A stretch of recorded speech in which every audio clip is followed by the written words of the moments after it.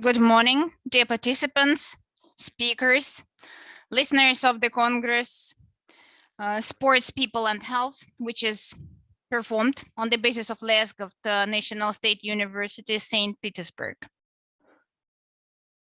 Today, session number 2 starts its work, and its name is Scientific and Methodological Support of High-Performance Sports, Actual Problems of Modern Sports Training. I'm the moderator. My name is Tarakanov, Boris Ivanovich, the head of the Department Theory of the Fight of the University of Leskov, the Doctor of Education, Professor, the trainer, honored trainer of Russian Federation, Tarakanov Boris Ivanovich. 3 heads of the session who also have the right of moderator. Sergei Maximovich Ashkenazy, Doctor of Education, Professor, honored worker of Physical Culture of Russian Federation.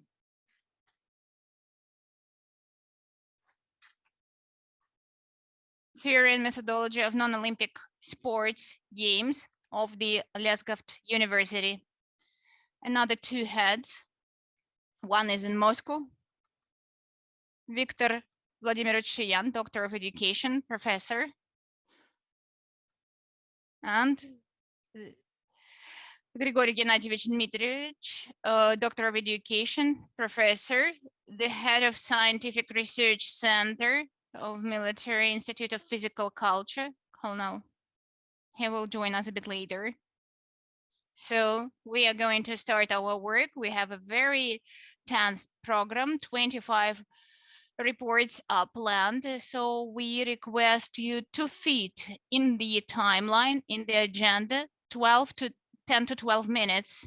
And now let me give the floor to Viktor Shiyan, Doctor of Education, Professor from Moscow. And the topic of his report has changed. He's doing it on the basis of the article he's presenting. Viktor Vladimirovich, are you with us? I'm here. Can you hear me? The connection is bad. I can hear you pretty well. We can hear. Professor, the sound is okay. We can hear you perfectly well. It's much better now. So please start with the name of your report. If possible, please display my presentation.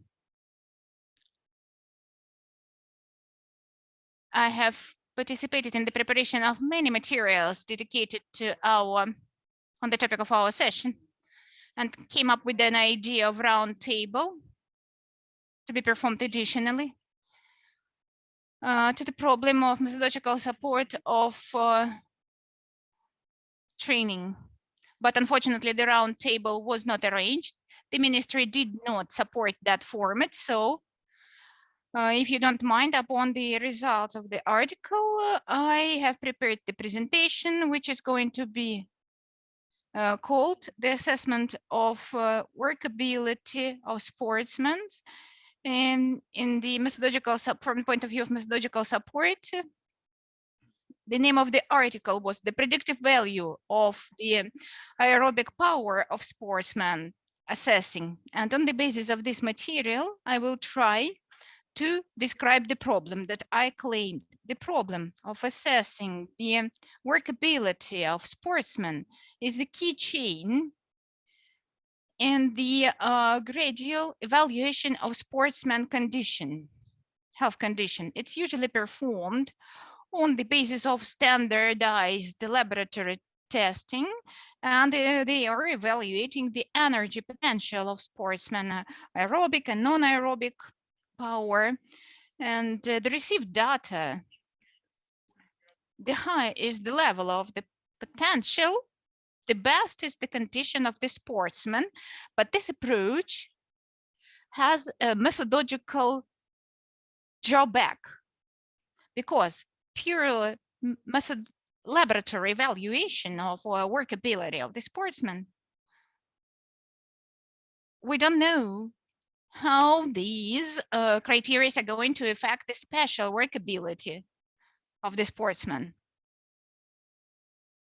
And we don't know how is it revealed in the time of competition activities. And this is the main thing for us. That's why trying to unite this, I've tried to interpret these performances from the point of view of holistic approach to the organization of the assessment of sportsmen.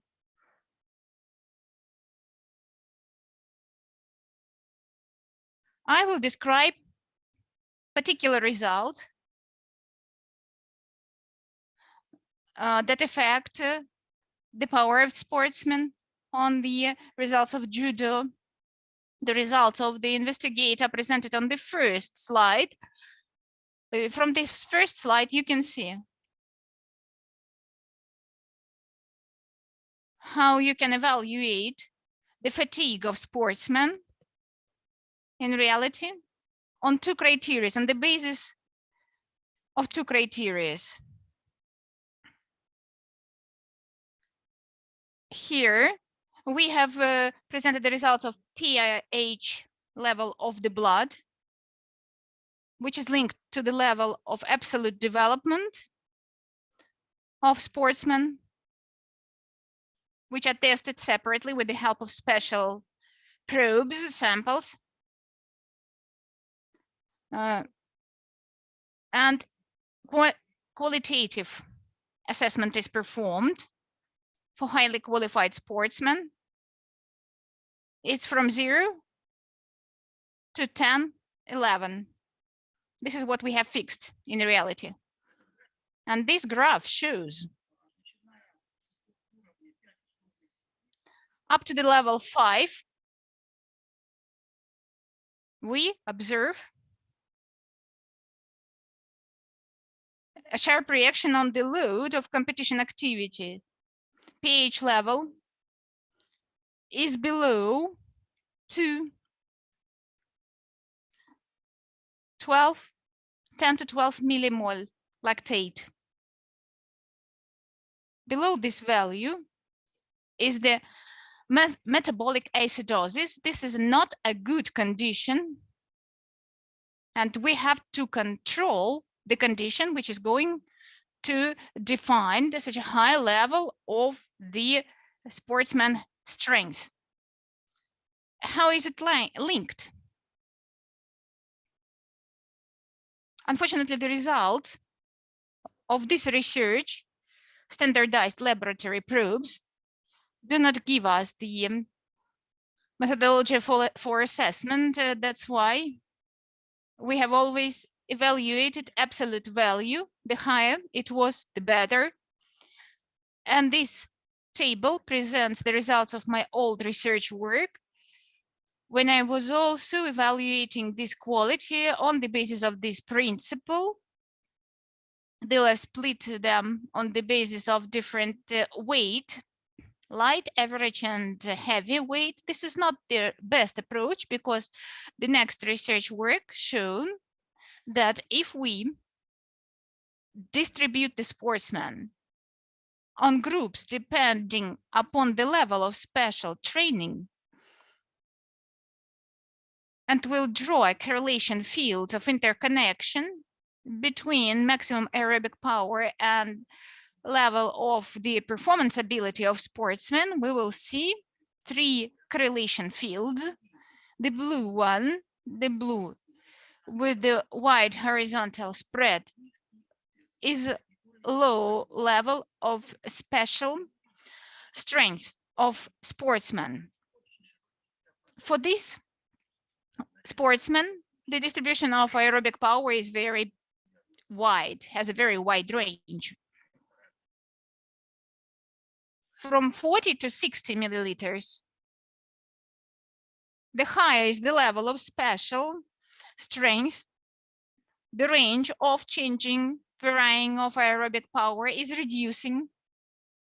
Highly qualified and highly trained sportsmen have this range, their range is even narrower.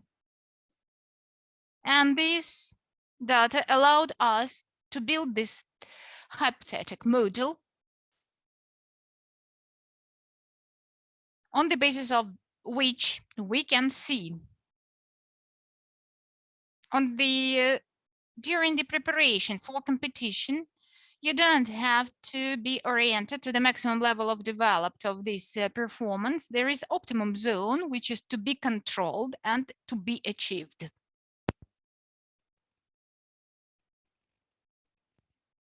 A significant difference of our approach is that we are suggesting to focus not on the maximum value, but on the optimum level, where the peak of sports strength of the sportsman is achieved. How is this described? It's well known that at the final stage of preparation for the competition, training and educational process is intensified and non-aerobic load is increased. That affects the dynamics of aerobic, non-aerobic abilities and special abilities. And next slide represents the data characterizing the horizontal is the share of non-aerobic load at the final stage of training. And we can see that the higher is the share of non-aerobic load, the higher is the increase, and there is a maximum reduction of the oxygen consumption. Correlation coefficient between these two independent values is minus 0.97. So it's a functional dependence. The higher is the growth rate of special abilities, the lower is the oxygen consumption. And here we need to try to understand what's the mechanism of such change of these criteria. Next slide, please. And here, on the basis of total research, we have developed a hypothetical model how to adjust the final stage, building of the final stage of the sportsman training. We have received this data from the research from the studies of judo players, and the principal idea is that on the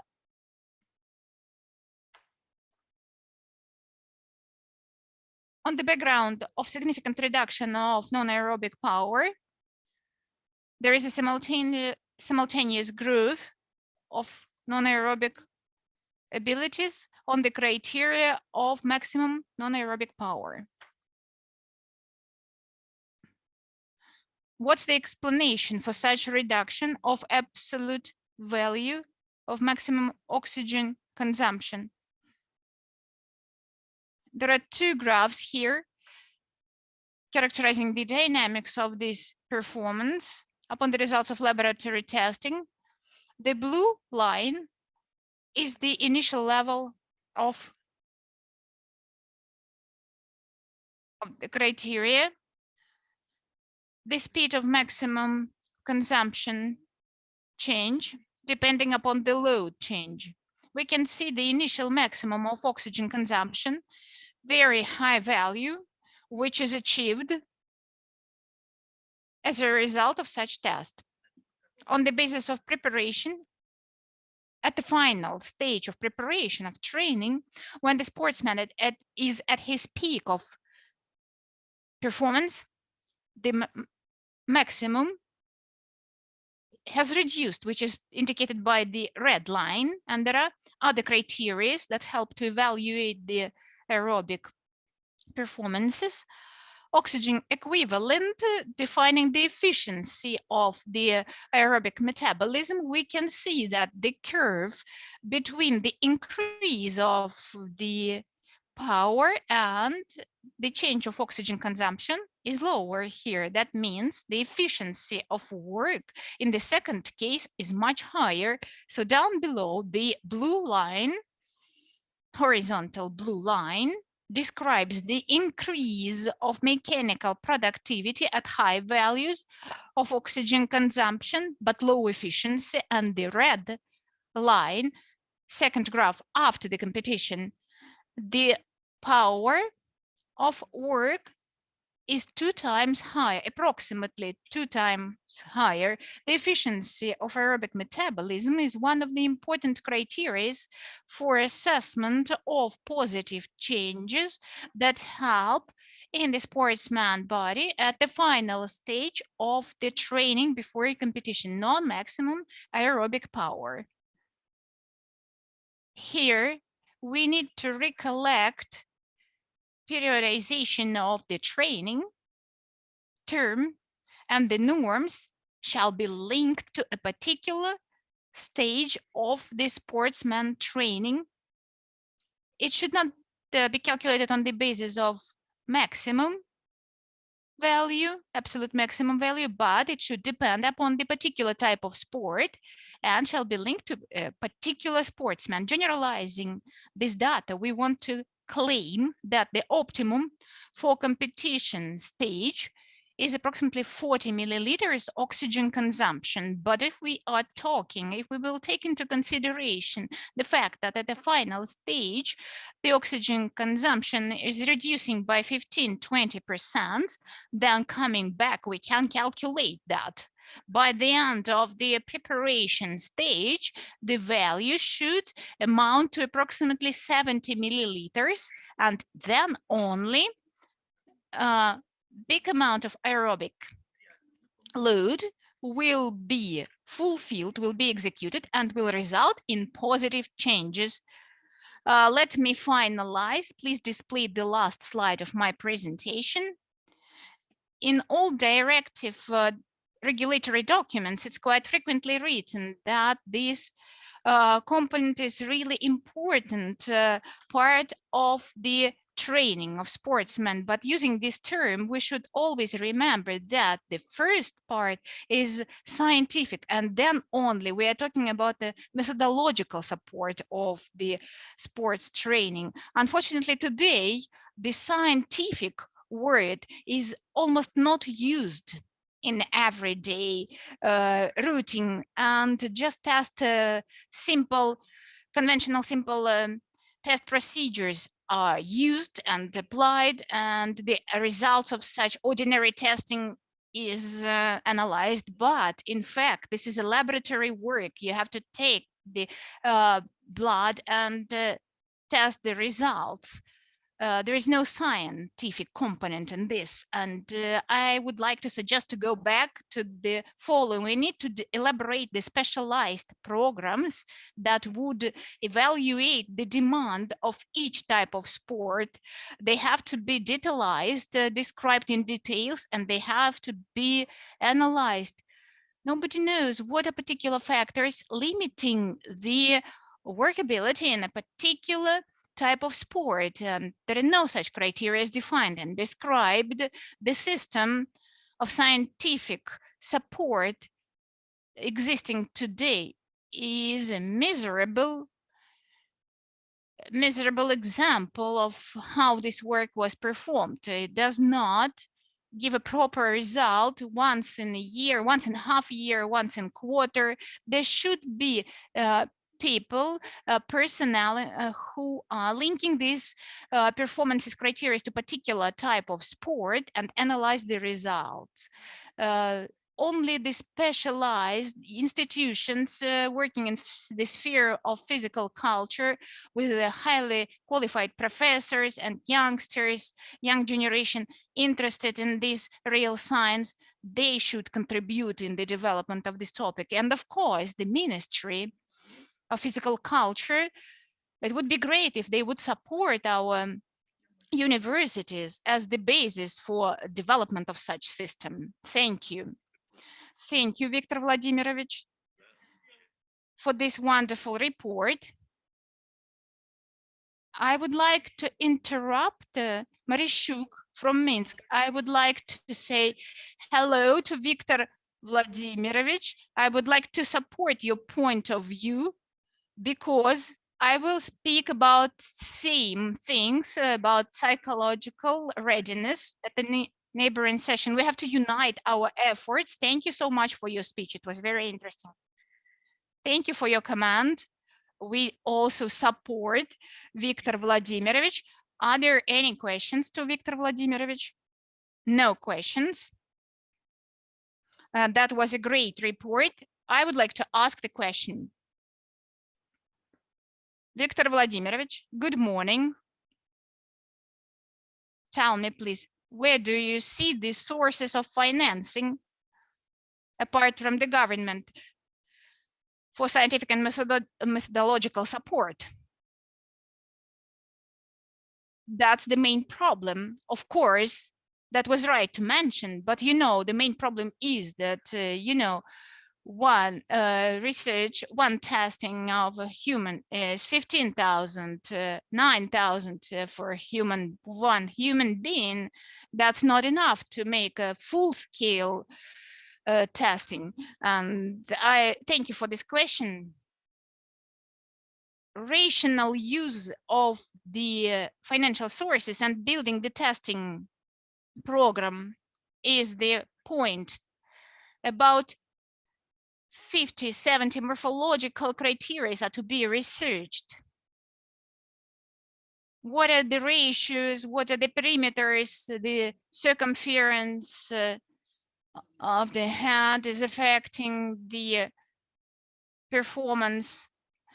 No, it does not affect actually, but there are a lot of testings and the results that are received in the course of the test are not transformed in the management solutions. I'm talking about optimization of this testing program. There are basic things evaluating the potential of the sportsman, and here the assessment of specific of particular type of sport plays a very important role. A lot of teams stopped using the governmental support. They have sponsors and rich federations that solve these problems, but I think that is incorrect way. If our country needs the results, they need to provide the financial resources to try to achieve that would help to achieve these results. And there is an alternative approach that says that we have not the same financial support is required for different types of sports. There are priority types of sports that ensure the golden Olympic medals to our country. There are not so many of such type of sports. And let's develop these types of sports so that we could bring new medals to our country. I have analyzed 2 Olympic cycles when I was dealing with these issues. That was the middle of the 2000 scientific research works, the grants, financial support for 2 Olympic cycles. Within 2 Olympic cycles, not a single ruble was provided. Where do they spend this money? The amounts are great, but the sports team and scientific support people do not get this money finally. Thank you so much, Viktor Vladimirovich. Thank you. Let me introduce next speaker, Dmitry Alexandrovich Matveyev. Dmitry Alexandrovich, are you with us? Yes, good morning. This is Levitsky Alexei Grigorievich report, and the topic is biomechanical analysis of the attacking sportsman motion in the process of performing the reverse throw under the conditions of lack of resistance. Good afternoon. Do we open the presentations ourselves?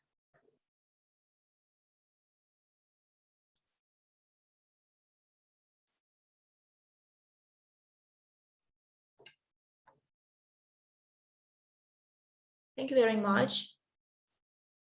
Dear Chairman, dear colleagues, The topic of my today's report is the biomechanical analysis of the attacking sportsman or the athlete when making the reverse Seoinage when there is no resistance.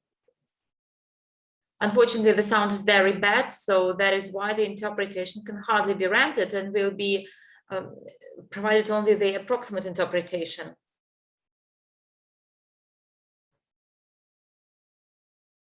So our literature lacks any description of any kinds of martial arts or combat sports, which includes various methods or various Seoinage and so on. The next slide, please. The essence of the research. We need to understand the very biomechanics when there is no resistance. And also, we need to move to the very description of the methodology for the experiment. As for the very mechanics of the solid body, there is some certain moment with the angular speed. We need to remind that the sound is very bad. That is why the interpretation is only approximate. That is why we need to point out that it is located in this square. And this element is located by a diagonal. And thus, we need to point out that thus we are talking about various planes entering in different places.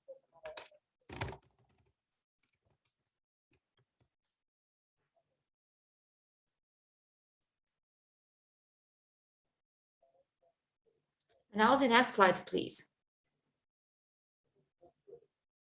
The methodology for the study. When we are talking about the movement of the sportsman or the athlete, we use various coordinates. We are talking about a summary of values, and it shows formula number 1. It is based on the coordinate system.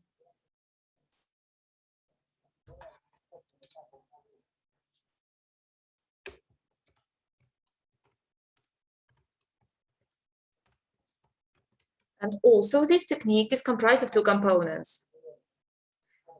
We need to remind that the sound is very bad, and the interpreters do not understand what the speaker is saying.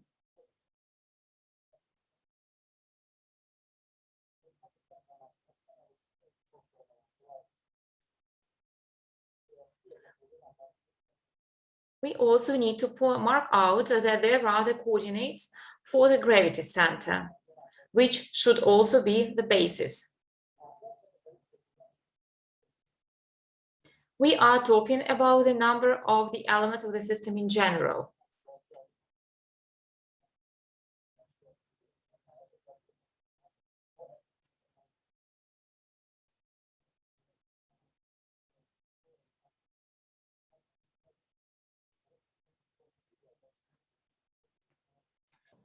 And also we are talking about the fact that we need to determine the very size and the height and the weight of the athlete, which is also of paramount importance. We remind that the sound is still very bad. That is why the interpretation is only approximate and only regards those things which are heard and understood. To turn.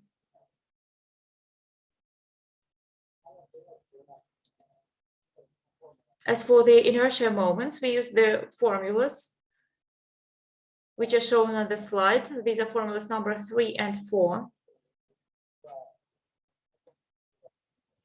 And as for formula number 4 that was used for the turning, there is also the radius of the cylinder and the very scheme and the height of the cylinder, which are also considered. To determine the inertia moment, you need to use the values which are shown in the formula number 6. The inertial moment is linked to the turning.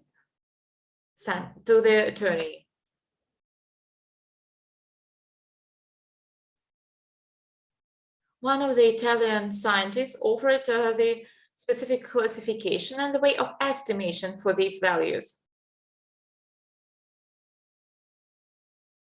The very basis for each group included some model. There is some certain physical model which ensures this.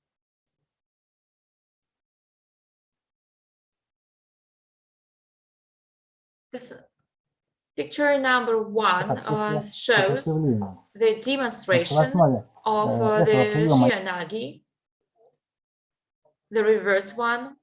There is also the way to block, which is also shown there. We can also point out the attacking athlete movements. First of all, this is the step-by-step movement, which you can see here. It's also the turning movement. We need to remind about the poor sound, which makes the interpretation almost impossible. So the picture number 1E shows the coordinates based on which we calculate the inertial moments. The next slide.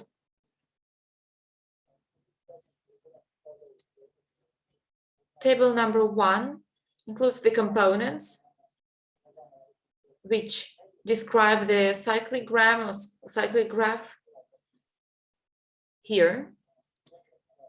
And thus it also includes the description of inertia. You can also see this table here, which shows all the values related to such Shihanagi.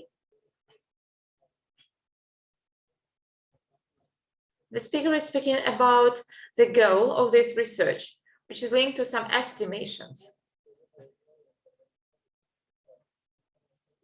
Besides, any estimation that is done should be reliable, and it can be reliable based on such calculations.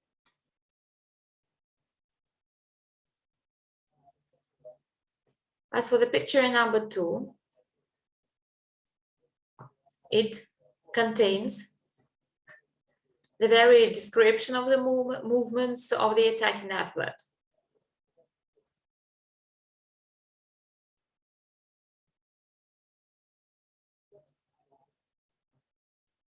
The analysis that has been done showed that all the phases are linked to the very movements of the attacking athlete. That is why we need to develop some certain turning movement which help to model each of such kinds of applications. Thus, we can improve the very technical qualification of our athletes, as well as to improve their capacities and capabilities and skills. Besides, we can also improve the very technique of such Shianagis. And we can also use them for various kinds of sports. But still, we need to remind you that all the estimations should be done considering all the theory of mistakes and errors. Such data can be used for R&Ds and also for the training process. We need to remind about the poor quality that makes the interpretation almost impossible. And so it means that we can use this data to motivate the students in the future. Thank you very much. That's it from my side. Thank you, Dmitry Alexandrovich. Do you have any questions to Dmitry Alexandrovich, please? Does anyone have any questions? No questions. Thank you very much.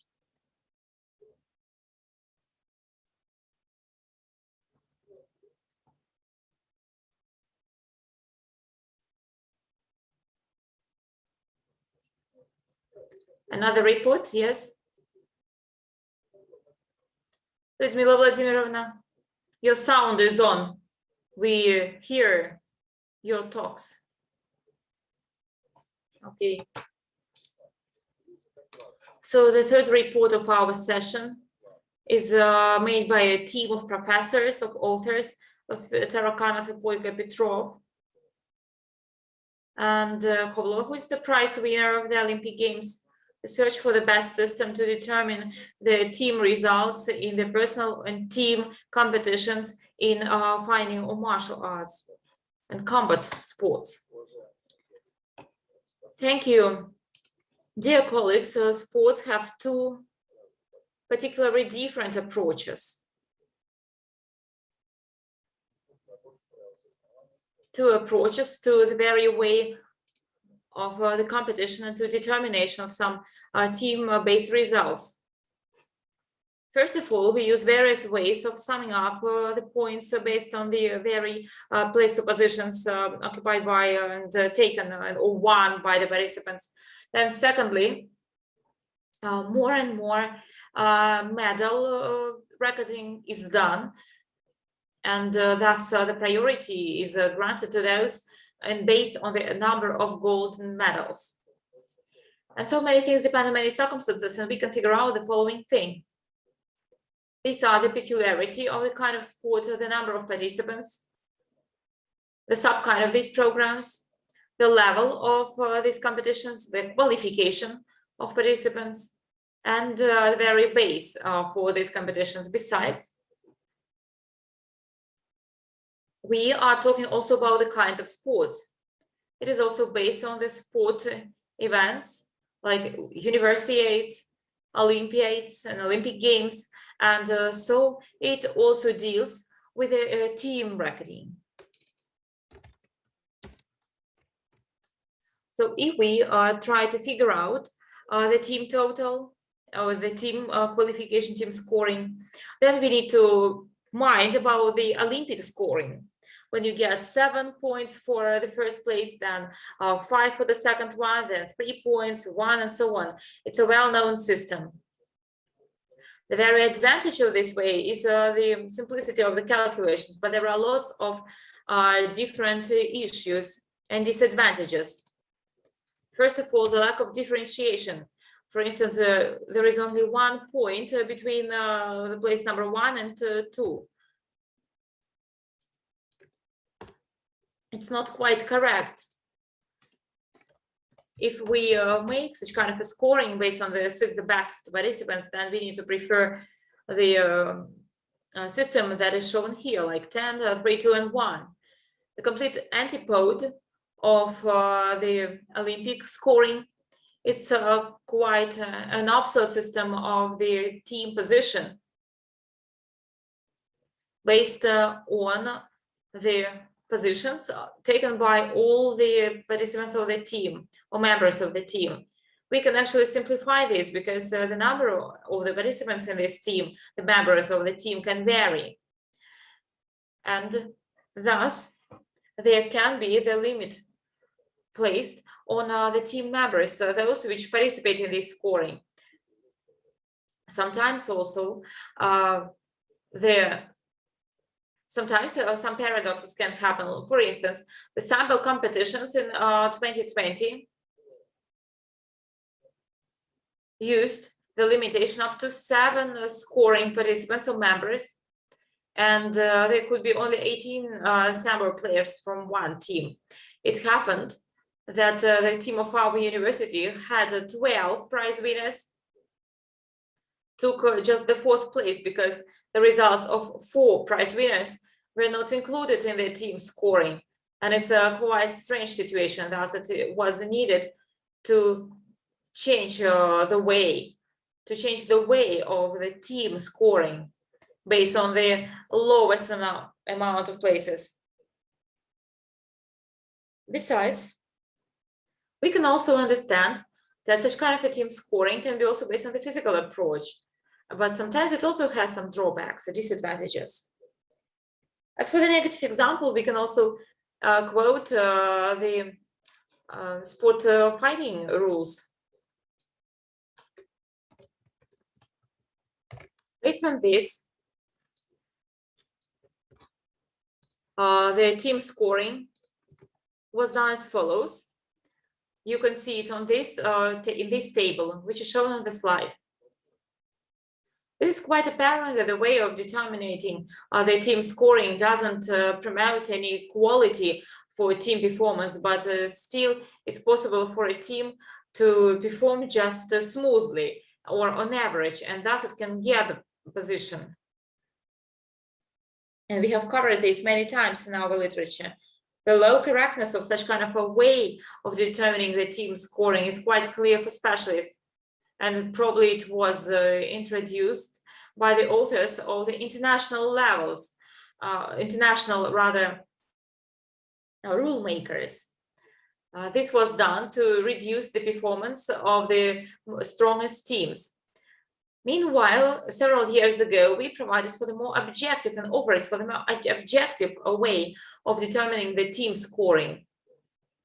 You can see it here in the medium column, when it's 20 for the first place, then 14, 7, and so on.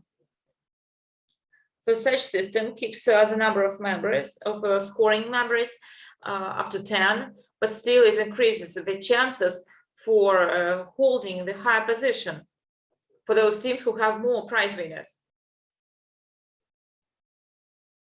Thus, you can see various kinds of fights here.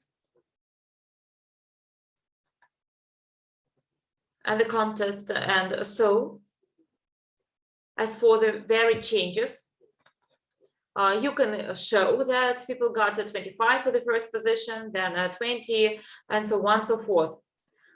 So that it was more easy to understand this, you can also check this table, rather the next slide. This picture shows that the way of the team scoring, which was applied till 2017, it's just the yellow line.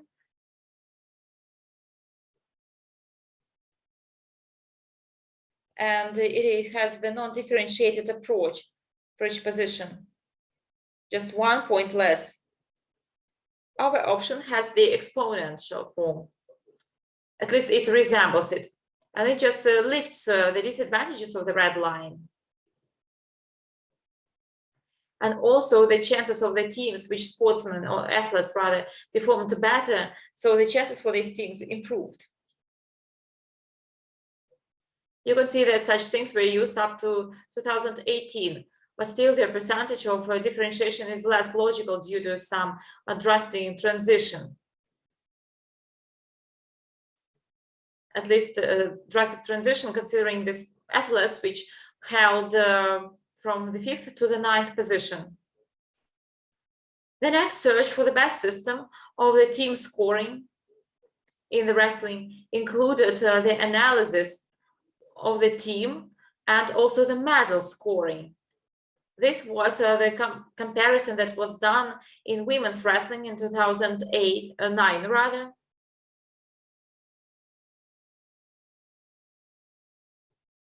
The analysis of these tables shows the significant difference in the results in team scoring based on the outcomes or results of the championship. First of all, this is about the distribution of the prize positions. For instance, the athletes from Japan held the first place in the team scoring. Still, they were third in the medal scoring, but the Americans won just three gold medals, but held just the third position in the team scoring. There is even more differences in Kazakhstan, for instance. So as for medals, they held only 15 and 6th for the team. Mongolia, the 9th in the team, and as for the medal, this is 13, and so on and so forth. Besides, women from Azerbaijan held the 4th position in the medal scoring, and as for the team scoring, only the 8th. Some teams held some quiet positions in the team scoring, but they were not included in the medal scoring at all because they didn't have any athlete who got the medal. So that shows that the determination of the team results, or team performance, or team scores don't correlate with rather they correlate with each other, but still they have some differences in distribution of the teams based on the end of the outcomes of the championship. Besides, the team scoring involves a lot of athletes who are the most powerful one or best one in their weight, but still they decrease the number of those who are included within the medals. As for the medals, they exclude just simple participants, and they just remove those teams which did not have any prize winners, or the winners, or the medal winners. Thus, the way of determination helps us to point out that there is generally no ideal way, but its selection depends on the priorities and tasks which are set out at the heads of the sport organizations when they develop the rules of the very competitions. So if you need to get or understand which team is the best one, you can use only the medal scoring. But when you need to resolve the wider scope of tasks, but you need also to determine the position of those teams which do not have any prize winners, then you can include or involve the most powerful ones, most powerful fighters.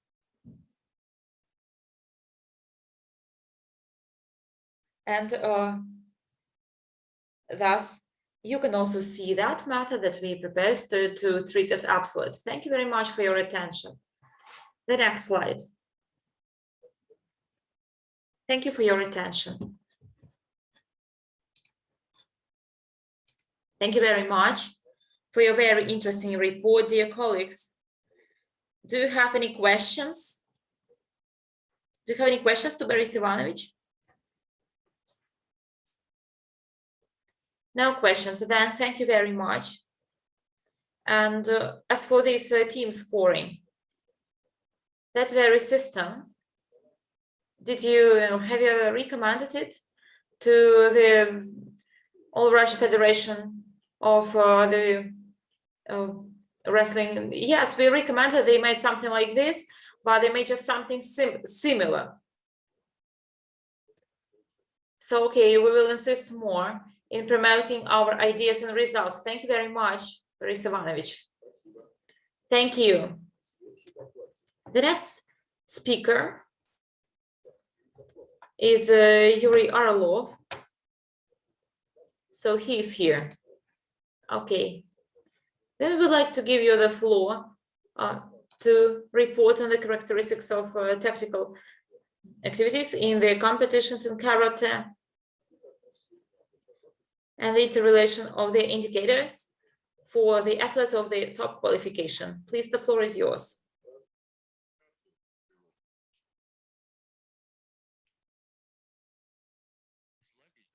Thank you.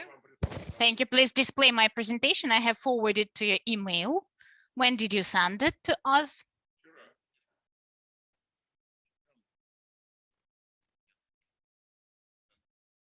We don't have it right now with us. It was sent yesterday. Maybe I will let someone speak now, and I will send it to you once again. You will give me the email so that I could forward it.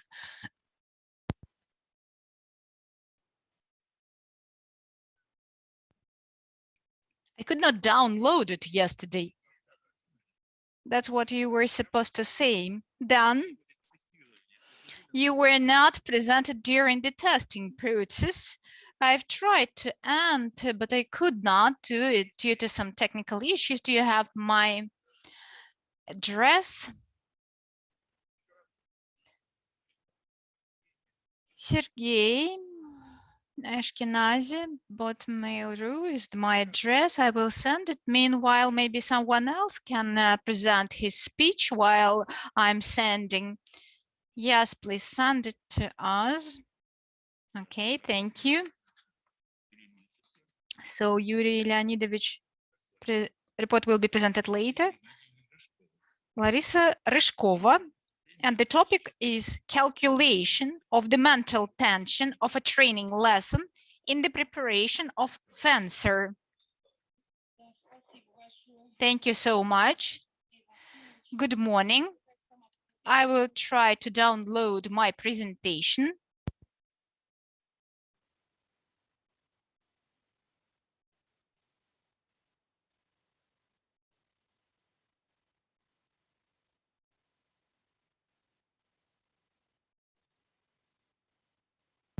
Can you see the presentation? No.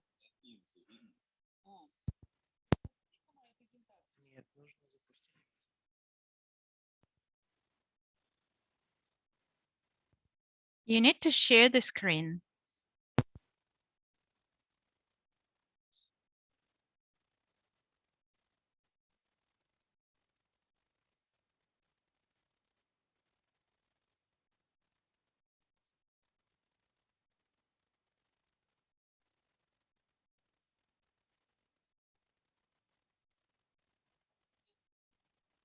Can you see it now? Yes, you can start.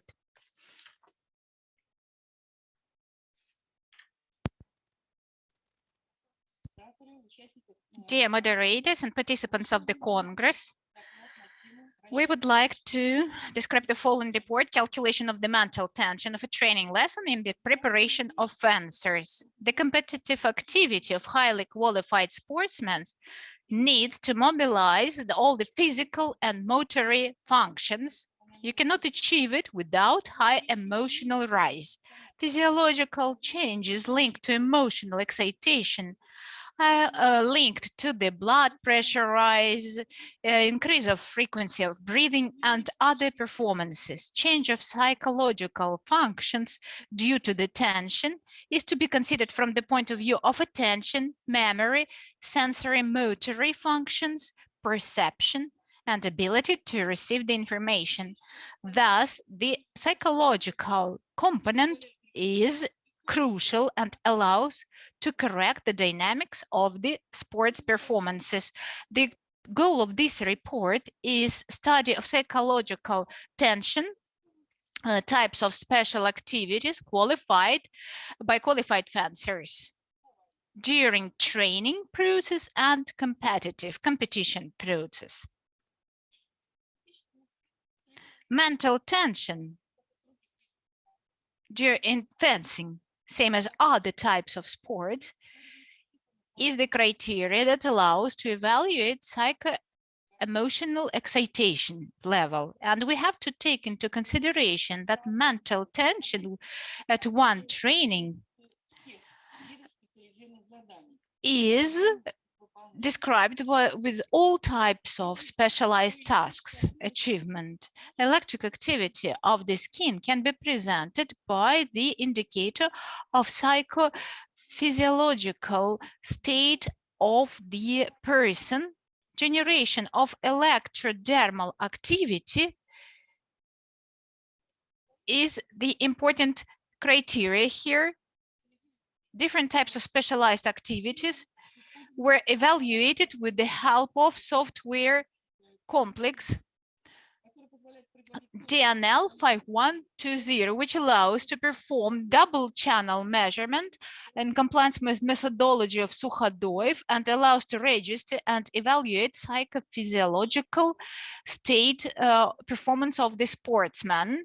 In our research to evaluate psychic mental tension, we have analyzed the state of the health of each few sportsmen. We have evaluated their status before training, after motion in front of the mirror, after the exercises, after the fight. During the training, they have invited the researchers. Each sportsman was offered to close the eyes and imagine performing of particular activities.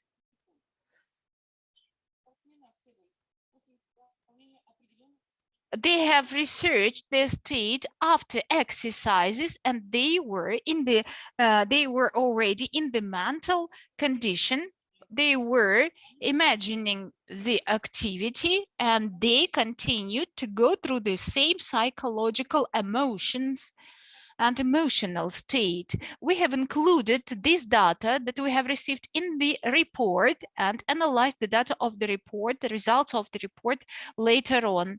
The activity of each hand was analyzed and analyzed it after each type of load. Not only the amplitude was analyzed, but the activity was also analyzed. Performance of exercises presented the reduction of some characteristics and some criteria. Though from the point of energy, it took more effort. The exercises in pairs were performed with, and they were not linking, did not result in the psycho-emotional tension. It's obvious that when performing the training, the fencers are imagining and modeling different types of activities and imagine different situations that happen during their training activities in the reality. Evaluation of emotional tension was assessed amongst juniors, and a special training the sportsmen were selected, and these were the same sportsmen who simulated the training activity. Each and every sportsman performances were registered. Galvanic skin response was analyzed after first circle, after second circle, after first fight for 15 points, and after the last after the first fight for 15 points, and after the last fight for 15 points. The level of psycho-emotional tension is growing up during the competition, though currently this fact is only a visual monitoring, and the research allowed us to perform the empiric type of assessment. The results of evaluation of this data presented the difference of the electrodermal activity and the information about mental tension complied the results of a normal results of registering of a normal physical activity. Registering of galvanic skin response allowed to reveal the dynamic of the changes in the performance of sportsmen. The average amplitude of the galvanic skin response went up, and average activity value also went up. We can also observe the gradual spread of average amplitude of the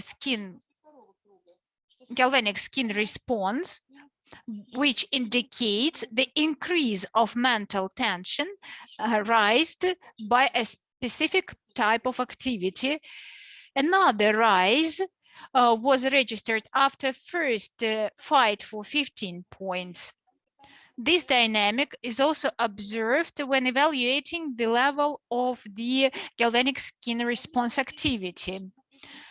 The problem linked to mental tension in the course of training process was discussed in 1960s by the Professor Keller and Saychuk. They offered to use the scale evaluating the level of mental tension. In the suggested scale, the evaluation of mental tension is within the range from 1 to 3 scores. So it's limited. It does not allow to split the mental tension between the training, preparation fight, competition fight, individual classes, with trainer, and all these can be evaluated with 6 scores only. We need to limit the forecasting range of this activity and link the type of activity to the level of mental tension. We have proposed to have a more detailed evaluation of psychic activity and mental tension on the basis of the type of activity performed by the sportsman. This is how we can calculate the load on the sportsman, which does not only include the intensiveness, but also includes the characteristics of affecting the mental tension of sportsmen. On the basis of the scale for distribution of load, we have developed the software for trainers and sportsmen, where we have evaluated the load with the help of the formula presented on this slide. Monitoring of highly qualified fencers' activities allowed us to split the training on different parameters. 30 minutes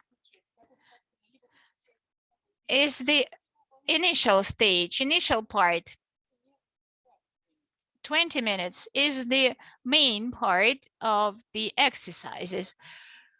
So 130 minutes is the total time of the training, and this program allows to control the level of mental tension of a training lesson.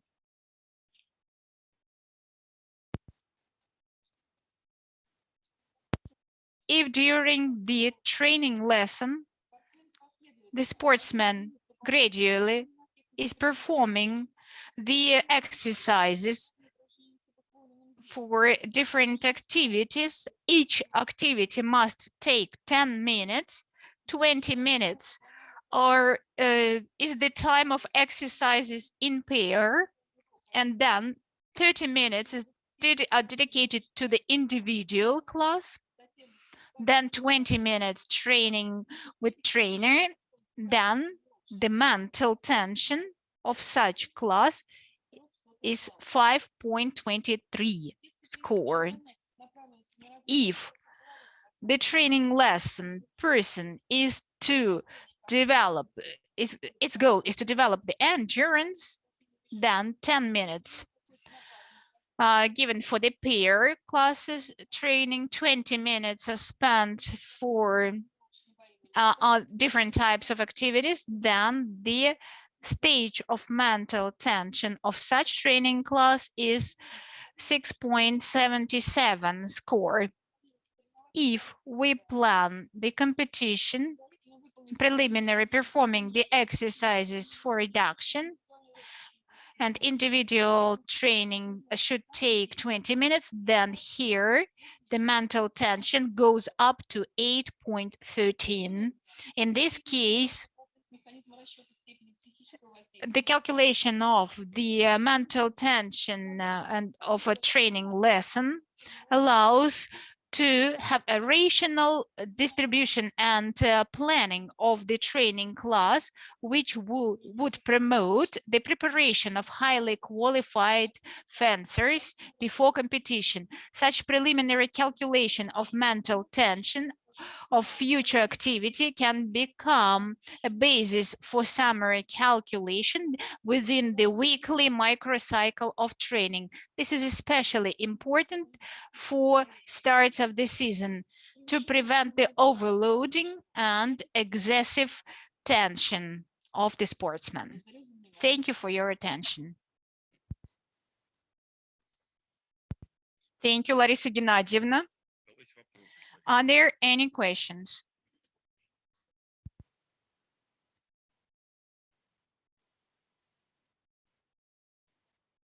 No questions. Thank you for your attention. Thank you, Larissa Gennadievna. Now we would like to go back to Yuri Leonidovich Orlov. Yuri Leonidovich, please, the floor is yours.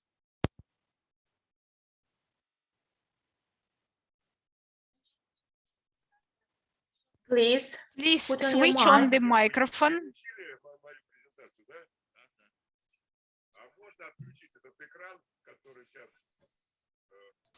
Did you get my presentation? Can you switch off the screen? Can I switch off? Yes, thank you. So I am ready. Please put on my presentation if possible.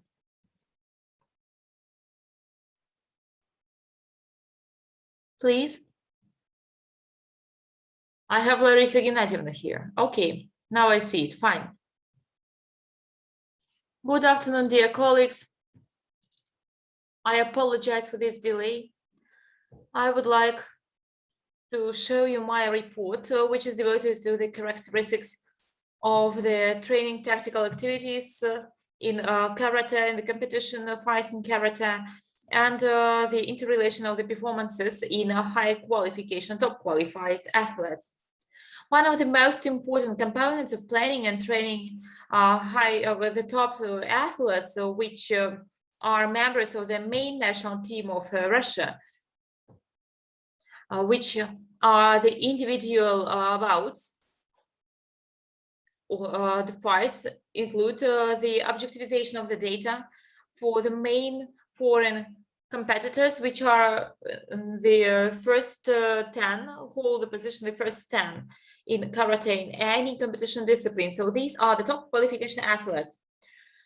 So the peculiar knowledge of everything that of the very concept of the most powerful competitors are the major part of the mood or the mindset with respect to the Olympic Games and other competitions. That is why it's quite apparent to collect and accumulate the data bank on the technical readiness of the main foreign competitors in the disciplines.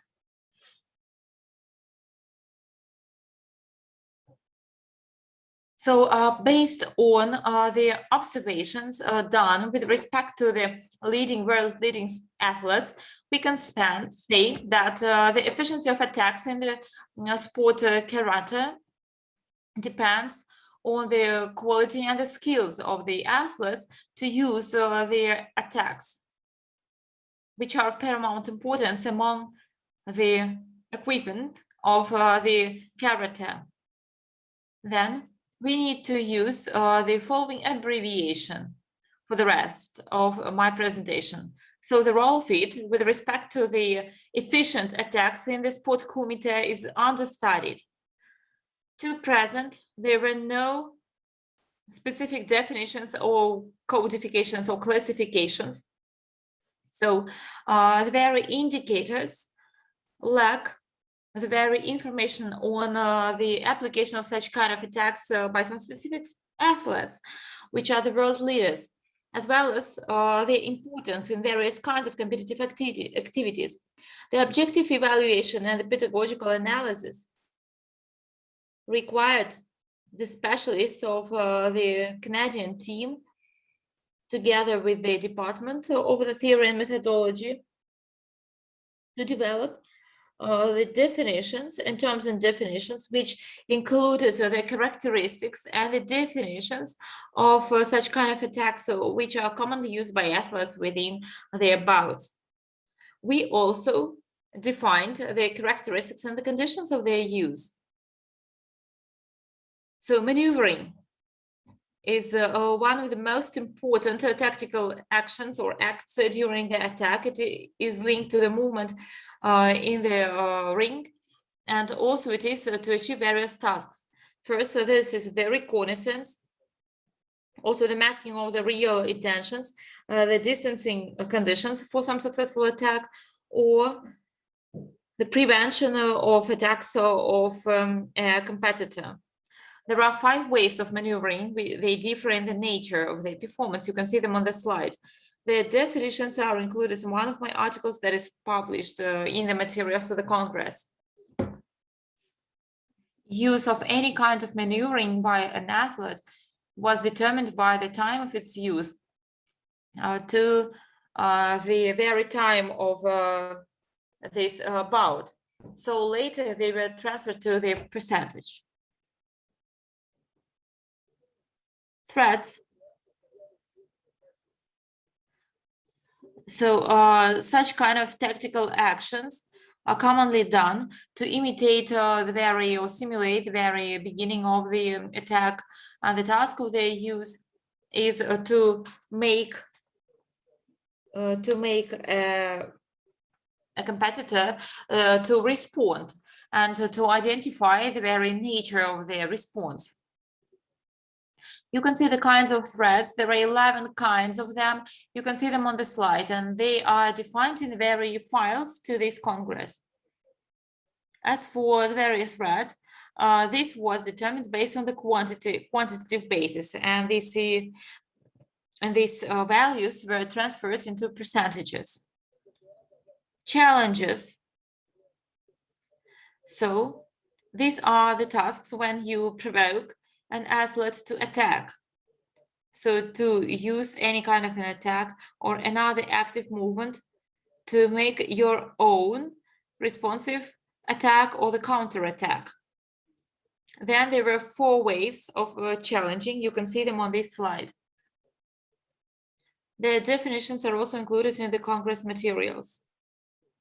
The athlete used some kind of them, and this was determined by the quality, rather by the quantity. I apologize. Do you see me? Everything's fine for us.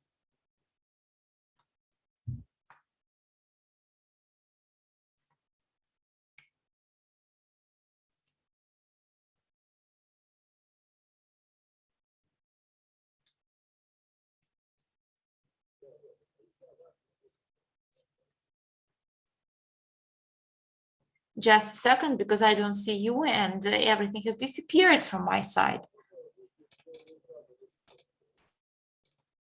Can any one of you switch off your full screen? Okay, thank you. Okay, the next slide, please. Okay, so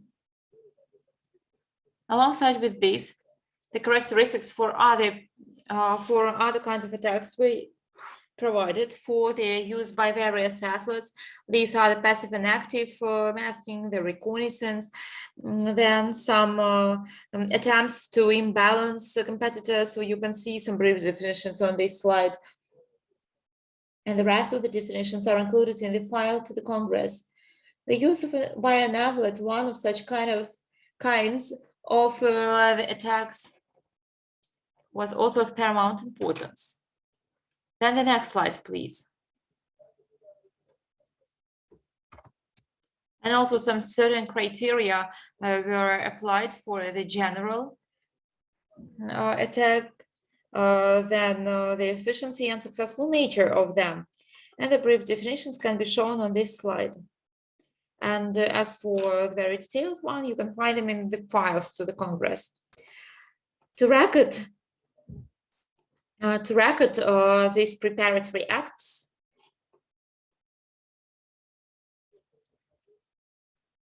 you can see the final report here of various indicators for the tactical acts. So the very methodology helped us quite reliably to determine the ratio of the indicators of the preparatory tactical acts application by the leading foreign athletes. As an example, I can show these athletes who hold the first 4 positions in the world karate and up to 75 kilos. These are Mr. Bussa, Italy, the only 5-time prize winner, and Mr. Agaev, Rafael Agaev. And you can see also the rest, Nishimura and the rest here. We also analyzed the competitions, so with the participation of such athletes in the World Cup of 2018 and the Asian and European Championships. of the earlier ages. Due to the COVID-19 pandemics, such competitions were cancelled in 2020. The efficiency of maneuvering, masking, and as well as conceal and other kinds of tactical training was also evaluated based on the results or the outcomes of the later attack. The studies of the competitions to the sport athletes have together objective data regarding the indicators of the application of the preparatory tactic acts. They also reflect the individuality of each athlete. You can see the examples here on the slide. This is the report on such preparatory technical acts before the attack for the Azerbaijani athlete. You can also see the table that shows the relations of the very indicators which were obtained during some certain studies of the competitions. These data helped us to evaluate the differences in the application of such preparatory technical acts by athletes, and also to evaluate the amount or percentage of the kinds of them. Thus, Lucha Busa mainly uses the attacking way of bouts, and Yeri Sangari tries to use the counterattacks. The Japan athlete, Nishimura Ken, follows the tradition of its national school, and they demonstrate various combinations. As the only one, fifth, like rather the athlete from Azerbaijani.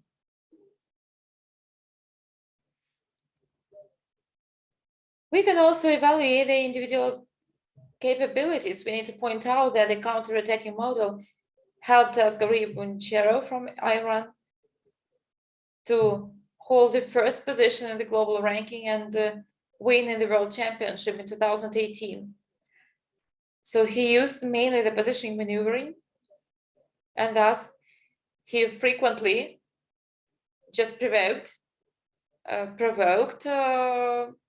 the athletes, but the threats, the percentage of threats was not so high.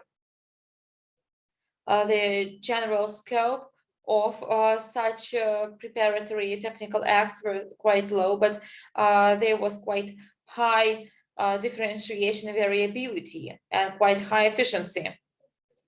Contrary to the Iranian athlete, the Italian athlete Luigi Bussa demonstrated his attacking way of holding his bouts. He used also active maneuvering. He mainly used threats. He has the average preparatory technical acts percentage and the lower level of variability. As for efficiency, it's 18 and successful nature is 11, it's quite high. As for Rafael Agai from Azerbaijan, who represents the various kinds of bouts, who also held the third position in the global rating at the time of the study, used various kinds of maneuvering, both active and passive. As for the very bouts, he used various threats, he provoked, and other preparatory technical acts. Meanwhile, the character fighter from Azerbaijan was one of the most variable, 70%, and the most efficient, 40%, but not so successful, 12%. And the next slide. The athlete from Japan, Nishimura Ken, was also the representative of the combination way of the fight, who held the fourth position in the global rating. He used the active maneuvering more actively, 56%, than the passive one, 40%. There were threats that prevailed, and there were less provocative provocations rather than challenges. And then also he held 33.1% of the preparatory tactical acts during one bout. So he became one of the most successful out of all of them, 25%. So 25% was the successful nature of them. So the next slide.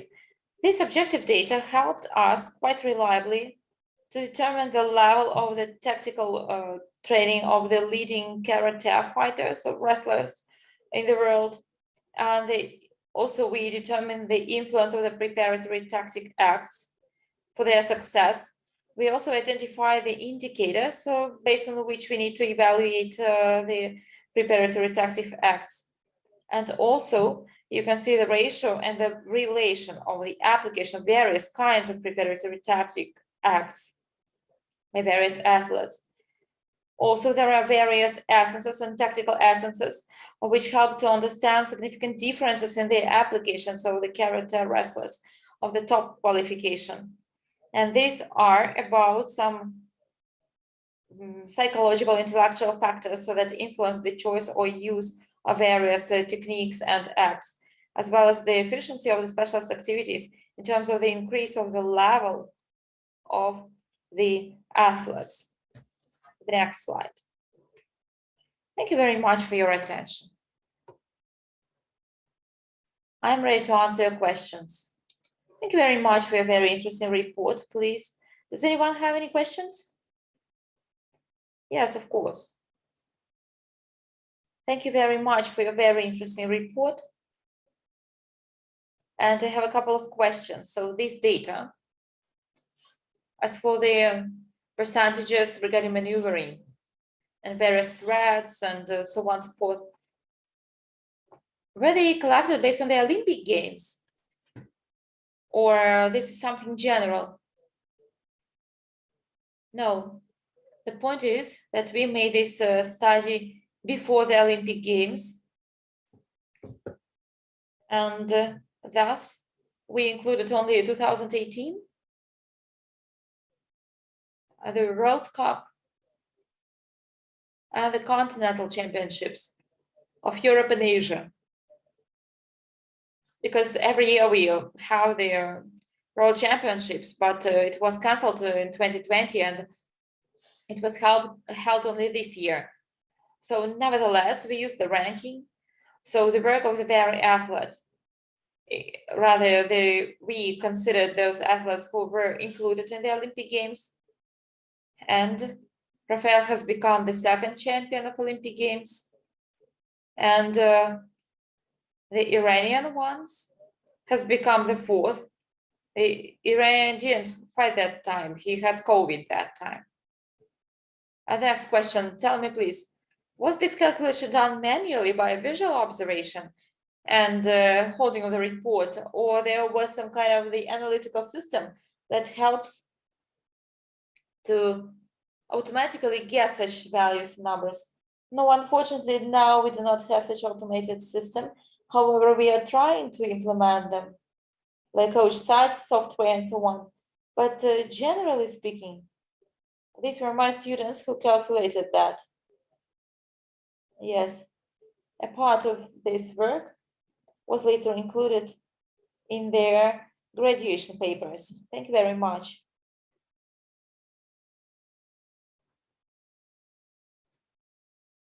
So we need to stick to the time frame of the Congress.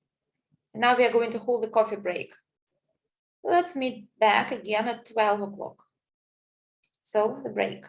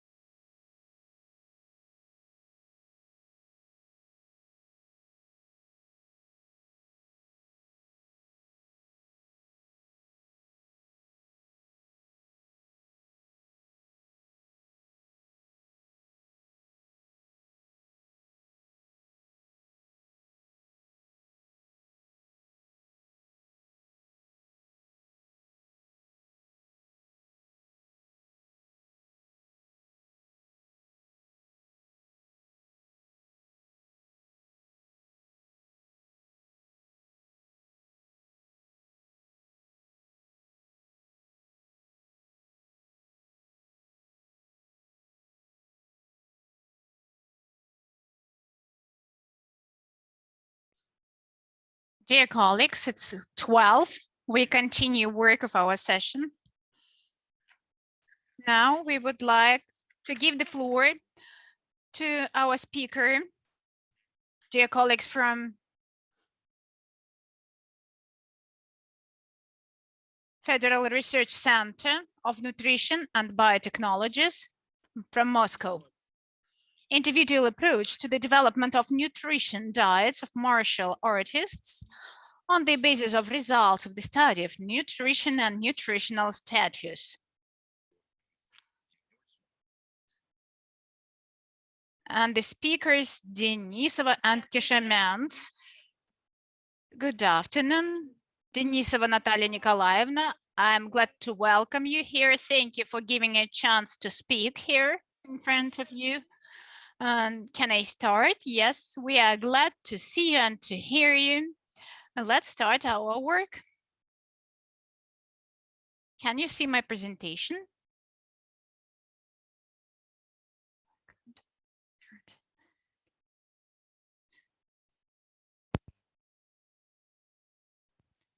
Good afternoon, dear colleagues. Once again, it's good that the coffee break is over. We can talk about food easily now without any tension. Our work, I apologize.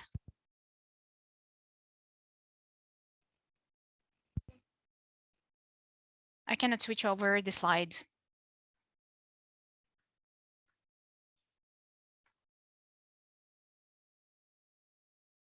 I'm trying to switch over. Our report is dedicated to the development of the nutrition for the martial artists on the basis of the study of nutrition and nutritional status, and we focus on the individual approach in the development of such nutrition. I would like to say a few words to introduce this team, this topic. This type of sport, such type of sport as martial artists, is varies those types of sport which are related to one group. Well, these types of sports are very similar, and the martial artists are similar. They have similar performances. Though the variety of martial arts results in the huge difference between the nutrition that they need. They use different techniques. Fencing is also related to this martial art. For example, sumo and fencing sportsmen cannot be compared from the point of view of their nutrition. That's not reasonable. So individual approach, personal approach is especially important for these types of sports. A separate group of sport is characterized with the similar features, of course. Main functional system, neuromuscle system, energy consumption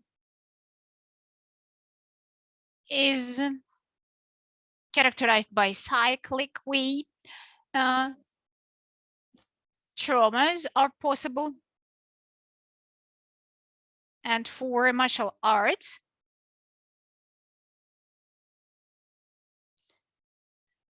we can characterize them with different peculiar features, different weight categories. Power types of sports have the performances which are not common for different types of sports. Type of energy supply, they are characterized with the explosive motions and highest strain, highest tension. So there are special requirements set to the nutrition of these sportsmen. This nutrition should cover all the energy efforts, energy supply of the muscles is described separately. I will not stop on this. It's presented on the slide. The nutrition must supply fully the energy for the muscles of such sportsmen. So there are special peculiar features. The weight category is affecting building the ratio, the nutrition of such sportsmen, because changing in the weight of the body mass results in the transfer from one to another category, and that affects, of course, the sports results of the sportsman. The sportsman should stay within his weight category. As for the energy supply, high calories,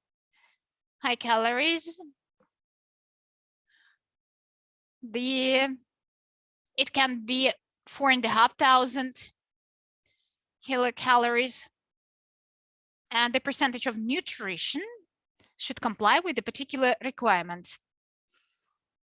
Talking about different types of sports, on the basis of the existing data, we know that every group of sport is characterized with its own demand of particular nutrients, such as protein, fat, and carbohydrates. There is a particular ratio of these nutrients. These graphs shows the optimal ratio between the proteins, fats, and the carbohydrates required for the nutrition of the sportsman. But still, we know that martial art is the individual type of sport, and each sportsman is unique from the point of view of nutrition status, and his individual features, characteristics are unique. So calculation of the optimal energy supply to the muscles and the nutrition should ensure the plasticity demands and requirements that would allow the sportsman to recover after physical load.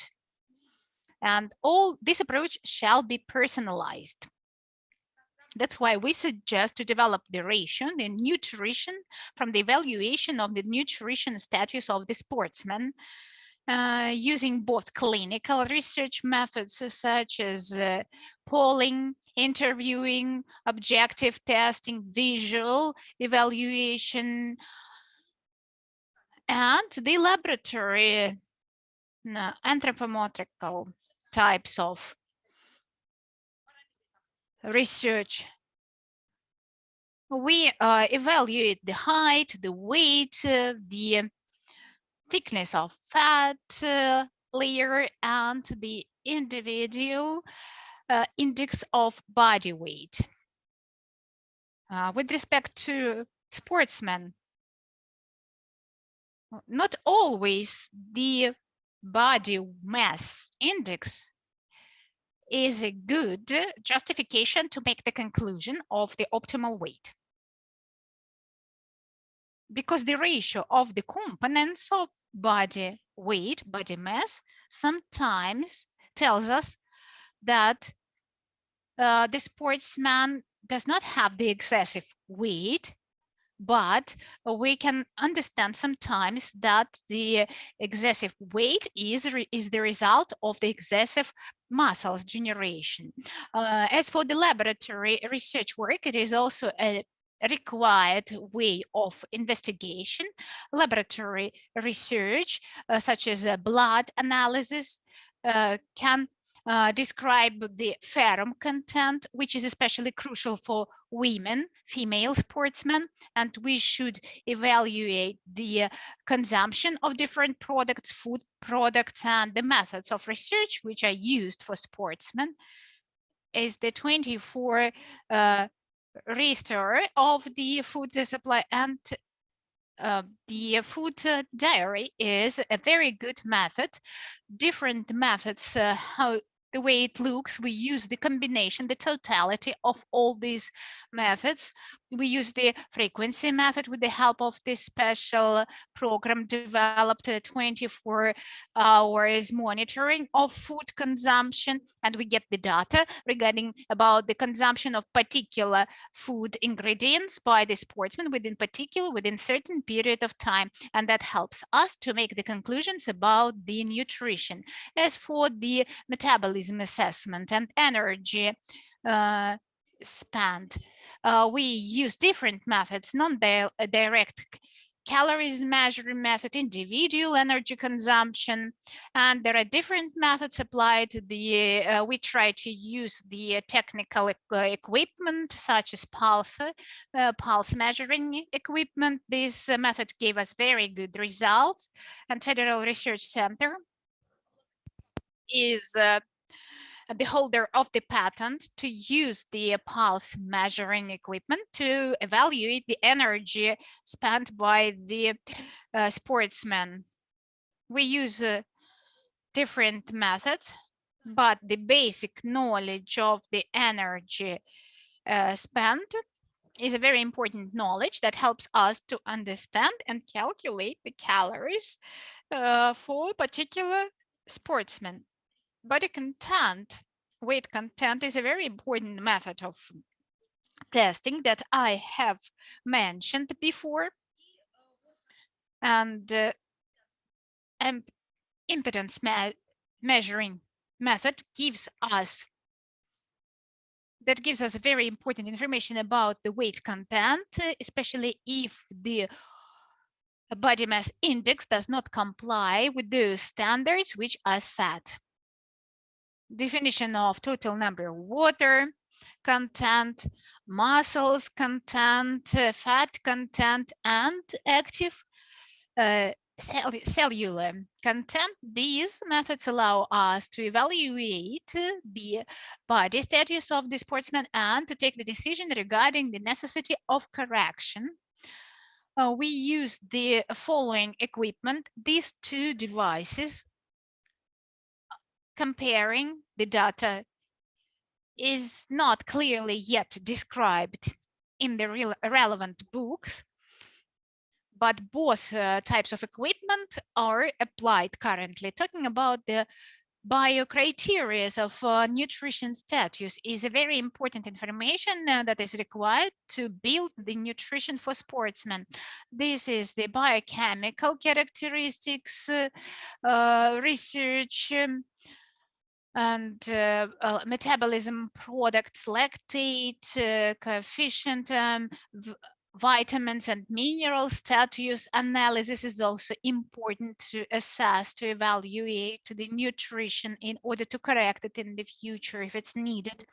And hormone status investigation gives us a very good result, especially stress hormones give us the relevant information. Talking about the hematology and immune status, and this analysis gives us significant information to take the decision about the support of such nutrition. And biomarkers are important, crucial for such fighters, such sportsmen as the martial artists, and all these indicators presented on this slide are part of crucial information for the trainer in order to be able to review, reconsider the mode of exercises and take the decision about the proper, correct methods of exercising. Metabolism violation biomarkers also help us to understand, to get the information. This information collected by us is the basis that helps us to develop the individual nutrition of the sportsman. Optimal nutrition of sportsmen is calculated on the basis of characteristics of metabolism, individual energy spent, taking into consideration the exercise and sports activity period, taking into consideration the dynamics. Quite frequently, before the competition, the sportsmen have to quickly lose the weight, and they start using a diet. They are on a diet in order to lose the weight. They almost fully reject from carbohydrates in order to lose the weight immediately, quickly. I would like to give you the example. When we worked with sports teams, with martial artists, when the sportsman with very good prospects and potential, he was, we can say, a top sportsman, and he lost the fight and did not understand why did it happen. When he addressed us, we tried to figure out what was the reason for his failure, and we realized that before this competition, the sportsman has decided to lose the weight, and one of the nutrition specialists offered him a diet, suggested him a diet where the carbohydrates were almost fully excluded. And we know that carbohydrates is the main source of energy for working muscles, and sufficient number of carbohydrates is the very important factor to maintain the endurance, the strength. So with this bad nutrition, the sportsman could not resist. He was not resilient enough. He was exhausted quickly and lost the strength. As a result, he lost the fight. So this is the example of the improper, non-balanced nutrition that can become a reason for the losses in the sports competitions. That's the example that I gave, to pay attention to these periods of when sportsmen are on a diet. And as a rule, these diets are not controlled by the doctor, by the trainer. The sportsman is taking the decision himself what shall be the nutrition, if he needs to lose the weight or not. So I think that this is a very important moment in which is to be paid attention, special attention by the relevant specialists, and development of proper nutrition needs to take into consideration the specific characteristics of sportsman body. Genetic features, by the way, are truly important. That's important from the point of view of prevention of dependencies, trauma possibilities, and all this is linked to individual features of the sportsman. Taking into consideration individual habits is also important. It's crucial to correct the nutrition with the help of biologically active additives, vitamins. It allows to optimize the nutrition of the sportsman, because high energy consumption cannot always be recovered only from the nutrition, from the food products. That's why these additives and special products for sportsmen is a good tool to recover. But sometimes the sportsmen are confused, and they are confused with between the role of special products and properly balanced nutrition. They do not always understand that special purpose products and the additives, food additives, must be a basis of good nutrition, and they should not replace the nutrition. What are the situations when the sportsman is recommended to use the food additives? First of all, when on the basis of the investigation of the nutrition of the sportsman, we reveal the deficiency of particular ingredients. And by the way, we face the situation quite frequently. So the violation of the consumption of main food ingredients are common for people in Russia in general and very common for sports among sportsmen. As a rule, we observe in the course of research work excessive fat content in nutrition, but the lack of the carbohydrates. We face it in 100% of cases. And that, of course, affects the success in the sports activity. That's why the correction of the nutrition using the food additives is the crucial factor of health preservation, and the criteria is the key feature for successful sports activities. And of course, the diets, particular principles of nutrition of sportsmen. By the way, vegetarians, there are vegetarians among sportsmen, but you know that vegetarian food style is not the best nutrition. It cannot ensure all the ingredients to the sports. That's why here we need to use the food additives and of course different trips, tours, traveling, optimization of the food supply and the nutrition needs the use of the biologically active food additives. As for the nutrition, daily nutrition of the sportsman, it's important. They do not always have a chance to optimize the diet and nutrition. That's why we suggest different options of distribution of calories between the food intakes, and you cannot exercise immediately after food intake. There should be a period, and it happens so that if they have the evening exercise, they have the dinner late at night, and that is affecting negatively sportsman body as well. That's a serious problem that is to be differentiated, and differentiated approach is needed. As for the modification of chemical composition of the nutrition, introduction of specialized products in the nutrition, even the mixtures with different acids, protein, additional intake, all these helps us to optimize the nutrition of the sportsman. And as a conclusion of my report, I would like to present the example, the approximate one-day menu for the martial artist that was calculated by the data that we have received in the course of investigation, testing of the group of sportsmen.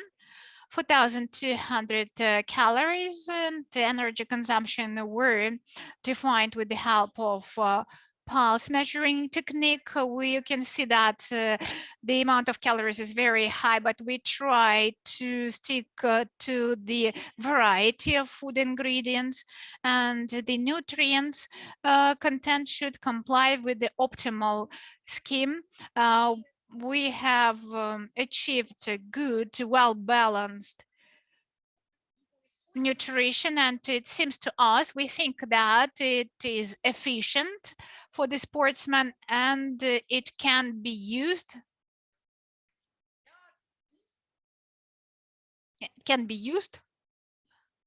as the example, as the basis and sample for building of the cyclic nutrition for a long-term period. Thank you for your attention. I will be grateful for any questions. I would like to ask a question. Thank you, Natalia Nikolaevna. Are there any questions? In your report, you quite frequently mentioned the drying, so-called drying reduction, losing the weight. In practice, this term, drying, means when they say that dry wine is to be taken. What is your attitude to this method before training to take a little bit of dry wine? That's a very interesting question. From the point of view of science, sport and alcohol cannot go together, because alcohol is the energy source, and 1 gram of spirit gives us 7 calories, and carbohydrates give only 4 and 9. That's the intermediate position. But the alcohol itself has toxic effect on the liver, brains, and nervous system, and this is the source of empty calories. From the point of view of positive effect on the sportsman body, you cannot claim.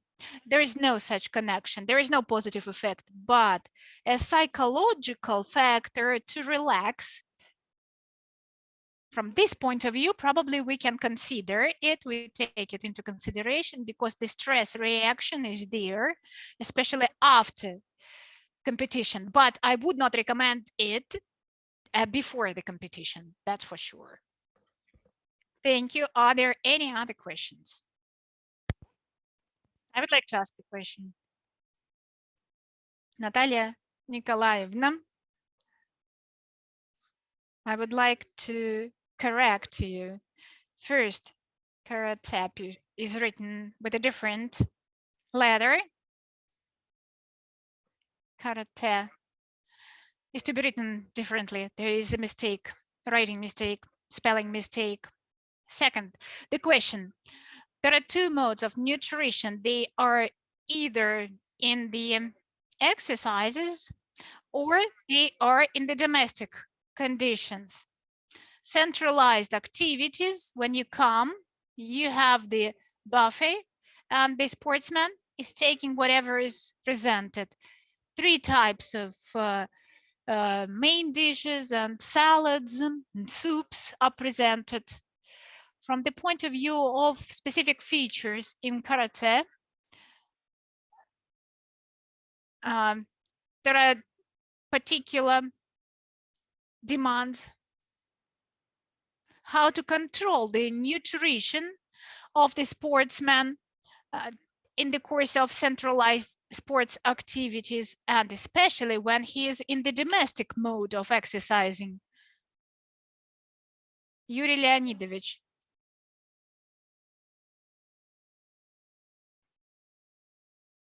Thank you for this question. I would like to thank you. It's an important question. I wanted to highlight this moment, but I was in a hurry and didn't mention this. The control of the personal food intake, food consumption. When we worked with sportsmen, I will disclose a secret with boxers.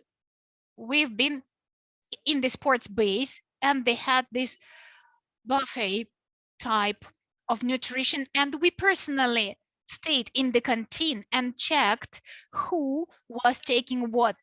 We've been controlling each and every sportsman, and we interviewed each and every sportsman and highlighted his mistakes in the nutrition. So I think to make it efficient, we need to provide the individual nutrition training to each sportsman. I don't know who is supposed to do this, doctor, nutrition specialist. I know that some teams have the nutrition specialist who is explaining all the features of the proper, well-balanced nutrition are there, but not every team has such a specialist. I think sportsmen are highly motivated people and they are grateful if you teach them, if you explain them what do they need and what's the amount of food that they should take. They are really, they show a very good response. From our experience, when we make this research and interview the sportsmen for the second time, we always reveal very positive changes.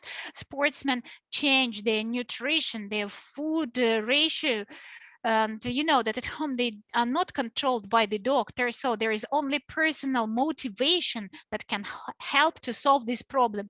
Thank you. And the second question from my side, different sources tell us that some products are compatible, others are incompatible, and we quite frequently see the following situation when after the exercising, the sportsman is taking a lot of fish, different products, beans, eating it all. And after that, he doesn't show up at the exercise because he has a problem with his stomach. Do you prepare any books to be published regarding food products that cannot be eaten, that are incompatible, taking into consideration the specific types of sport? Yes, that's a very important type of sport. There are no incompatible products from the point of view of nutrition. This is a very individual factor. It depends upon the cultural specific features and upon the health of a particular sportsman. The individual approach is required, and the common sense is the main idea in the building of the nutrition. Everything is allowed, but the amount of the food is to be limited. The sportsman should understand that he has some peculiar features, and for him, particular combination of food ingredients is incompatible, and he must have a self-control and should go through particular training, and the training and explanations are required, of course. And the last brief question: does the consumption of water affect the performances and the final results? Insufficient water consumption results in the thickening of blood. Thank you so much. I apologize. I would also like to ask a question. Unfortunately, we do not have a half an hour for questions, otherwise we will be out of time.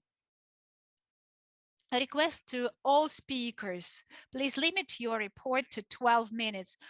2-3 questions to each speaker, not more. Please be brief when asking and answering the questions. Next, Guba and Marinch are the next speakers. Did they join us? Did they? Then I would like to give the floor to next speaker, Albina Maratovna Andreeva. Are you with us? Are you here? And you are the co-author with Vavaev and Kozlov, and the report named "The Assessment of the Individual Functional State and Reaction to the Training Load of Young Athletes." The floor is yours.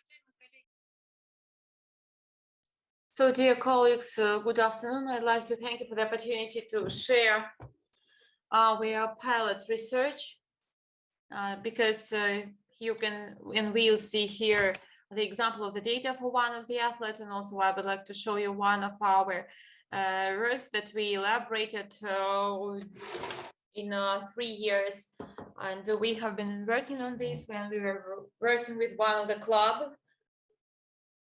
And we generally deal with the gymnastics.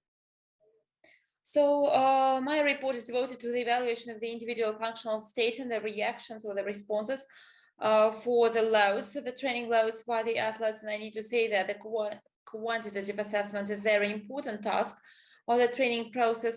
As for the very characteristics of the training, and its difficulty can be compared to the successes, to the health of athletes, and also the parameters for restoration after training. And what about the child and juvenile also sports?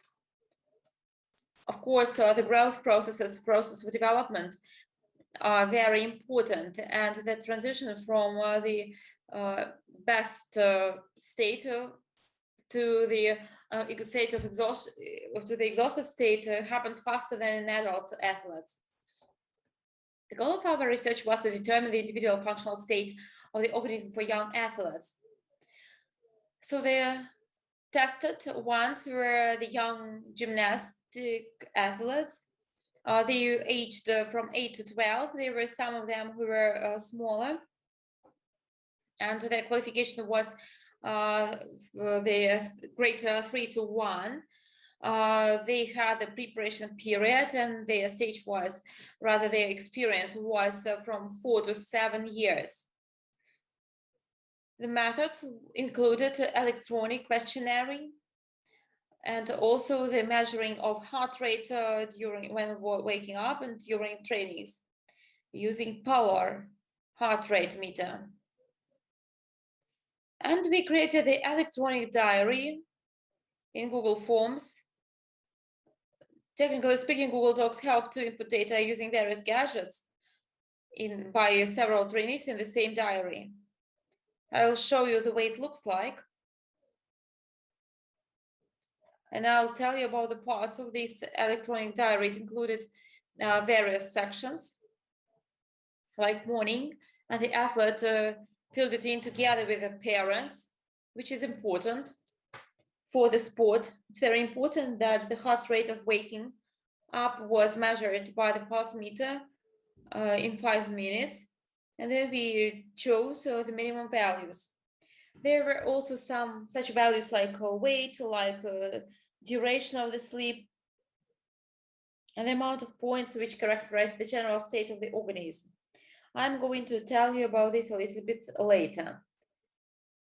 The training section included the data about the duration of this training, the average hours, the number of compositions, competitive ones, and also the points based on the scale of the subjective evaluation of the severity of the load for children. And the next section was devoted to the training, and this was filled in by the coaches. It included duration of the warm-up, the number of parts of the composition, the duration of the main part without the warm-up, then the stages of the rest, and also the doubled approaches, because the coaches wanted to compare this degree of fast so-called restoration of the athletes and who can get the double load. Then I'd like to continue to demonstrate my slides. As for our research, the morning section of this diary included the questionnaire of subjective feelings, which was aimed at the functional assessment of the organism of the body of young athlete. That is why for each of the points, we show the point 4 is good, 3 is satisfactory, 2 poor, and thus we provide for the integral assessment of the state of the organism. Another scale that is also of major importance is the scale of difficulty. It is for children, and it was translated from English. You can see the original text and the translation, and was published by other generation community authors. And you can see that the scale for children compared to the adults one is filled with various smiles, pictograms, and colors, and there are 2 parts. So what I think of and what my body feels. So these are the descriptive phrases, which also included things and stuff like heart rate, like breath, and so on. And we separately worked on the thermal regulation issues, which is also important for children. Another important point for the sports for children is the evaluation of the maximum heart rate, considering the very specifics of this kind of sport and age.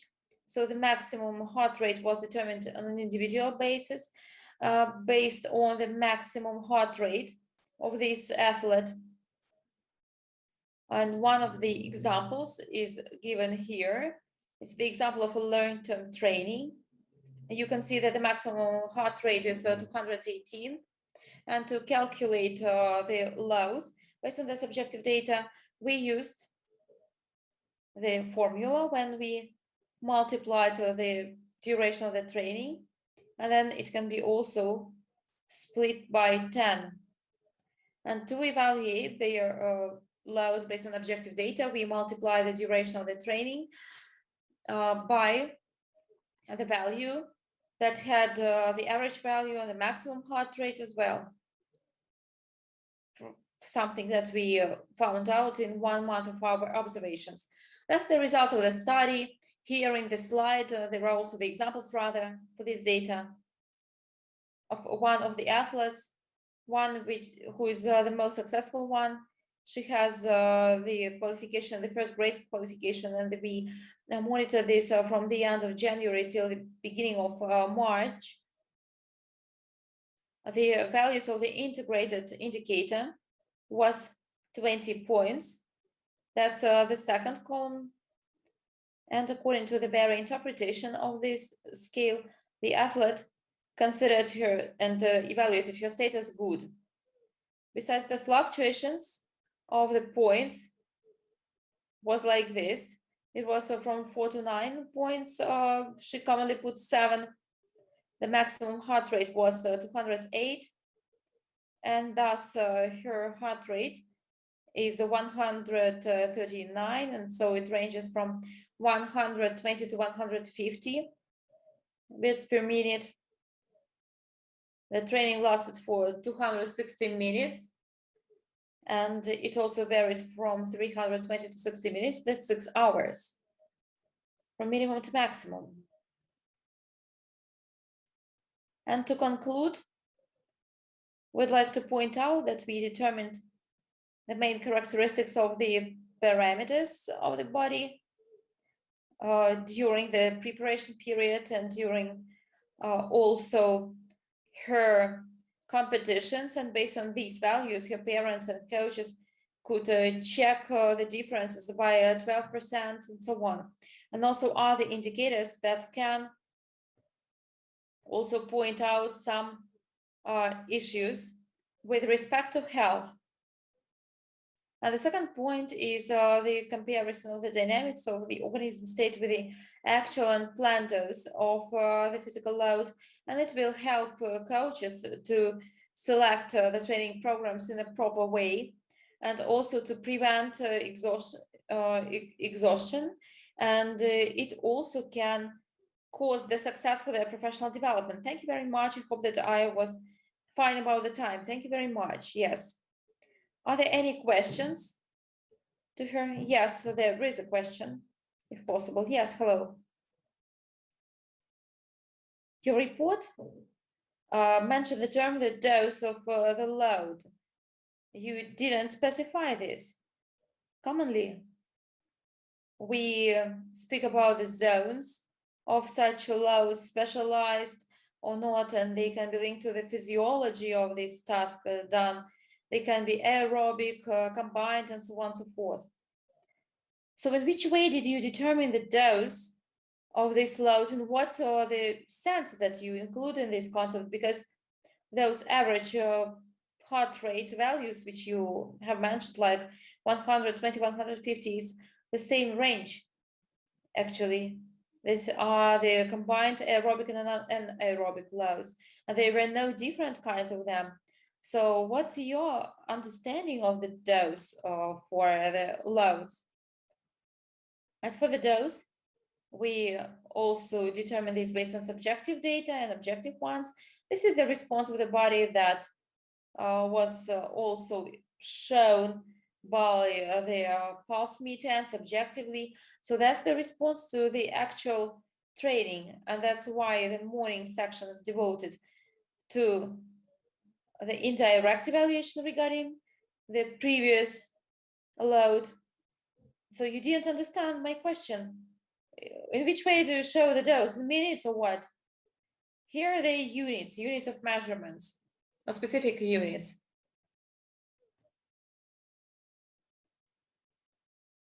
So it means that you can determine what kind of quality you bring your quality. As for the gymnastics, commonly we deal with the mixed area, because we did not make any load tests to identify some pulse areas and so on. We use such methods based on which a coach can objectively plan such characteristics, the target ones. Thank you for your question. Other questions? There are no more questions. Thank you very much. And now, let me give the floor to one of the heads of our session, Mr. Sergey Ashkenazy. who has the co-author, Mr. Vyacheslav Kulikov, and he's going to speak about the experience of scientific justification of the system of training yacht athletes for Olympic classes of yachts, which is shown here. Please, the floor is yours.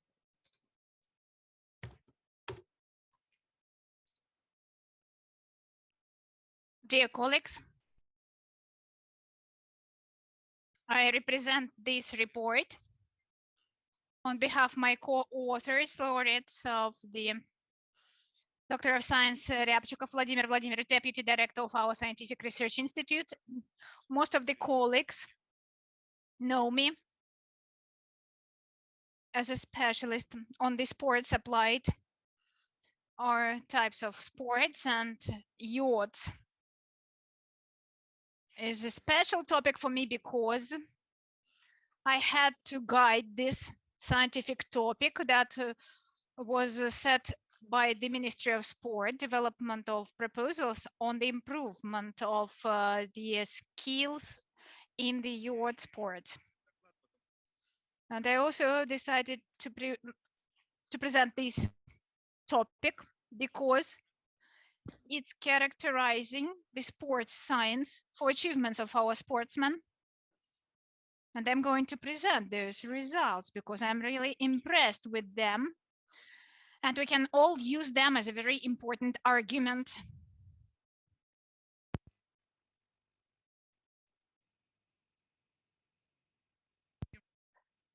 Within last 20 years period,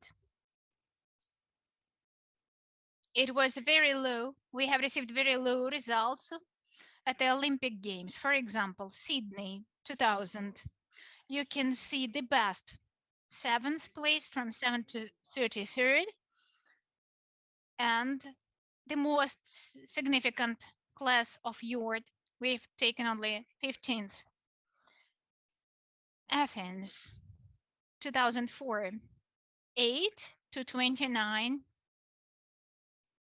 Beijing 6 to 34. London 2012 from 3rd to 34. And finally Rio de Janeiro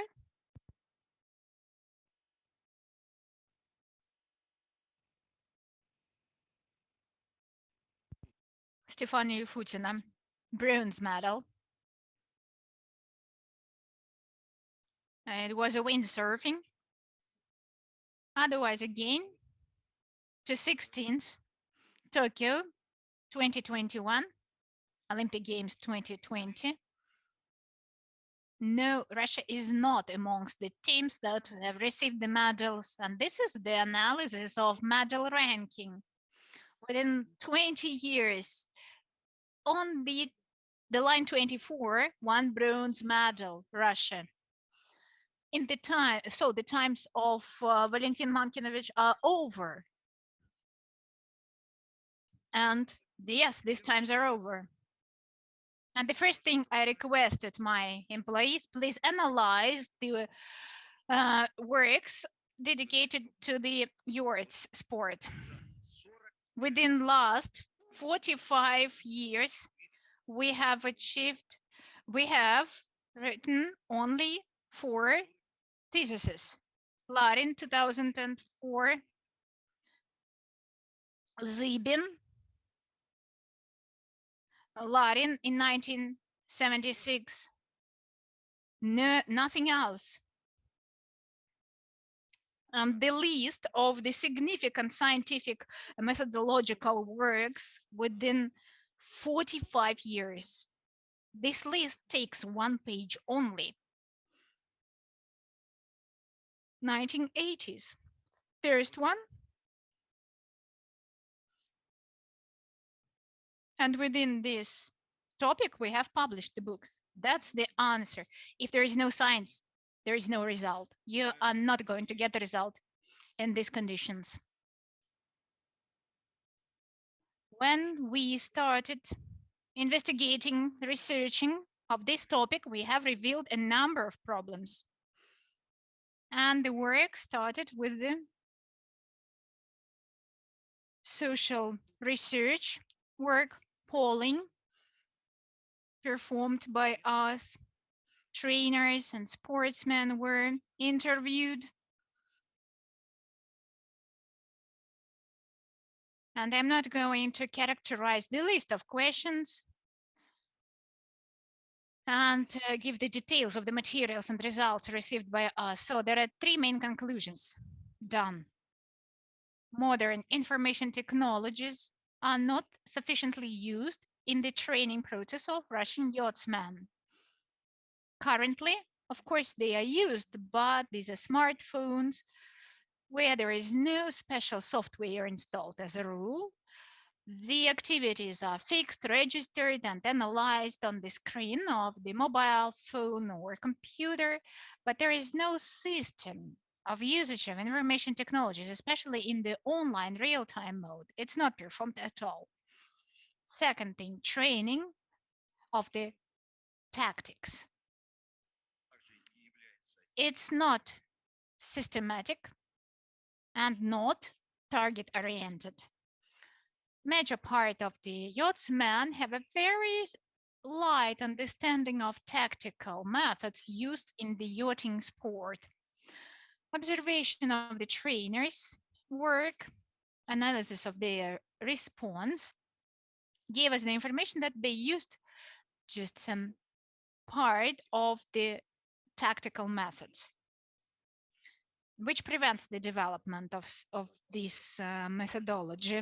And the conclusion number three, in the process of training of young yachtsmen, quite seldom the individual exercises, individual preparation and training is used. There is no selection of individual exercises taking into consideration physical and psychological features, characteristics, and performances of particular sportsmen. These are very important conclusions because within the period when these works were written and serious publishings were edited, uh, race lasted from 2 to 3 hours. In the past, now it's about 50 minutes when we have 2-3 races per day, up to 15, and the duration 15 to 20 minutes only. So the important results of those special works written, they have a very limited application in the scientific methodological support of young yachtsmen. At the same time, in the course of racing, sportsmen quite frequently have to simultaneously fix up to 20 changing parameters of the yacht and respond to the changes of the environment and take the decisions quickly. This is the crucial information load on the sportsman that shall be analyzed by the trainer, and it's absolutely obvious that they must use the methods and software that would allow the trainer to analyze it in the online mode, in the real-time mode, in the course of exercises and sports activities. That is why we have started testing the existing currently information analytical systems, including sail data, Italian equipment, and created by Polytechnical University system Fast Skipper. The goal of the task of such systems is to analyze quickly a huge number of parameters. I will show these parameters later on, and measure these parameters and give the trainer, transfer all the information about the details of racing, performance of particular tactical activities. You can see different sensors of sail data system. They are water resistant, very small, compact, and used abroad. This is the Fast Skipper system that was developed and produced in St. Petersburg. The test samples were tested by us, by our specialists. These are the important indicators measured by us: maneuvering speed in yachts, in knots, direction of the wind, and the speed of the wind. I will not read out all the parameters. This is the operational characteristics that were displayed on the monitors, could be analyzed by the trainer after the race and in the process of racing. And here you can see particular parameters that I have presented before. They were enlisted on the previous slide. Here you can see the trajectory of the sailing, and it can be analyzed in details after the racing, and it was all researched on the group of sportsmen from the Academy of Yachting Sport of St. Petersburg. And as a result of this research work, they gave the recommendations on the improvement of the fast skipper information system, and we hope that it will be used actively for the training of yachtsmen. As a result of this research work, of the complex of these research activities, methodological recommendations were developed to improve the tactical skills in the yachting sport. There are three chapters, there are three subdivisions of this methodology: methodological recommendations on improvement of psychological support of sports reserve in yachting sport. And here the main directions of improvement are indicated. They were elaborated on the basis of polling, interviewing, monitoring, discussions with trainings, interviewing sportsmen. And to finalize, I want to say that we hope that the data that we have received and the recommendations, methodological recommendations that were developed and introduced will give good results, and it'll become the basis of the training systems, and we hope to get the results in 3-4 years. At least by next Olympic Games, we'll be able to report about the progress on the basis of our work. We hope it will help a lot, the progress. Thank you for your attention. And I stop here. I would like to ask a question to Sergei Maximovich. I think this is a very important topic. Life shows, practice shows that the correct participation of science in the training of teams gives its result. I recollect the Igumen of Sheikh Murad of teams, and they had a very good result, 7 medals in the Olympic Games. Today, I see St. Petersburg is the only base where we can start doing something, where we can start some developments, because scientific institutes are just ruined in many cities and they stopped existing. And what do you think? Maybe it's not on the topic of your report, but in general, what do you think is to be done? What are the prospects?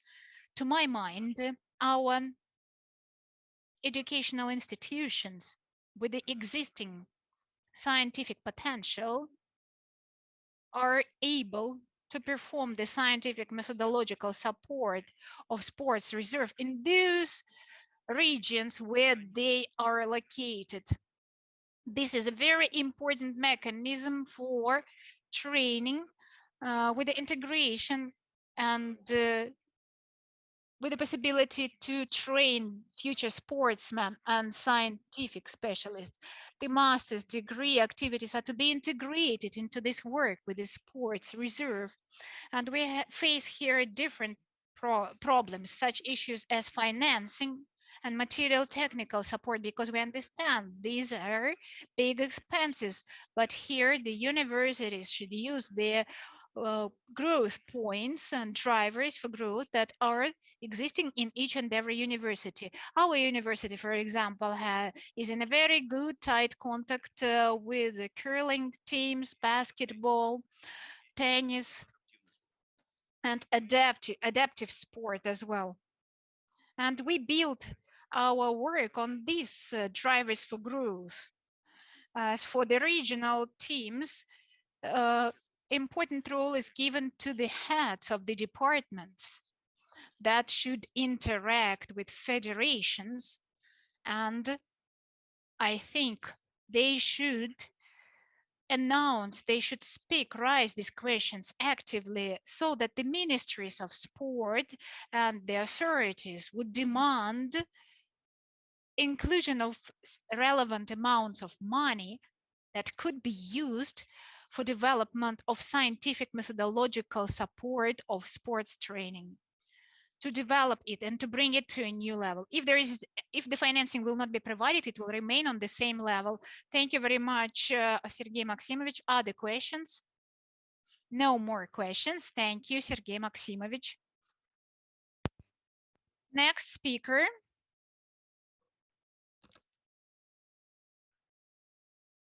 Семенова Мурадина Мудалифовича. Topography and body fat content for women athletes, members of the Russian Olympic triathlon youth team.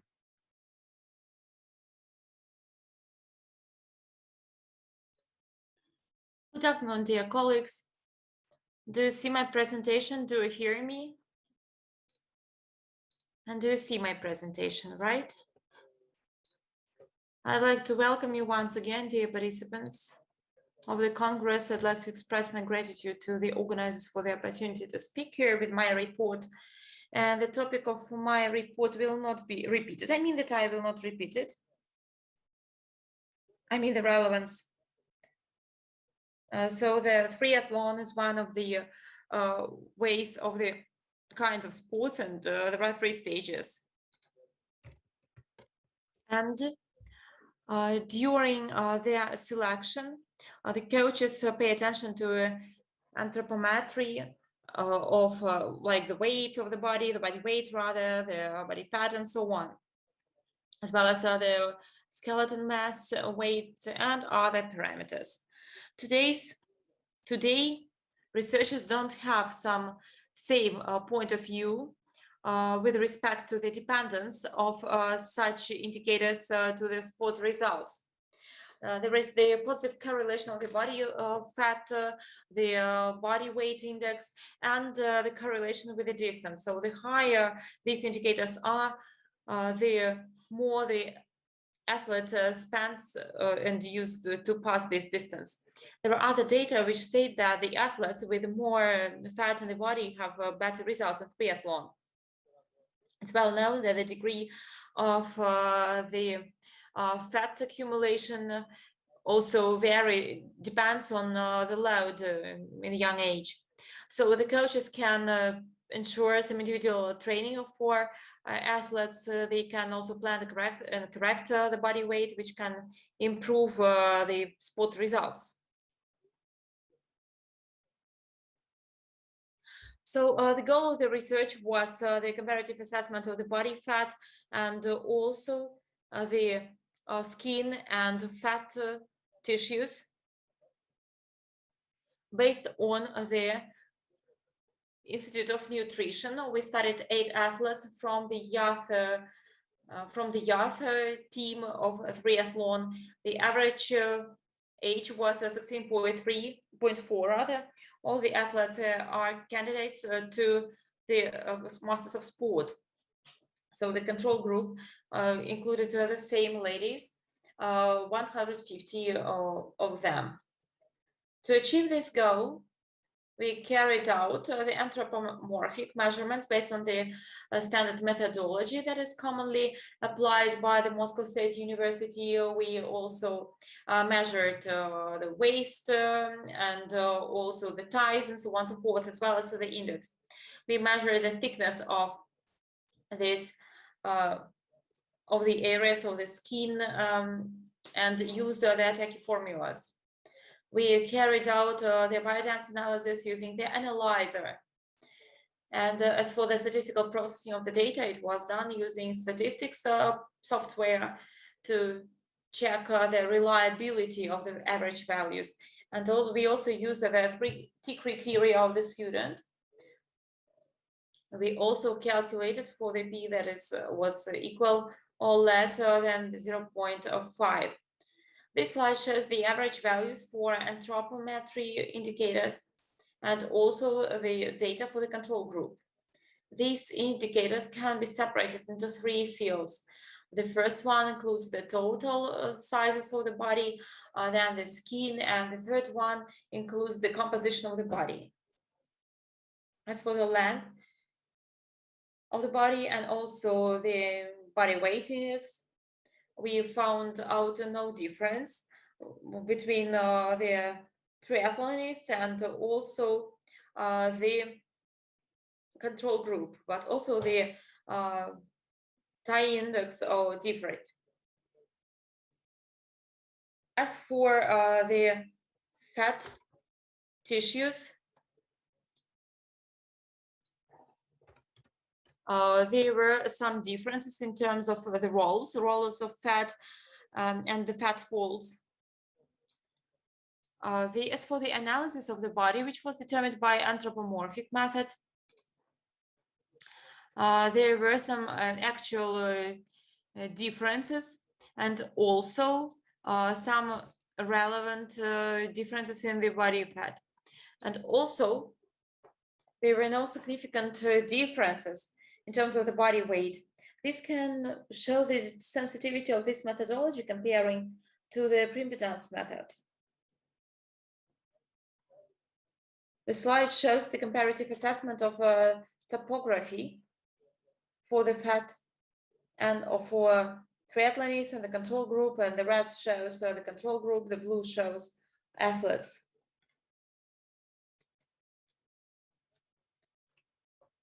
Topography of the distribution of subcutal fat looks like this.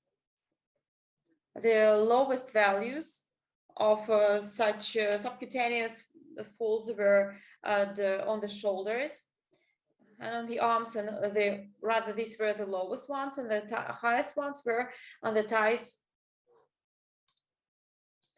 And as for the control group, the lowest ones also were in the shoulders, and the highest ones for the fat folders comparing to the athletes were on the tummy. So the main differences were at the arm and on the thigh when sitting, and also the lowest values were the belly. So it was shown that they have, and all juniors have lower fat on the lower limbs, and the highest levels on the lower limbs, and the lowest levels on the highest limbs, on the upper limbs rather. But as for the control group, as for the fat folds, the control group had them on the belly, and the rest had them on the thighs.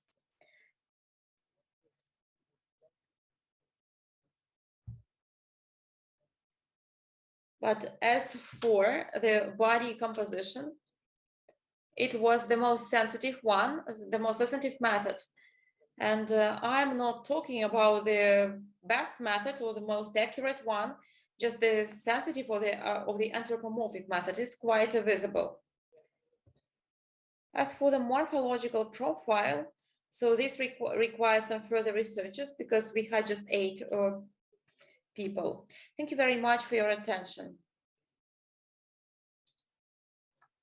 Thanks to you. Does anyone have any questions? Then I have a question. Yes, please. And why is it so? Why do they have fat? In general, that's a very difficult kind of sport. Why do they have fat? Well, actually, I don't know how it happens. when we just measured this using that method, we didn't find out any differences. Then we started measuring fat folds. Maybe that's the problem about method, but there were some fat and cutaneous folds, but they don't differ a lot from the control group. There is a lot of topography from the control group. As for the fat on the belly for the control group and the lower limbs for the athletes, that's strange because they are running, they use make the bicycle, they also swim and so on and so forth. That's a very difficult and severe kind of sport. Yes, these are 3 marathons. Actually, all the fat should have left the body. Okay, then other questions. No questions anymore. Okay, thank you. Let me give the floor to the next speaker. This is Natalia Lutkova. She has the co-author, Mr. Yuri Makarov and Mr. Nikolaenko. She has made a report devoted to the topic of the methodology of the evaluation of the permanent state of the game aggression of qualified athletes. Please, the floor is yours.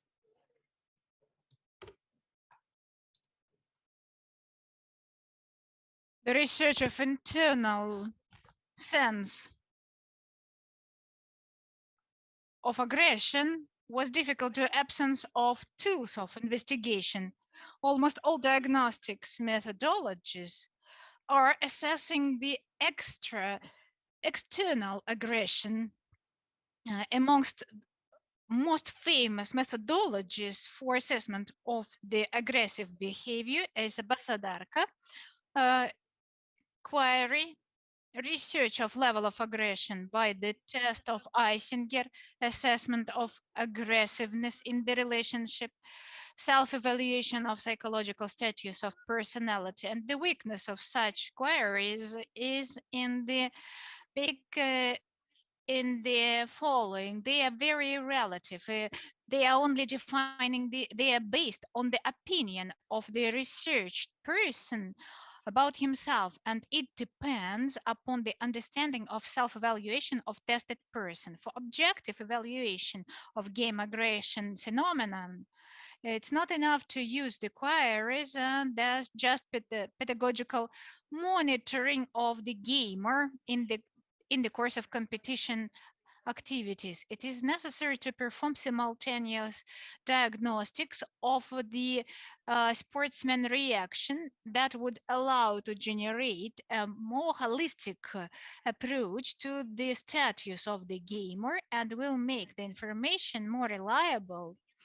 The usage of the modern methodologies will allow not only to see the psychophysical sense of game aggressiveness, but also to prove it with the results. So the goal of our research is the development of methodology for permanent status of game aggression of the qualified sportsman. We have generated the task to evaluate the permanent state of game aggression of the handball players. We have decided that this assessment will allow to detailize the game aggression. We have involved different sportsmen, candidates of masters of sports, and they are members of handball team of Lesgov University, and they participate in the Prime League. We have developed and tested the assessment of permanent state of game aggression of qualified athletes, which is based on the Vibra imaging. When developing this methodology, we have developed 6 criteria of game aggression: legal, physical, game, strategical, and tactical. For these criteria, we have defined 12 questions that allow to get the detailed picture of game aggression. When answering the questions, measurements of current psychophysical status are done. The answers of the tested person analyzed, and together with the question, the stimulus materials are presented and they demonstrate particular time. For the participant, the situation of the choice is created because the structure of question is based on the differential stress approach. The simulated situation of the necessity to make a choice is a less comfortable type of testing comparing to conventional psychological testing. This testing mode gives a more accurate result comparing to direct polling. When studying the results of gradual stage-wise analysis, we have received the following data presented on the screen. From the table, you can see there are significant individual differences between different internal values and components.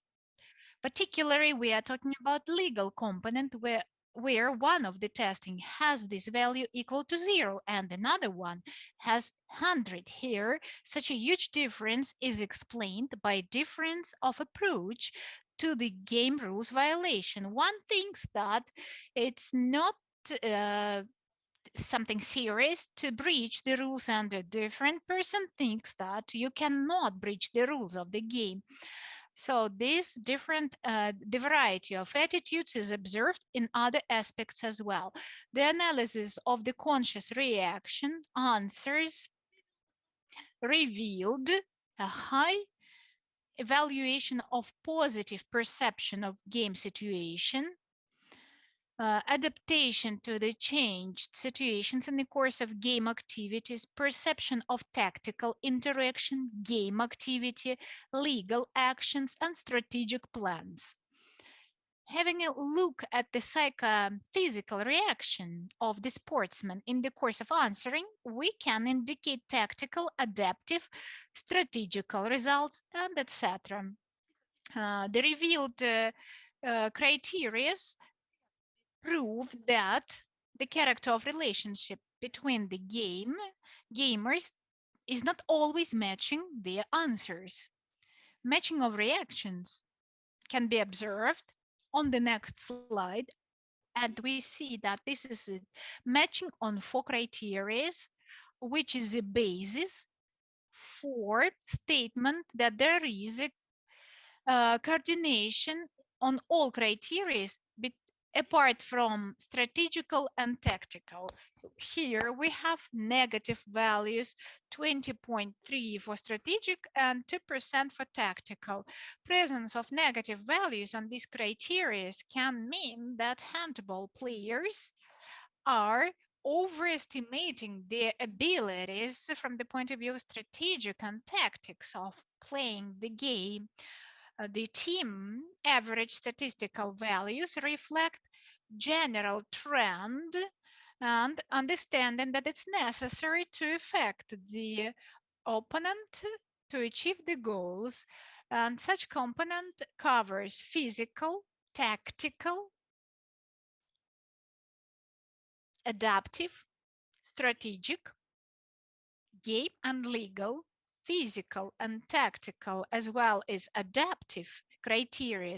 The highest value indicate readiness of handball players to reveal the game aggression by means of physical force in the course of physical interaction, irrespective of the changing situation.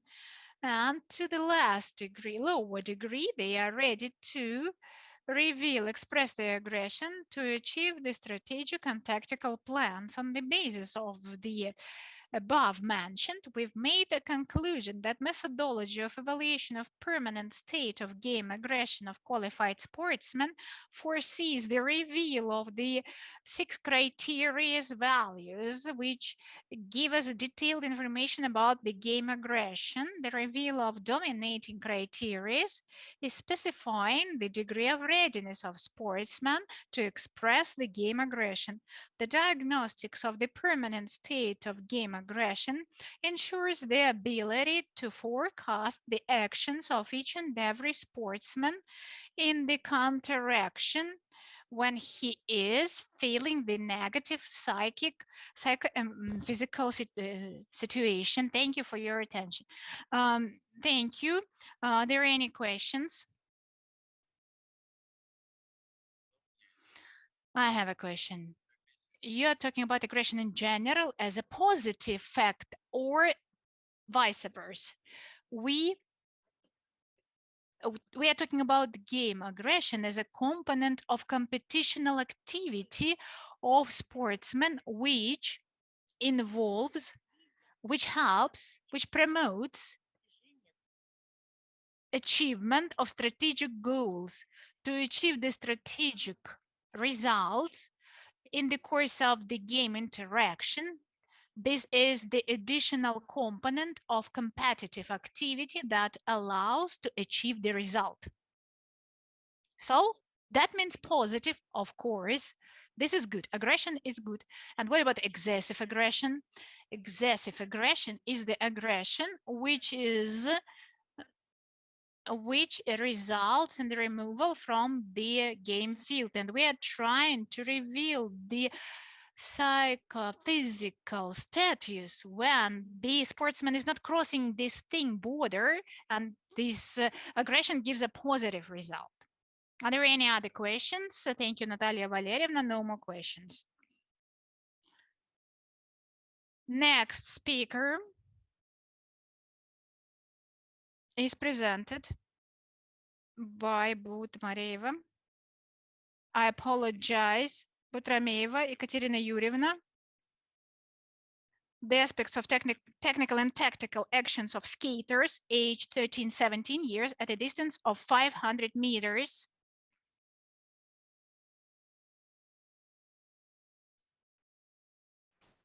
Good afternoon, dear participants of the Congress. And as for the cycling sports, which have the distances with the individual weights, for instance, and thus, in this case, we are talking about the dynamics and also of the kind of the best option of this sport. So it depends on the distance, on the frequency of steps, the level of the psychological readiness, also the mindset of the coach, and so on and so forth. And we need to point out that the efficiency of such elements depends on the level of the technical skill of the ice skater. The importance of the improvement of these elements is one of the main factors which is to achieve the higher and top results. A range of the authors believe that the main criteria of the best way of technical and tactical acts are the following. This is the complexity and the safety of such actions and acts. So in this case, the preparation and the training of ice skaters unites the psychological and motor components, so the very technique of actions and movements, and also the strategy. We believe that the main problem of the technical and tactical preparation of ice skaters is the following. It is to teach to select the most efficient ways of operation and of acts and actions. So for now, the best way is using the distance with the best and the most beneficial trajectory.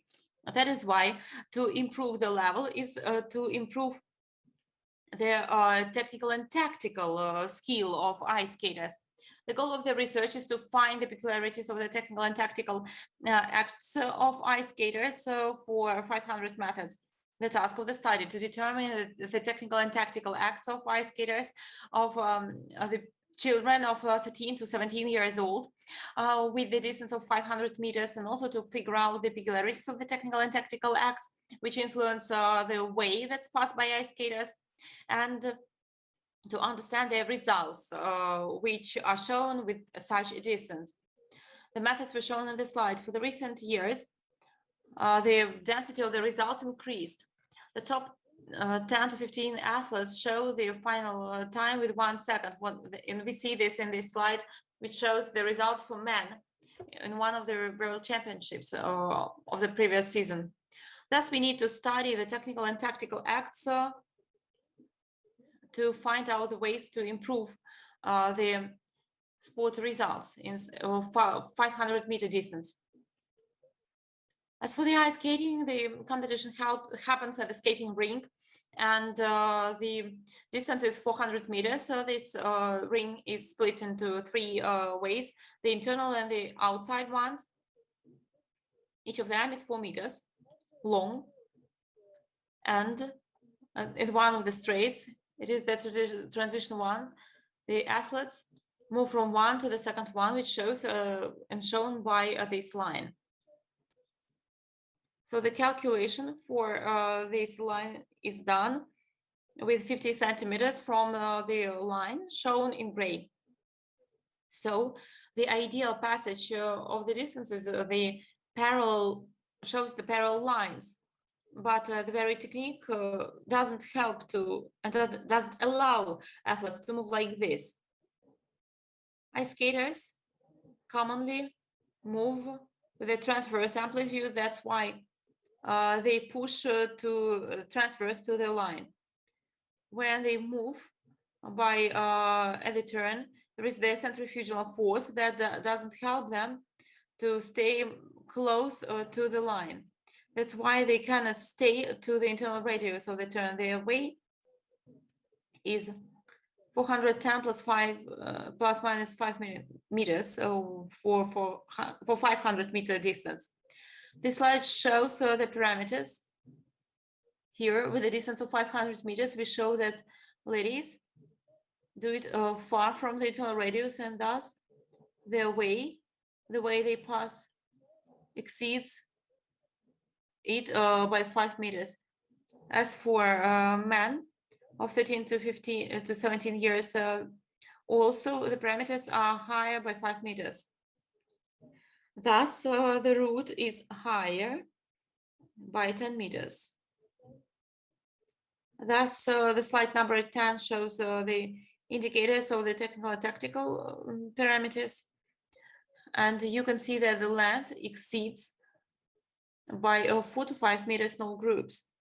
As for ladies and young men, the frequency and the width of the step is the best and the optimal one, but still this influences the way they run by this line. They need to reduce the number of steps with a maximum deviation from the rated value of 500 meters.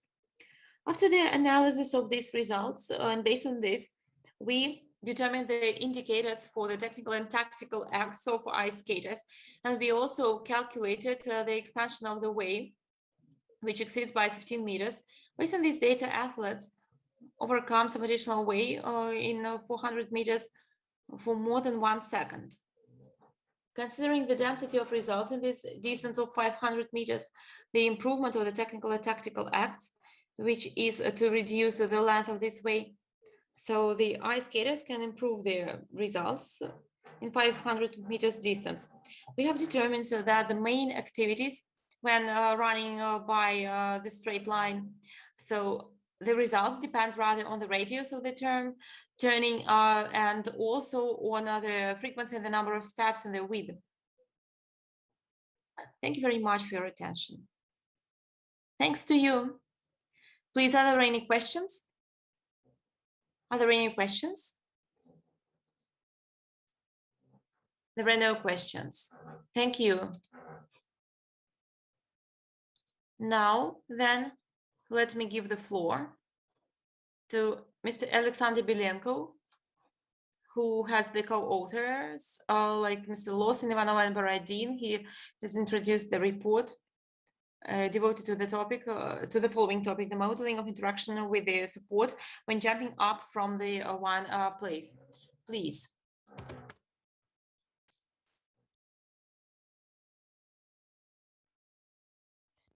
Good afternoon, honored colleagues. There was something wrong with the presentation.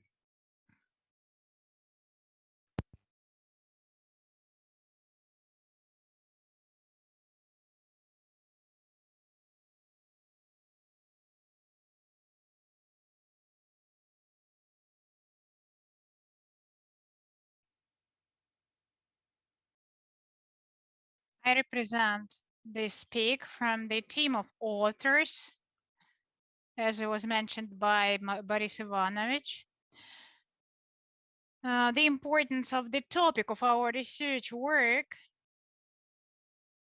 linked to a number of questions and contradictions that we face when investigating from the first glance obvious issue as jump.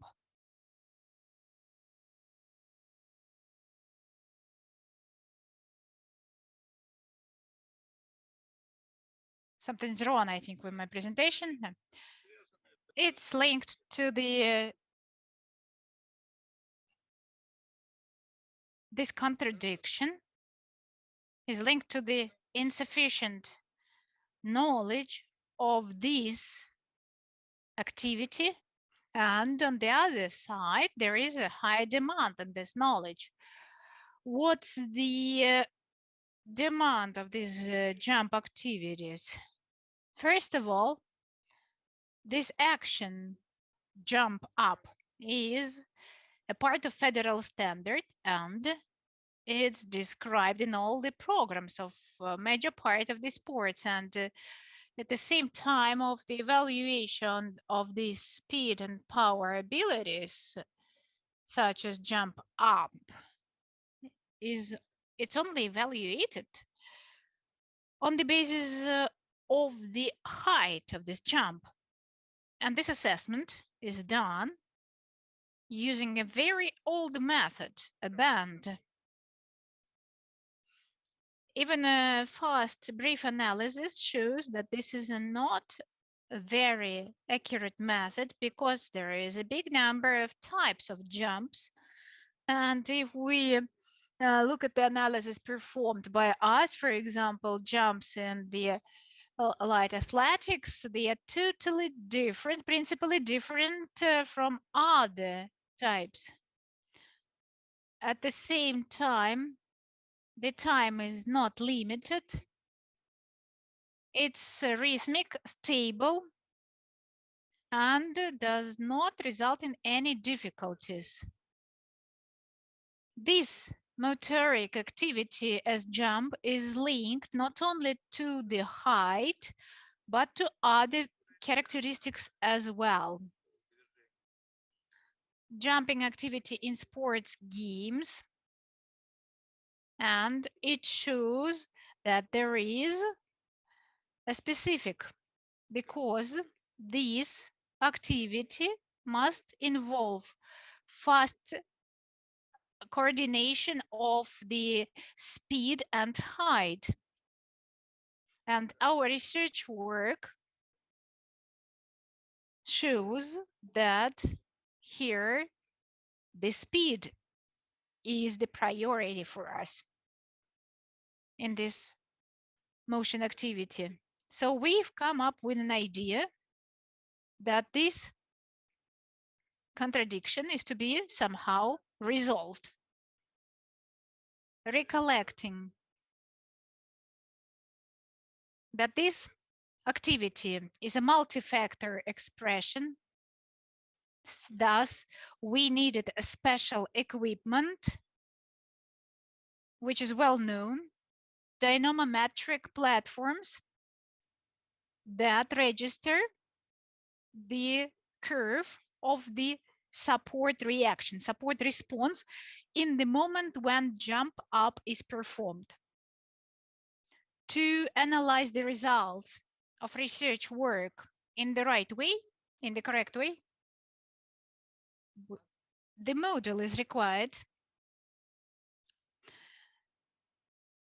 And here we've come up with the second problem that we wanted to share with our honored colleagues.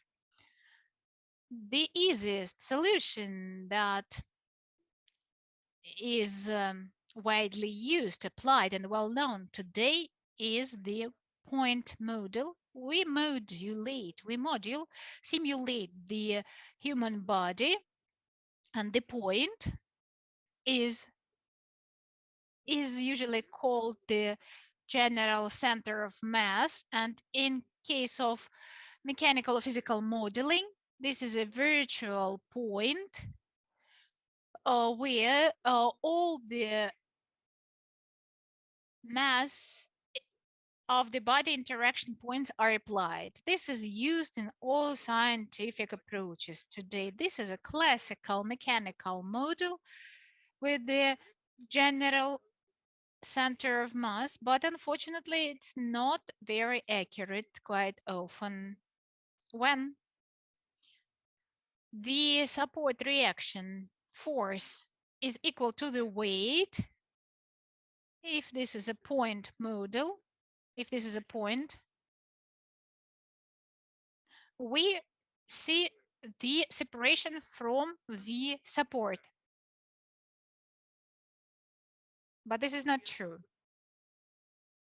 I would like to give this conventional dynamic diagram, which is presented in Utkin study book. This is the screenshot from this book.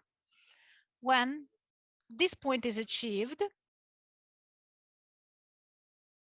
there is a vertical downwards line, but if you check the experimental dynamic diagram, it's clear that this part has a particular tilt that tells us from the moment when the support reaction is received, when there is a response to the weight of the body registered, there is no separation from the support. That means the human body is still interacting to this support. So we took this conventional scheme, dynamic diagram, which is used in all the study books and widely used for practical works for biomechanical activities. And if we have a look at this green area, it remains a black hole. Nobody is monitoring this point. If we have a look at the classical model, conventional, though the practice shows this effect is there. So this contradiction resulted in the desire to describe this issue and to share this problem with you. This green field, this green zone, we called it the zone to resolve this issue. We have suggested a double component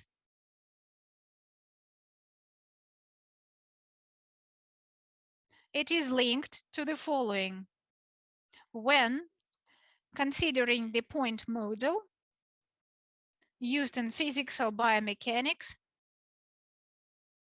a few aspects are not taken into consideration. First, this biological system is the open system. And it's quite clear that in this zone, in this phase, there is a pumping of energy observed. And life system is multifunctional, and we cannot take into consideration all these factors in the conventional model. And this executive mechanism is the lag, the bending of. So this additional pushing of tibio-thoracic results in the occurrence of this zone. So what's the contribution of this additional pushing?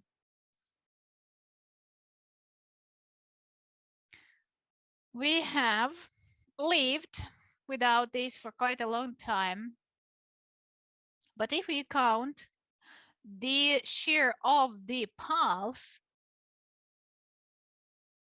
affected by this green zone,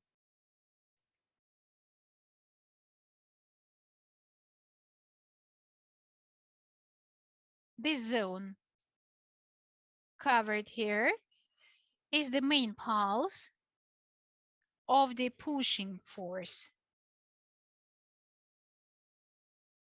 So this green zone is analyzed. We paid the attention to this zone and we have calculated these zones, these areas. I will not explain the formulas that helped us to calculate. If we take one integral, this is the green and this is the other zone. And to evaluate this, there is a coefficient of additional pushing, and we understood that the green area linked to the additional pushing amounts to only 2 to 7%. The experiment on the masters of the sport from the basketball team of our institute was performed and 14 people behavior was analyzed. So we've come up with this range of between 2 and 7%. This value is insignificant. It's quite low, and it seems that it should not affect seriously the general pulse impulse, which is generated in the course of pushing off. But this share is not that important. It has a different sense, which is also representing a special interest for us. In this phase, the core adjustment on the bioresonance effect is happening, and if we get in this resonance, then the jump is really efficient. What is it regulated with? It's regulated with muscles of our body. We can regulate this process, this percentage, and regulate the time of duration of this phase. And that is a very interesting process. If we have a look at the next slide, you can see here own frequency of fluctuations after landing.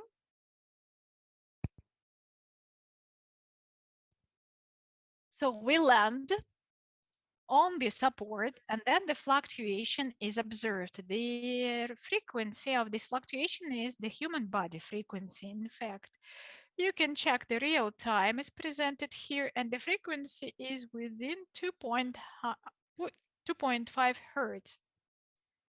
Recently at the conference in Moscow, we have shared the experience with our colleagues from the regional institute, and they have received the same values, by the way, as a result of such analysis. This phase of additional finishing, final pushing, allows to regulate the time in such a way that it could get into the frequency of this human body response. This was the work of Agashin and Mr. Nazarov spent a lot of time analyzing this effect, and this is a very important part of our future research work to assess if we are within these frequency limits or not. We offer to come up with the coefficient of jump efficiency. We take the real height that might be calculated using the conventional method, standard calculation. I think all the colleagues know this acceleration of free fall, and t is a time of phase. This is the real height of the jump. And the second is modal. This is the height of the jump that can be achieved taking into consideration the pulse impulse, which is set here. So this area, this zone, will give us the information about the force pulse, and we can define the calculated height of the jump, and dividing one value by the other, we can define the efficiency of this system. This is the real height, and this is the height that could have been achieved if we would get into this frequency. And this jump efficiency shows if a human achieved the task, if he has selected the right parameters of this additional final pushing in order to get within the resonance of own frequency. So these are the data that we wanted to share with you, and we think these are quite interesting results, and it seems to us that this interest in the nearest time will be linked to scientific theoretical approach because it contributes in the structure of this motion and will allow to define the rule of the links, uh, the role of the final pushing, additional pushing mechanism. Of course, this topic is to be further investigated, and we are working in this direction. And we have not come up with final results. This is a very interesting scientific theoretical part, but of course there is a practical part as well. We have a possibility to immediately, quickly get a feedback, a response after the jump. The sportsman immediately sees on the screen of the monitor. He can see this efficiency coefficient. If he managed to get within the limits, if he has managed this to achieve the task, to fulfill the task, if he has managed to find the right force of pushing off, and this efficiency of the process is achieved due to analysis of such data. This is practical, useful part of trainer activity and sportsman activity. Apart from that, is we can use this knowledge for training educational purposes because it's not good when biomechanical study books, textbooks, have some gaps, so-called black holes. That's why we need to pay attention to this topic in the textbooks, of course. And the last thing that seems to be very useful for us for game types of sports, this 30 milliseconds is the duration of that green phase, and it might become a useful component of a development of situational methods that can help to foresee the unpredictable tactical elements in the sport games. So regulation of this time could be useful for the game types of sports. Thank you for your attention, and I hope I've described it properly and it was interesting. I forgot to say that this year, this double component phase and this coefficient have been patented. We have received the patent for this just this year, just recently. Thank you, Alexander Grigorievich. Are there any questions to Alexander Grigorievich? It was described clearly and very understandable. Thank you. We move on to the next speaker. Mr. Odin from Smolensk did not join us yet. Not yet. Then we move on to the next speaker, Farbey Vadim Valerievich, co-authorship with Mr. Zhevlakov, and the topic is the influence of breathing exercises on the formation of a universal type of competitive preparation of biathlonists. The floor is yours. Good afternoon, dear colleagues. Thank you very much for the opportunity to speak in this Congress and to congratulate you with the 125th anniversary. I mean, the university named after Lasgov. And we are going to discuss the influence of the respiratory exercises. And do you see me, by the way? We see you perfectly, yes. And do you see my presentation as well? Not yet. Not yet, we don't see it yet.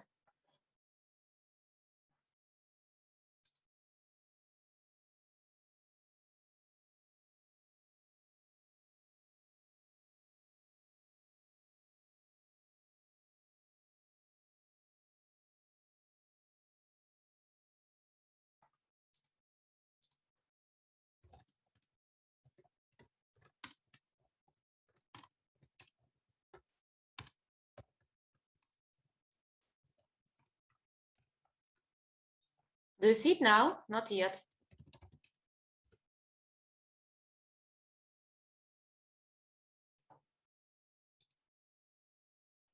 So you need to show the slides and also to demonstrate your screen. So we have started it. We also see the presentation. Do you see it? Yes, we do. Do you see it now?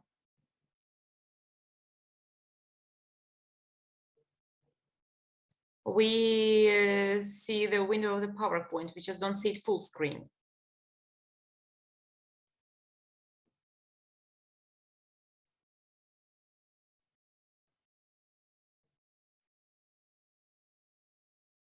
So there is the presentation.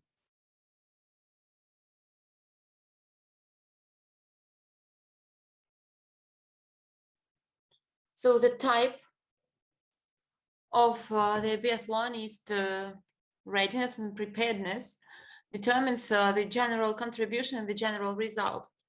And also the time that is needed to pass the distance influences the result. And thus we need to select the required means to achieve these results.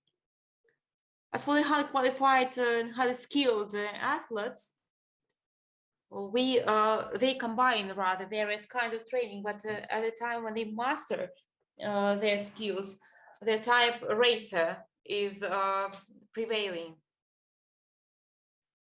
because this can help to also catch up with this potential, contrary to the shooting potential.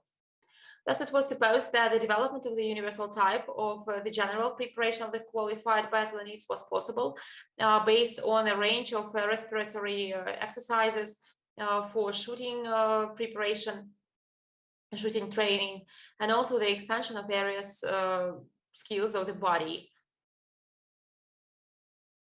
The task of the study is to figure out the influence of respiratory exercises on the development of the universal type of the competition readiness of qualified biathlonists. And thus the qualified and skilled biathlonists and athletes participated in our study. From those athletes from St. Petersburg, they were split in 3 groups according to the types of the preparedness. There were also the racers, shooters, and also the universal athletes.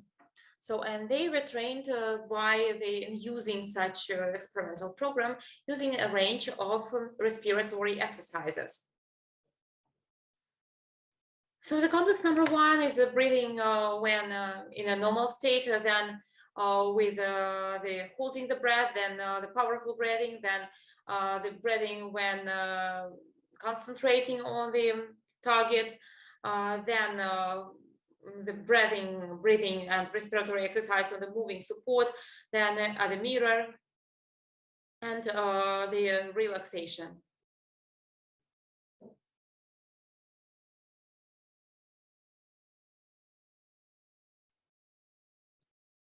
So as for such respiratory exercises, they were tested in 3 experimental groups, like universal groups, shooters, and racers. During the preparation, during the experiment,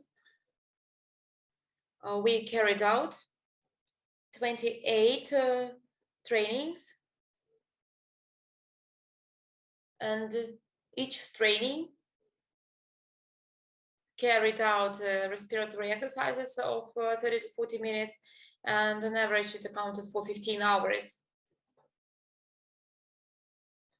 Then 8% from the total scope of the training.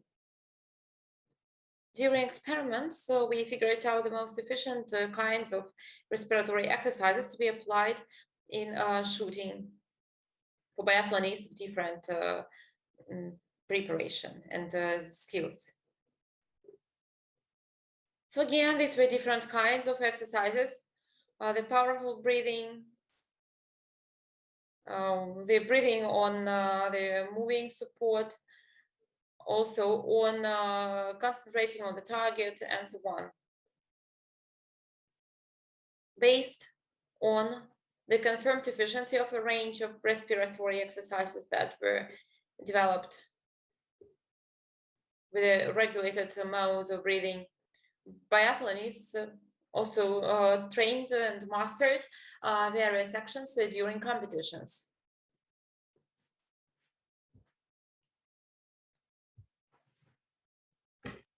So these exercises comprise of various kinds of such exercises in terms of their nature. So they were 30 forced breathe-ins and breathes out, then 3 to 4 deeper breathes, then 3 forced inhales with 4 slow breathing out, and also we need to mention the third piece. The third range included the slow deep breathes, and also slow deep breathe in, and then forced breathe out. As for such regulated breathing modes or respiratory modes, was of paramount importance for biathletes, because we managed to figure out the most efficient ones. As for the regulated modes of breathing, that was number 1 for shooters, 2 for universal athletes, and 3 for racers. During the research, we considered the main indicators of the competitive activity. So, and this can also be used in the competitive periods.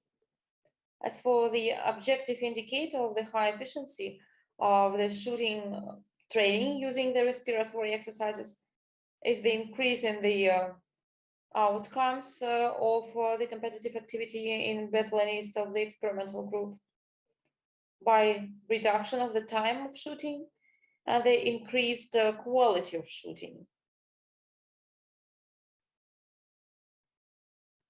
The analysis of the results in the end of this experiment showed that, considering the general growth in speed and accuracy of the shooting in 3 experimental groups, split based on the type of the training, the majority of the biathletes can be treated as a universal kind of them.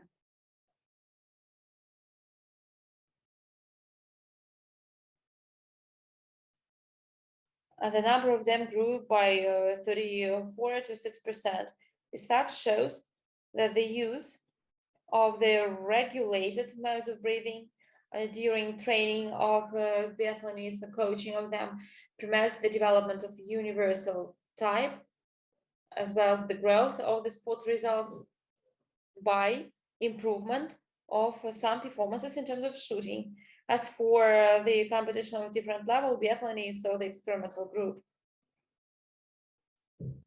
managed to win and become the prize winner. So one time, rather you could see various kinds of numbers which are related to the prize winning.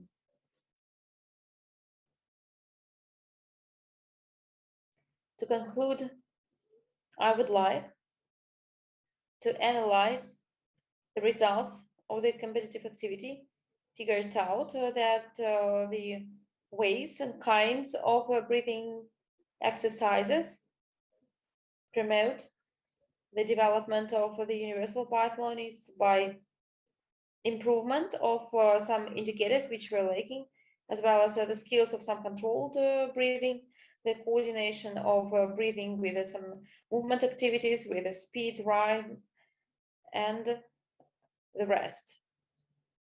So this also deals with the quality of shooting. Thank you for your attention. Thanks to you. What are the questions?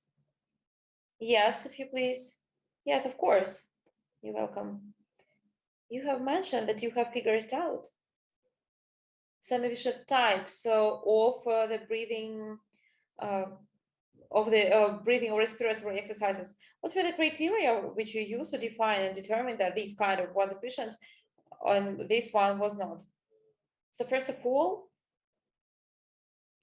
we selected efficient respiratory exercises, so there were lots of them. Then they were built up into like ranges of them. And then based on this, we and they have comprised 3 ranges of such exercises which were distributed and were selected based on their efficiency for various types of the competitive readiness. I apologize, maybe you didn't understand the question. What were the criteria that you determined or decided that some exercise was efficient and some was not? Based on what? Did you increase some quality of shooting or some other objective criteria were improved? We used some functional performances. This was the functional readiness. And also the criteria for the competitive activity, meaning in terms of shooting and racing. And the very results. Okay, it's not quite clear still. Well, actually, I still didn't understand anything at all. You measure it efficiently regarding how you measure the efficiency. Okay, other questions? There are no other questions. Thank you very much. According to the regulation and the time schedule, we're going to have the lunch break till 3 p.m. We are going to continue at 3 p.m. So in 1 hour, we'll listen to other reports and there will be the discussion. And now let's have a break.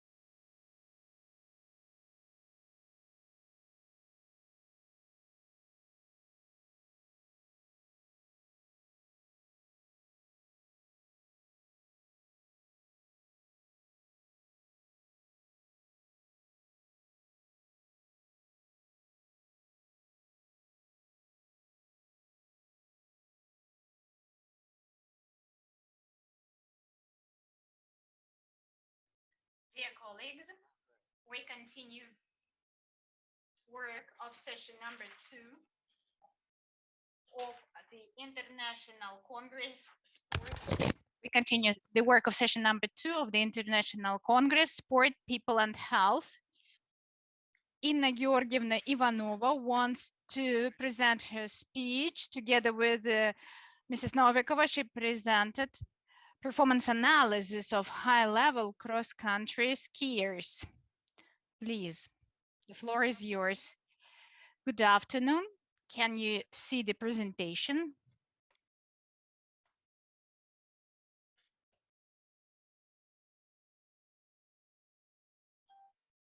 I welcome the participants of the Congress, and the topic of my report is performance analysis of high-level cross-country skiers. The year 2020-2021 was successful for our sportsmen.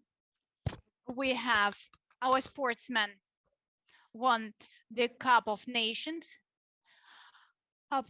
Last season, first places occupied in the Cup of Nations. The COVID situation affected, unfortunately, the championship, World Cup, but we still have to confess the highest performances of Russian skiers. We have won a lot of team medals, but individual performances were a bit lower than the team ones. Most skiers shown the results from 4th to 19th, and the reason probably was high competition in the team and the necessity to show a high result at each race, because it could have become the reason to take a decision, and that could result in the fatigue, in the exhausted status of the sportsman. The development of individual system for each sportsman can be a solution to this problem. Different research works proved that there is a specialization, and we have to highlight the distance and the style. Moreover, the skiers can choose different distance upon the age and the physical condition. The result, the efficiency of sportsmen within 2 seasons will help to evaluate the competitive activity and develop individual system of training for each sportsman. So we have had a goal to evaluate the effect of competitive activity on the success of skiers of high class and develop individual training program. We have analyzed the performances of 8 skiers, participants of World Cup within the period 2019-2021. And we have taken into consideration the next parameters, the place in the race, result, the FIS point height above the sea level, date of competition, the style, and distance length. Statistic processing, we have used the value of differences and defined it with the help of non-parametric criteria of Mann-Whitney. Below, we have enlisted the sources used for analysis. We have presented the data as graphs and tables, conventional and freestyle, and different height above sea level. To evaluate the distance, we have processed the data and prepared a visual description of the results and efficiency of the sportsmen. The data received shown that amongst the sportsmen, there are universal skiers, specialists on style, distance, and particular style format of the competition. This is the efficiency of one of the sportsmen in the different skiing competitions. left graph shows that the result was very high in the classical style of skiing competition, competitive skiing. And he is equally successful at the start and individual skiing. He is quite successful in skiing race of different style, but especially successful at the individual race. A non-stable start, you can see from the distribution of the indicators on this graph, and standard deviation is presented on the table. In the same way, visualization of the performance is presented. The result of two sportsmen presented on this slide. One of the sportsmen has shown higher performances, and the second one had faced difficulties at the height at a particular height above the sea level.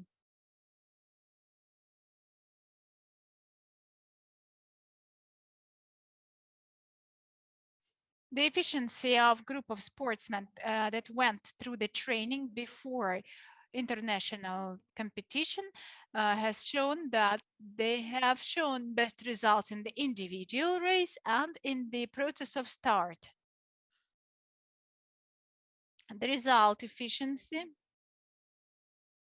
the most stable result was shown in the individual skiing race, 19.5, average loss to the leader, 3.3 seconds per kilometer, and at the start FIS point.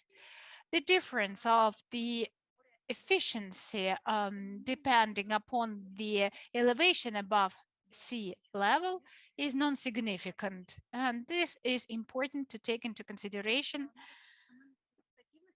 The analysis of result allowed to define the profile disciplines and the best conditions for the sportsman. Preparation for the main training should take into consideration the energy mode of the competition. The race intensiveness depends upon the track, the health the status of the sportsman, and the activities of the competitor. Intensiveness of the skier motion is not analyzed sufficiently, and to define the ratio between the intensiveness, we have analyzed the data on the sports hours within 2 seasons. To evaluate the intensiveness, we have used a 5-score scale, and the analysis of average data allowed to define the common specific features of the sportsman at different distances for the racing of different format and distance. The competitive intensiveness is described by different factors. So different zones of intensiveness are characterized by high variety. This graph shows that in the zone of intensiveness number 5, we observe that sportsmen spend more time in this interval, the start interval. There is a trend of increase of time in the zone number 4 and in the zone number 2. We have to highlight that these data are based on the average intensiveness results, and the values might have significant differences. But when preparing for racing, it's necessary to maintain continuous equal speed and be ready to work in the zone of effectiveness number 5. Analysis of sports hours allowed to define maximum, average, and minimum frequency of the skiing competitions of different formats. For each sportsman, This border is individual, so we have calculated these values individually. Maximum heart rate is 97%, average 85, 90, and the minimum can be 70, 72%. The average heart rate value does not depend upon the different format of skiing competition. Different distance gave us a result of the pulse frequency, which is very equal on the long distances. In such a way, we can make a conclusion that the significant part of the skiing can be conducted at a lower anaerobic value power. The skiers preparing for marathon must stick to the acceleration.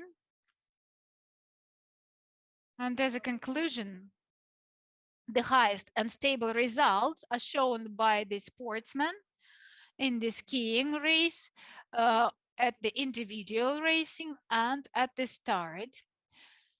It's necessary to follow the individual approach when evaluating the performances of skiers. We have defined the maximum, average, and minimum of the skiing heart rate of different formats and different styles of skiing competitions. Average values are not depending upon the type, style, and the format of the racing. The sportsman spent major statistical time in the fifth zone. Evaluation of individual performances and the result helps us to define the priority directions for training, for preparation at the final stage. Here are the sources that I used for this to develop this work. I would like to thank you for your attention and ready to answer the questions. Thank you, Inna Georgievna. Are there any questions to Inna Georgievna?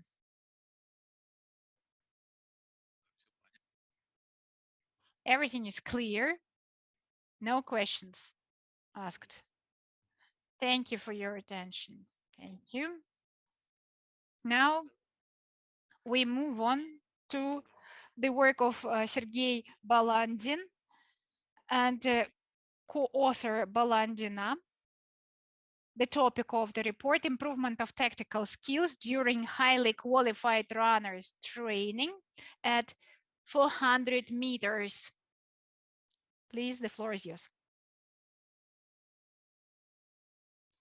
Good afternoon, dear colleagues. I'd like to introduce my report.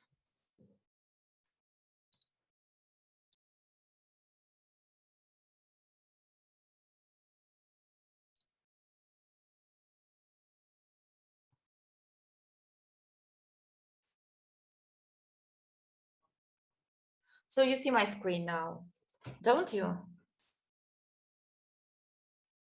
Not yet. Just a second.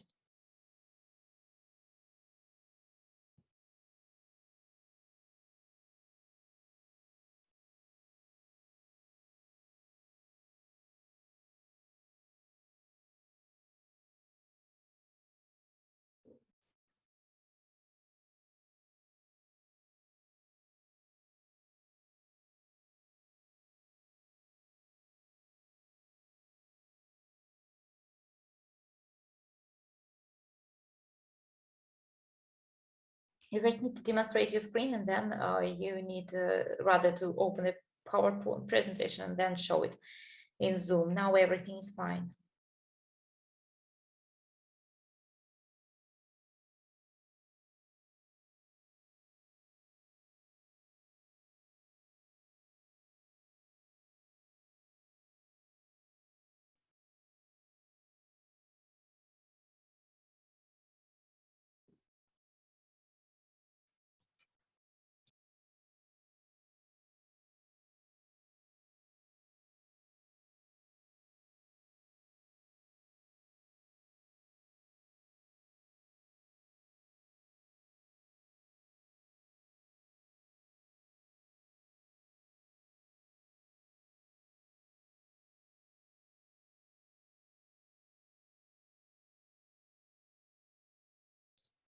Do you see it now?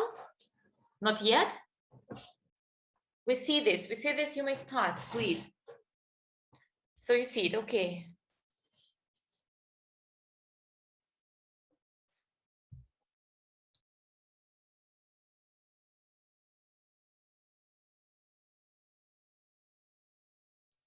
One of the key tasks of overcoming the distance and taking the distance for 400 meters is paramount importance, and we need to study all the characteristics and physical characteristics of all the athletes, and it helps to build up the best model within the competition. And such parameters can be used when we select the means and the methods of preparations, as well as the training, the methods of our research. Our research is based on the biomechanical analysis of various athletes who were participating in the final games. And thus, we have established and we split them into 3 groups. The main and the strongest group included those participants who showed the results shown in this slide. So there were 11 of them. The second group is involved the participants who demonstrated the second kind of results, and you can see them also on the slide. The third group included people who managed to get those values which are shown on the slide for people. The comparative analysis of these groups was based on the following characteristics: the time of the distance, the time which is needed to pass the distance, the time of 2 final 50-meter sections and parts, as well as the frequency of the step and the length of steps. The results of the study and the analysis. This slide shows you the time that athletes needed to pass some certain distances, considering the time of the response. First 100 meters shows the average value, which is shown here on the slide. It is for the first group. It is shown on the slide. The worst indicators are observed in the second group, on average. The runners who have the medium result, they show the results of approximately 12.5 seconds. The next 2 meters are also better than in the second group, comparing to the rest of them and to the rest of the groups. As for the third section, the worst indicators and the worst performance was of the third group. As for the first and the second groups, the results were slightly better. The best performances are also shown here on this slide. So the distances were split into 50-meter sections within this study, and the average value for the first group was almost equal to the next one. As for the third, the performance was a bit less and worse. As for the final 50 meters, then all the runners managed to overcome it in 7 to 7.5 seconds. As for the slower groups, then the values are different, and they range from 7.5 to 9.5 seconds. The runners which perform faster than 51.5 seconds managed to overcome this distance within the period of time shown on the slide. So as for the second part of the distance, the athletes which run faster than 52 seconds, they run within 27 seconds, and those which whose results range and are lower, then they need 28 seconds. As for the strongest group, they have the major difference between the second 50 meters and the last 50 meters. The second group has a slight difference. The slowest group, the third one, and for them, you can see the values on the slide. The next slide shows the ratio of the time which is needed to pass this distance and the time required for the separate sections, comparing and considering the time of the response. Within this respect, this time ranges within 3.2, or rather 4.2, and the rest. You can see all these values on the slide again. So 3.950405, you can see them on the slide. As for the section from 300 to 300 meters for all the groups, on average, that was 7.4 to 7.5. As for the final 50 meters, the smallest value went to the slowest team, a slowest group. Our work also studied the values of the frequency of steps and their length. And as for the first half of the distance, the average values are almost the same for the first groups. And 3.8 steps per second were arranged for the different section. And also, as for the qualified athletes, in the last part in the section of the distance, their speed reduces significantly. And the values are shown on the slide. As for the very length of the step, reduces for those runners who perform worse. And the values are also shown in the slide. As for the very value for such step, you may see this here as well. So this is for the first group and a bit less for the rest of them. Still, the reduction of the length of the step is not more than 90% from 200 to 300 meters, while the minimum value is 87 steps. Starting from the second part of the distance, the length of steps reduces comparing to the previous section. And as for the third group, it is more expressed. And of course, the length of the step also changes, but it manages to keep 1.7 value. The runners that have the results, or the different results, which are shown here on the slide, they manage to overcome this distance faster. It is also shown on the slide, the values are here. The third and the fourth section is commonly, rather, the runners overcome in 12.9 seconds.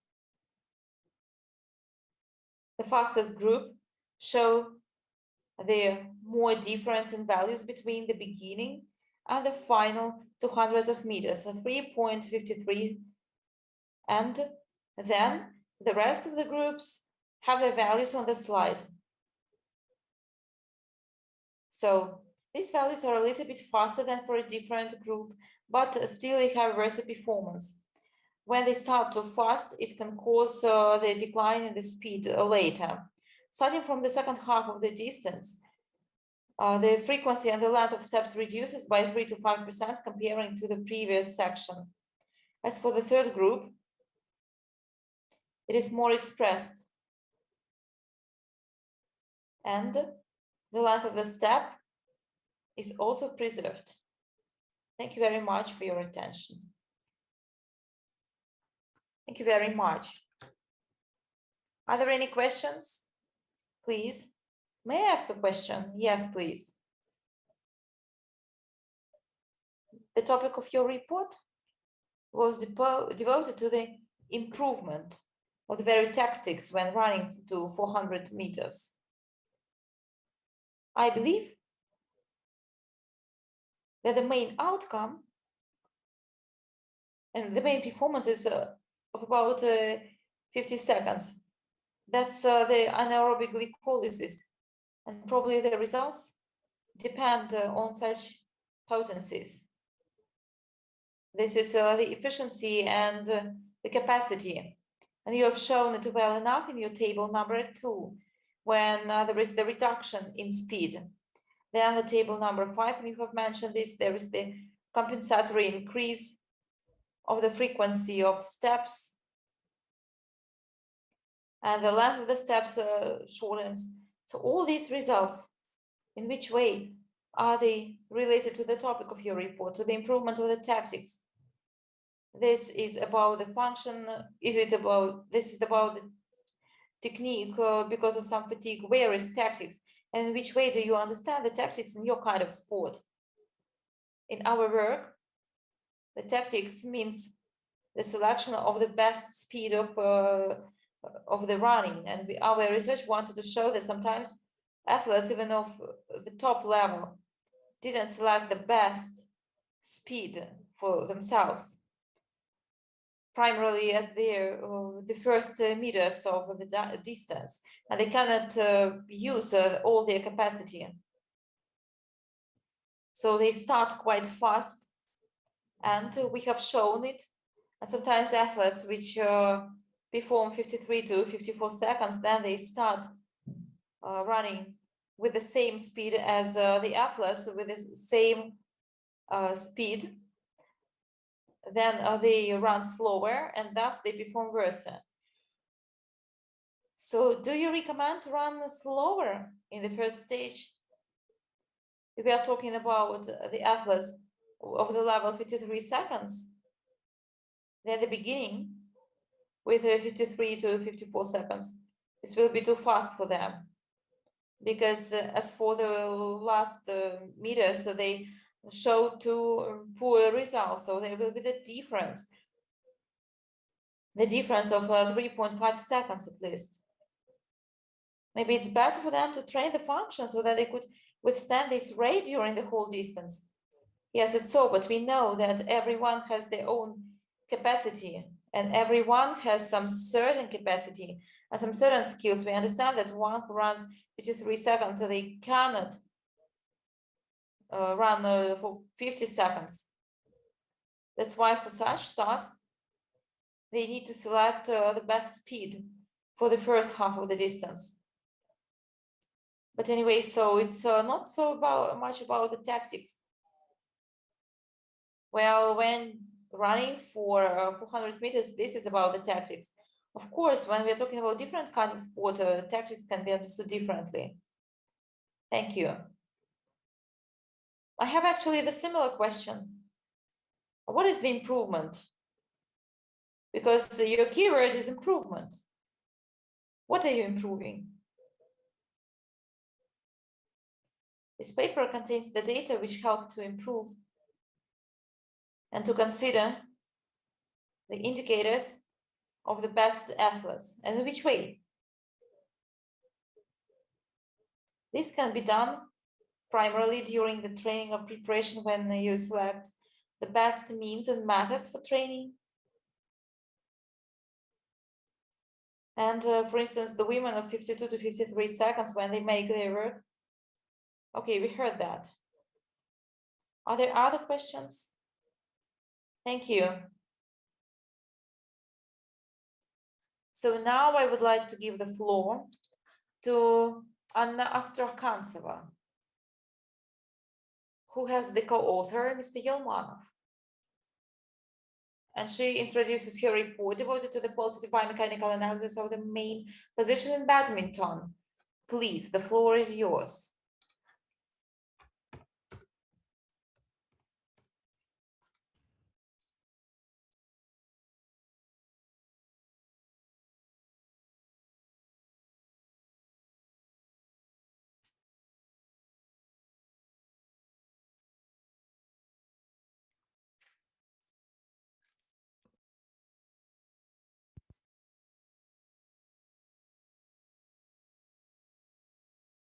Can you see my presentation?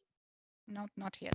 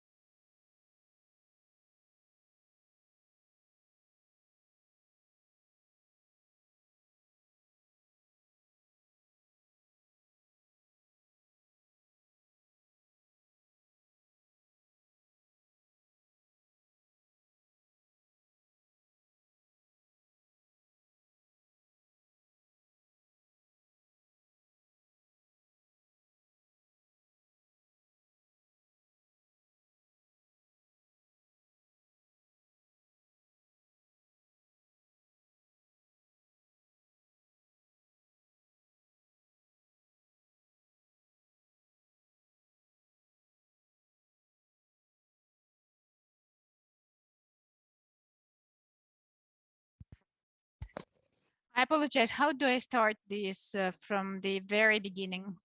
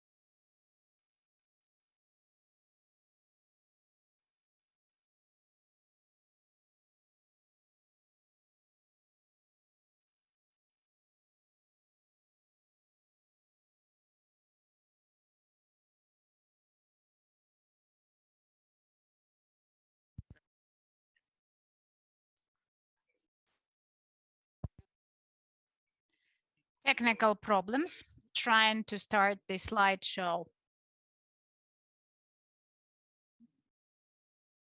You need to double click to start the slideshow of the presentation. Down below, a gray symbol that you have just clicked, you have to double click it once again.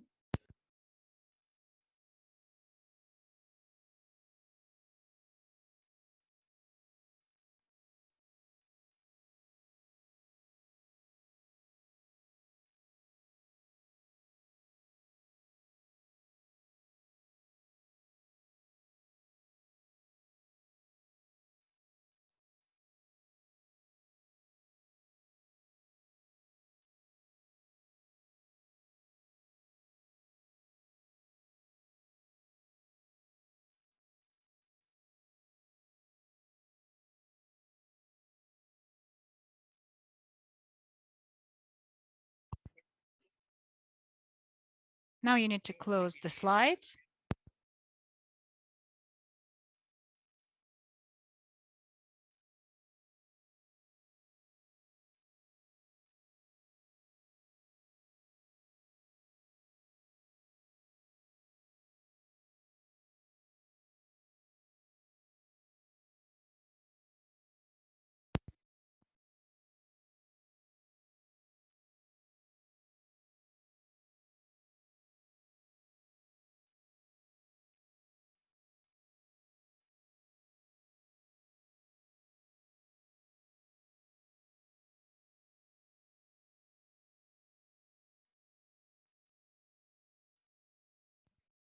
You need to close the demonstration of the screen.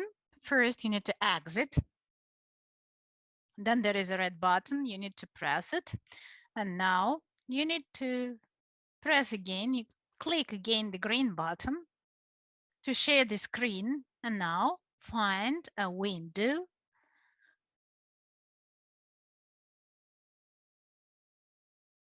to show your screen.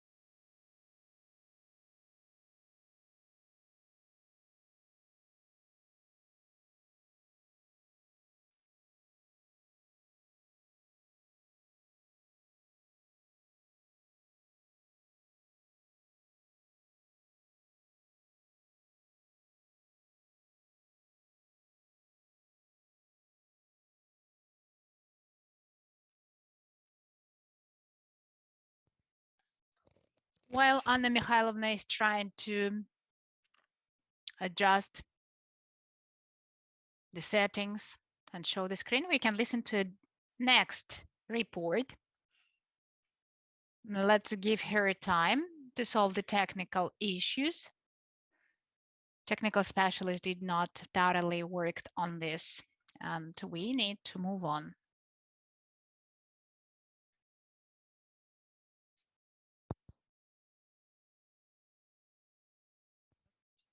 Can you please send us the presentation so that we could open it, and meanwhile we will listen to the next speaker.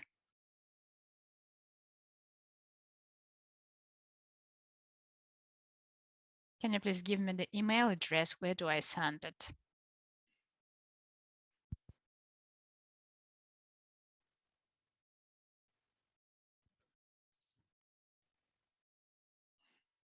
Please give an email address where the speaker should forward her presentation.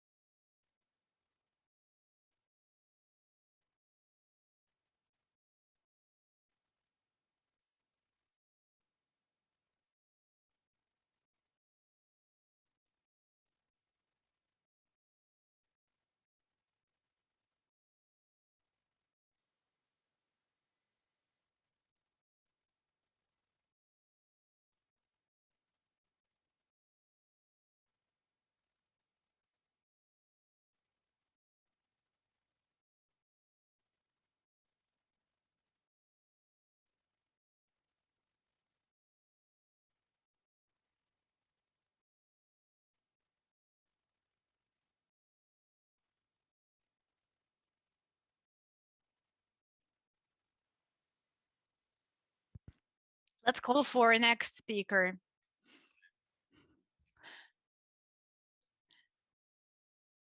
Can you hear us? Vladimir Plotnikov, are you with us? Are you ready? Yes, I can hear you. We would like to listen to your report then. The floor is given to Vladimir Plotnikov.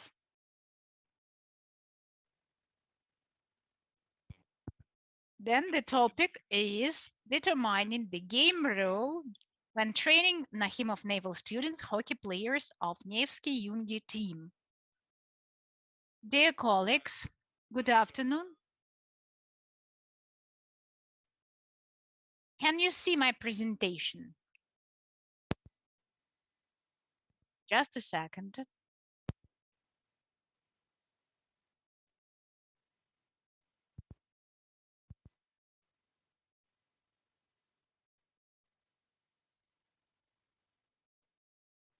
Can you see it? We do not see your presentation.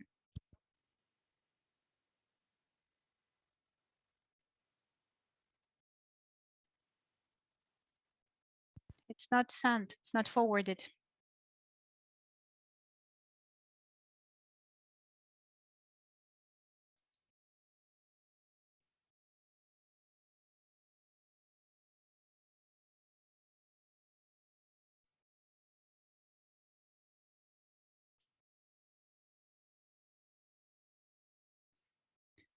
Then shall we call for the next speakers, because this presentation cannot be displayed as well. Let's call for a next speaker.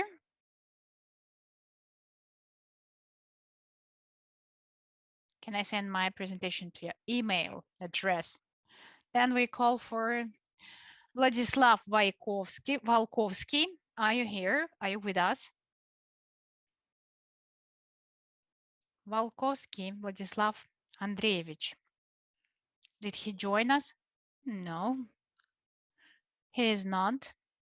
He has not joined us.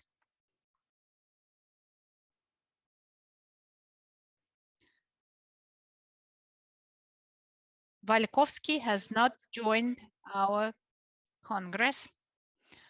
Anna Mikhailovna and Vadim Vadimovich, please send your presentations to the email of our Congress. My presentation is there. I have sent it to the email of Congress. We don't have your presentation.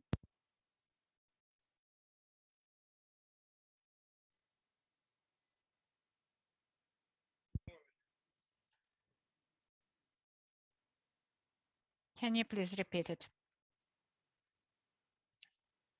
I will send, yes, right now.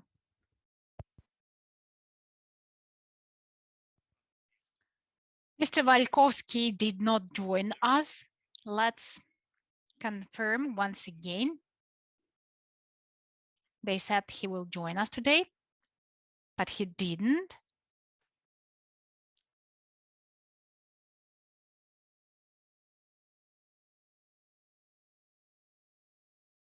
We cannot finalize the work of our session. Valkovsky has not joined us.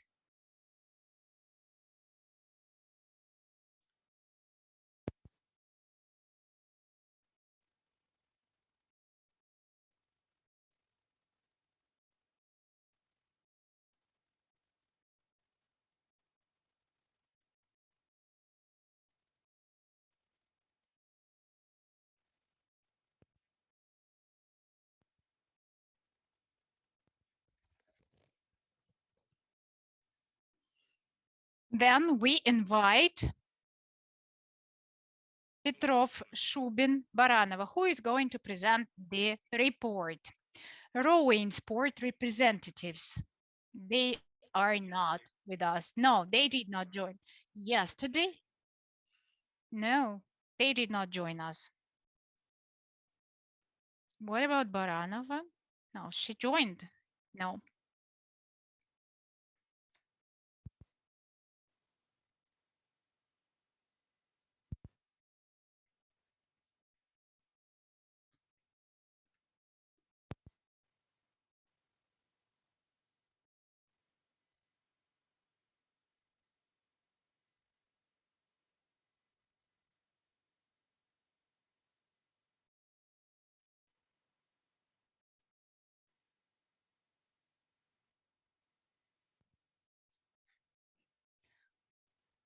Mr. Plotnikov, please prepare to present your speech, to present your topic.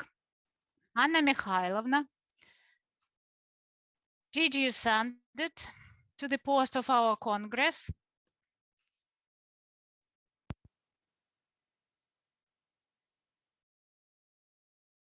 Anna Mikhailovna, did you send your presentation to the email of our Congress? I have sent it all.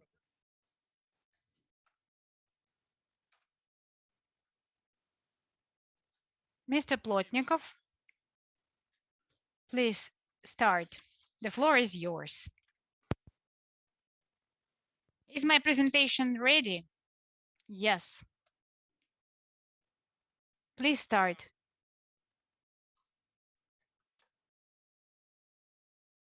Dear participants, good afternoon. Let me present the report defining the game role when training the young skiers of Nahimov Naval Institute.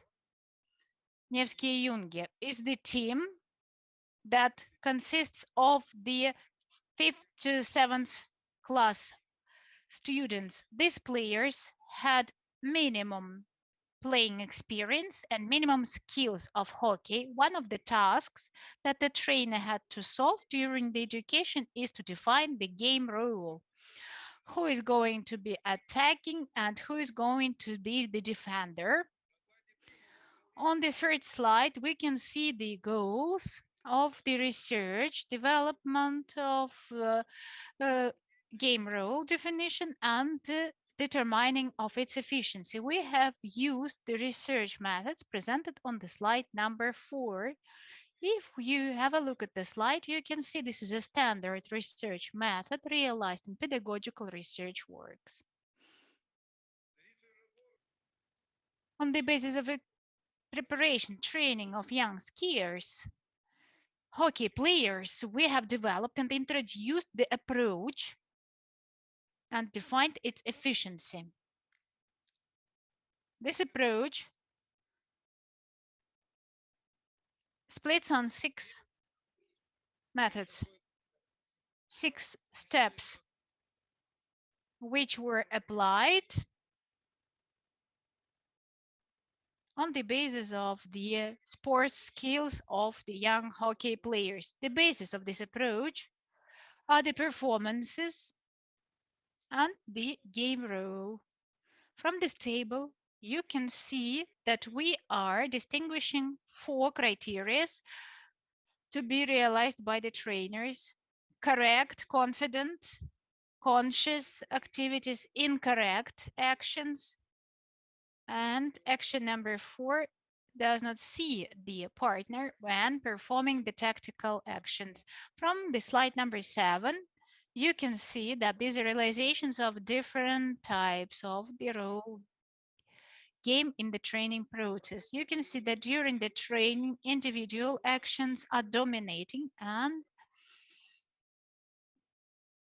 this is linked to the level of training of qualification of the players and the schedule of Nahimov students. We have monitored the dynamics and the number of players who were efficiently or non-efficiently performing the actions in compliance with the game rule. The work started in September 2018-2019 educational year, and the next year in 2019 the work was over and we have received reliable statistical data. In the beginning, 4 players were performing efficient activities, and after 1.5 years, 8 players are performing efficient activities in compliance with the assigned game rule. In the beginning, 1 player of all defenders performed some conscious activities, and at the end, after 1.5 training years, 5 players performed the activities, the actions to be performed by the defenders. Thus, the efficiency of the approach is proved by the mathematical method.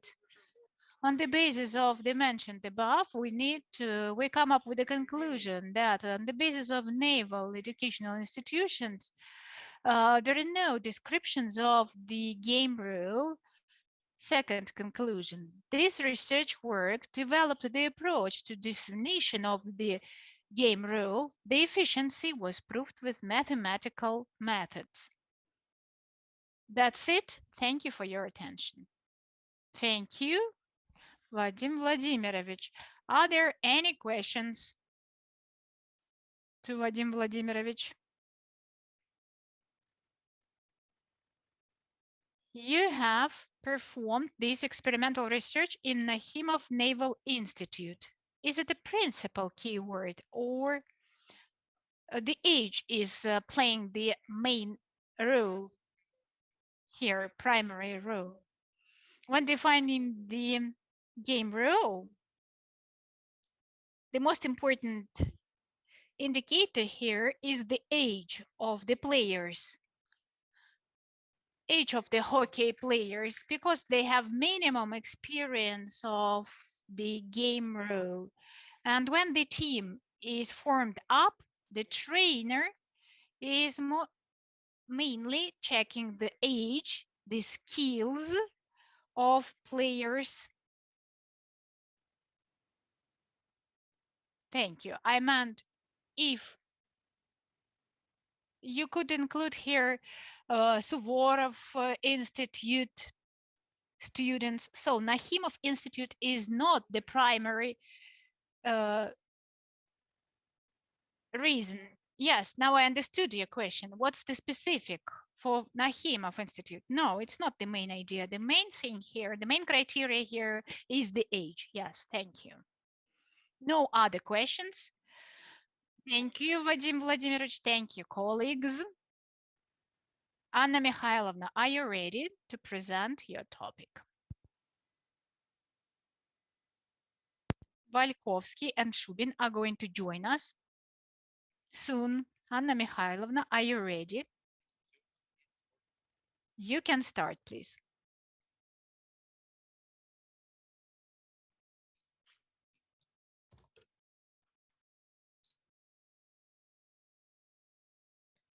Can you please start the presentation?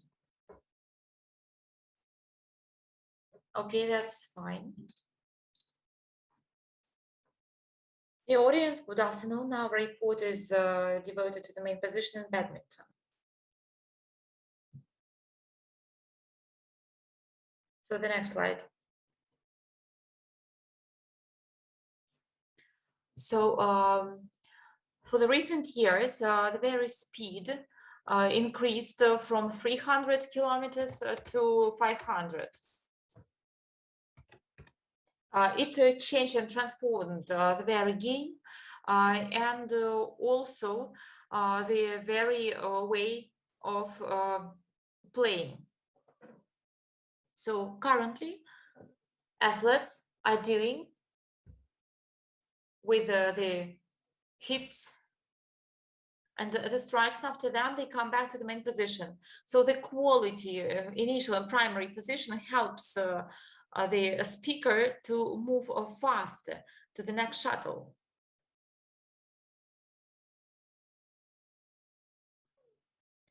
And so the main cycle in the shuttlecock looks like this.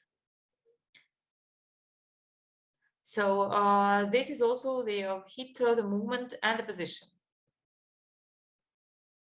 It goes in the tasks to figure out the mechanisms of managing of this during the position. And the athlete resolves two main tasks. First of all, this is the movement to make the next strike and the next hit, and thus to perform the hit, the strike.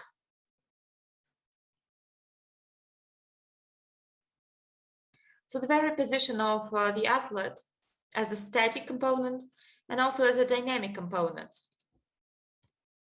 So the position of the body of an athlete is the very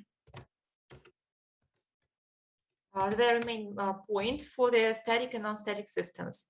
And also it is important to understand where the rocket is developed and positioned rather with respect to the net. Let us consider these 3 points.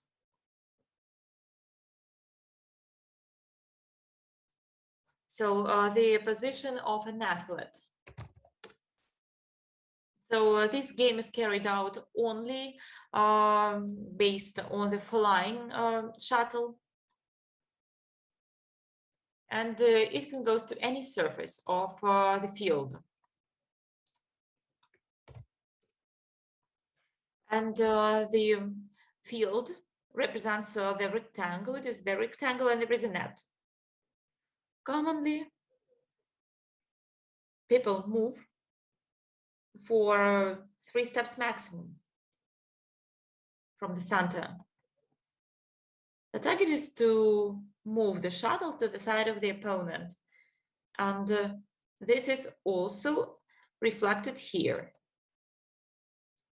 According to the practice of badminton, there is such a concept as the game center, which implements the biomechanical principles of the same distance and same remoteness. Thus, the movement of a shuttlecock on the side of the opponent to the left or the right side of the net also moves the game center.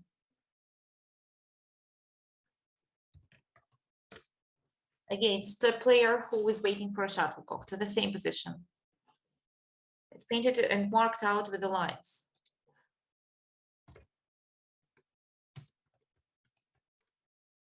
So according to the specialists and the practical specialists, there are no contradictions about it, and everyone sees well enough and understands well enough that an athlete should stay in this middle of the field. So the body configuration of an athlete. So the fastest strides go to the back line. And of course, the movements forward and back are more complicated for an athlete. Because first of all, the field from the left and the right side are a bit smaller in size, and the movements to the left and to the right are provided also by turns.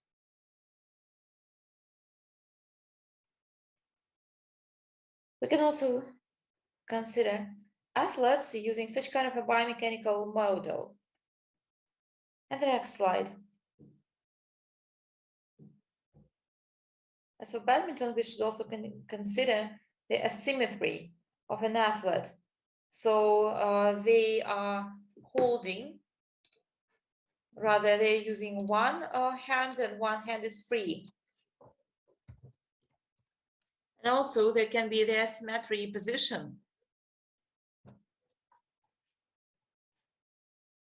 And it doesn't depend on the hand that is used.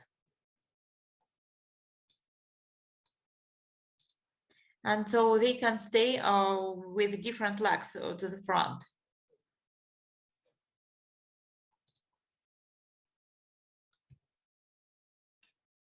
And also it's very important to position the very body and the gravity center of the body.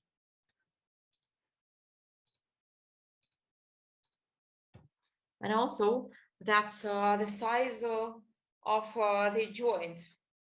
It's also very important to consider the very position and the position of the body of an athlete, as well as the posture. So it depends also on the very position of the limbs, whether they are low or they are up or they are close to the body of an athlete. Also, the position of a racket is also very important. That's 5A.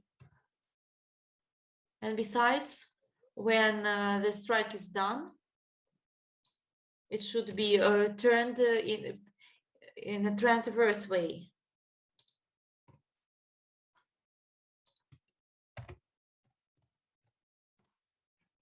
And also it's possible to vary in terms of the very length of the lever of the battledore. So that's the area of, rather the area that's closed by an athlete. And so this battledore is located on the principle of the same remoteness.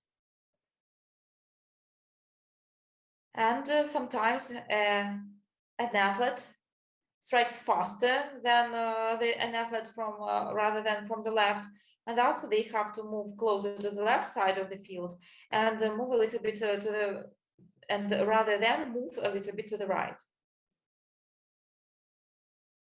So the recommendations and exercises. So the main position should be trained from the very first lessons, because if an athlete doesn't know what the main position is after half of a year and they cannot make it, so it will be very difficult to provide or ensure some kind of a stereotype that could ensure some high performance. That is why a coach should, first of all, help the players to understand that such kind of a posture exists, and they also need to stay there for some period of time. So they should stay there for 3 to 5 minutes. What do we usually see in the trainings by the Asian athletes? And also the movement for 360 degrees. And the movements with a lower gravity center. And they help athletes to improve their muscles of their lower limbs and to take the lower position, the main one. The next slide, please. So the conclusions. So the main requirement to the variability of the main position is the possible trajectory of the flight of a shuttlecock in some certain period of time. When the main position is implemented or used, we resolve two tasks: the fast movement and the strike.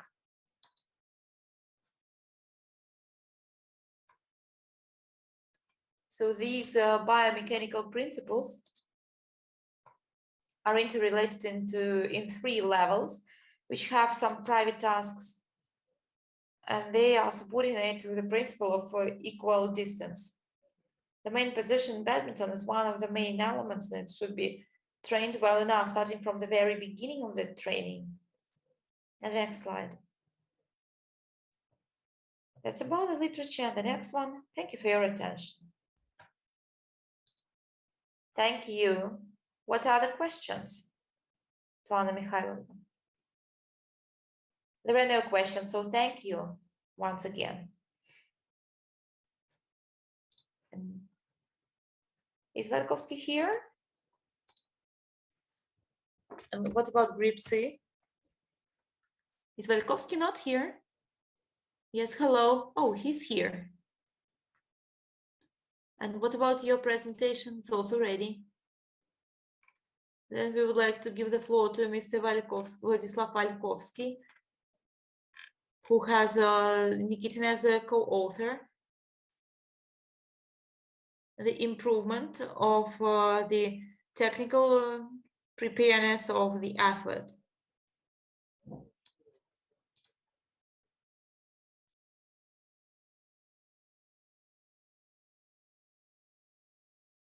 How do I share my screen?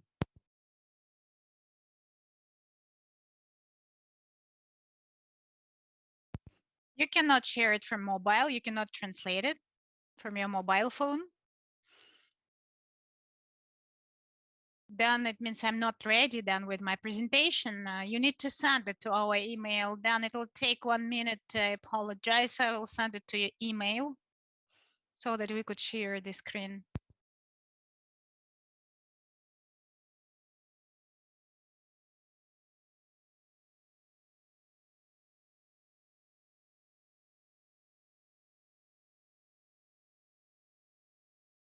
Then only 2 reports are left.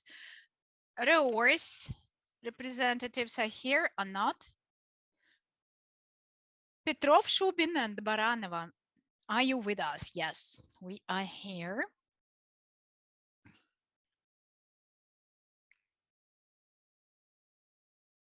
We are very close to finalizing, but we spent so much time for the technical issues.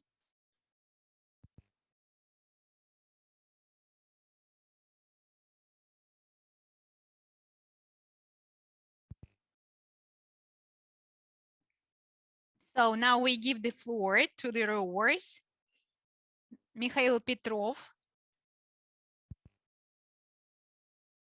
Konstantin Shubin, and Maria Baranova. Am I right? Yes, you are right.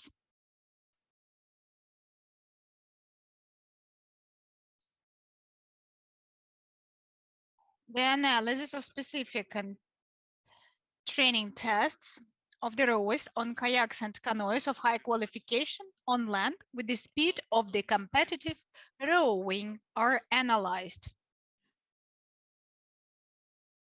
Can you see our presentation?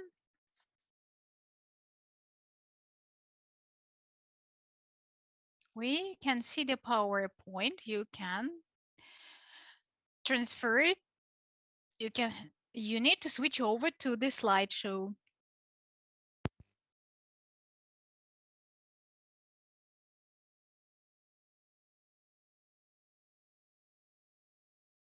Nothing changed. Please press the slideshow and then only start demonstration of the slides in the Zoom.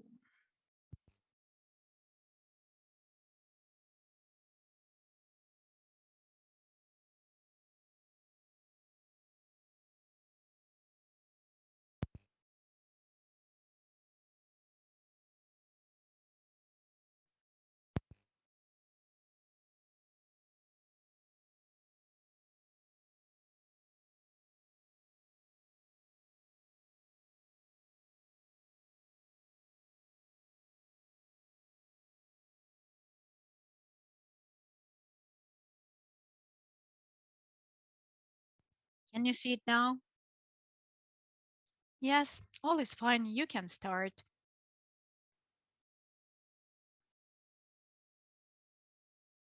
Thank you. We start.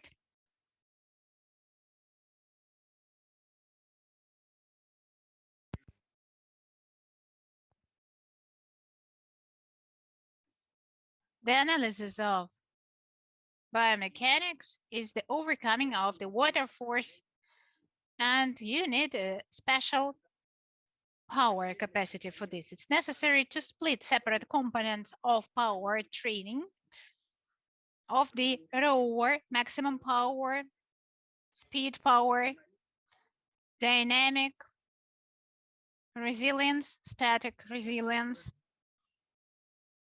When developing main physical performances, we face the question if the results shown on land are comparable to the speed of competitive rowing in the open water, rowing on kayaks and canoe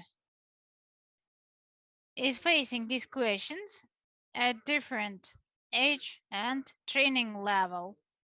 And the topic is described in Karen Sanasyan, Yuri Sozin, Irina Zharabayko, Konstantin Shubin. Approximate program of sports training for youth schools, specialized Olympic Reserve School of Mr. Kaverin, to improve the sports skills and highest sports skills, rowing on kayaks and canoe. They have recommended 12 test exercises. 11 of those are defined by the standards. The sailing tests for women and men are performed without time monitoring, and these norms and standards to be tested, that's a compulsory, obligatory criteria. The task was to define the degree of correlation on Pearson in the considered tests of general common physical training, ergometry, the training Hutel Mertens, the time of distance coverage on the isokinetical rowing simulator, and the results of the covering of distance of 500 meters in the open water. The connection of the correlation links of the 500 meters distance are presented in the table number 1. This table shows that the highest correlation is presented in the first exercise, minus 0.44, exercise number 4, minus 0.44, bending 0.42, and exercise number 8, the correlation level 0.41. The range of correlation for the power exercise 0.22-0.44 for men, and for females 0.23-0.46.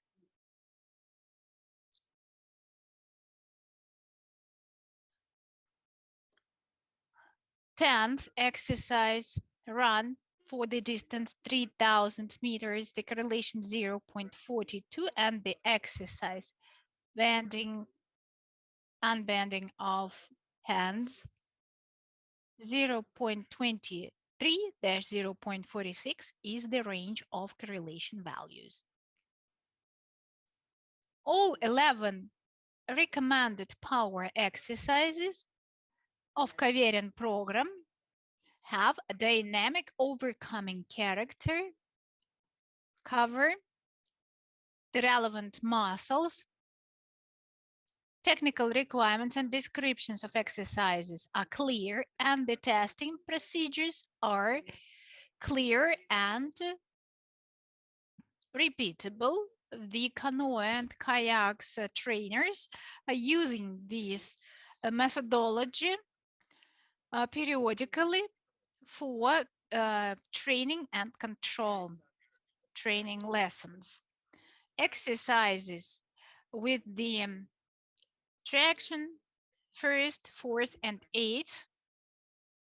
The correlation to the speed of the boat is higher comparing to the exercises number 3. For example, plank position and canoe during rowing. The traction force is prevailing. The results of testings presented here on the simulators on this image. Here you can see the Hüttel-Mertels machine. It's the old previous version. In the past, they were using the rubber rings, which are more convenient. And it's easier to adjust the simulative exerciser for different age rowers. The results of tests of Hüttel exercise correlate value is equal to R equal to 0.48. Results of testings of female rowers of high qualification on this exerciser correlation 0.63.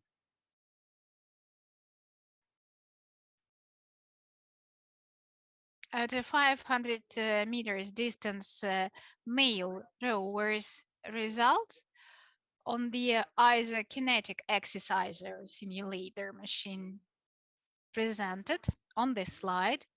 On top, you can see the exercise itself, the canoe rower working on this exerciser, and down below you can see the rower on the similar exerciser, and the results of his work are presented here.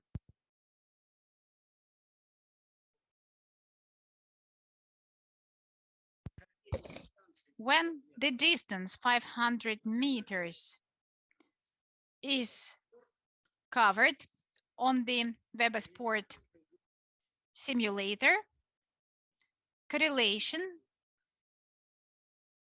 is equal to 0.66 to 0.79. Irrespective of high correlation, the winner is not always winning on the water as well, but there is a high chance of becoming a prize winner on the basis of the results received and multiple years of testing of this kind of training on the simulators and on water. We can make the following conclusions.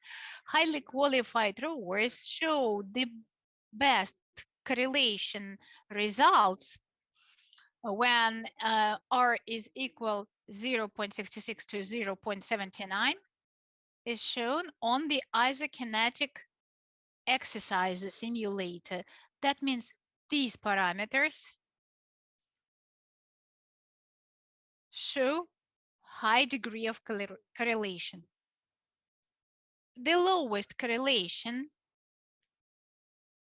is observed in the power exercises of general physical training. Third conclusion, irrespective of relatively low correlation of power exercises to the speed of the boat, they are still to be definitely used in the training process because they are developing the power performances, help to build the muscles and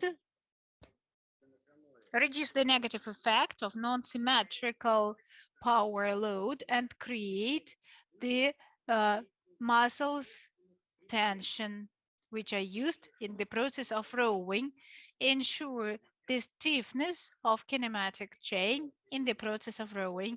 And the conclusion number 4, the experience of advanced sports practice proves that it's reasonable to use the circular method of exercises arrangement using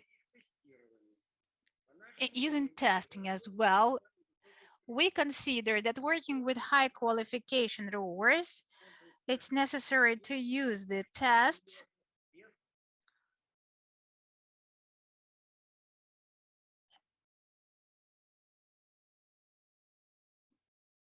training of power training exercises. At the end of the athletic training cycle, it is possible to define one maximum of the exercise. Thank you for your attention. Thank you, Mikhail Gavrilovich. What are the questions? Mikhail Gavrilovich, I would like to ask the question. Good afternoon. Mikhail Gavrilovich, how do you understand the speed force from the speed performances? Speed and power performances. The speed power is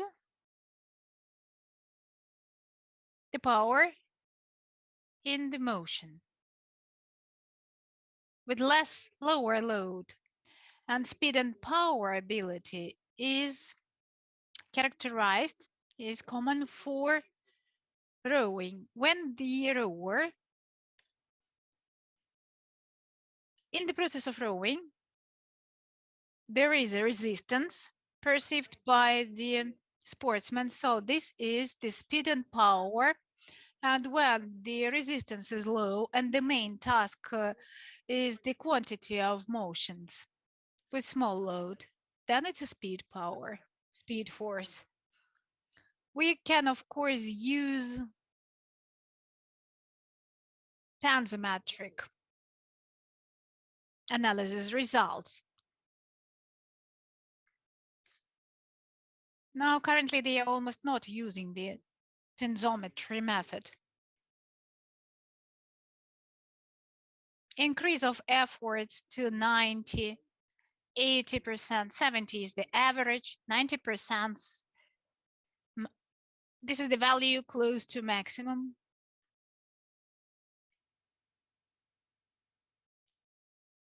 So the one who has the most power has the best speed characteristics, speed abilities. Are there any other questions? No more questions. Thank you for your report. Now we would like to give the floor to Vladislav Valkovsky. Valkovsky, are you here?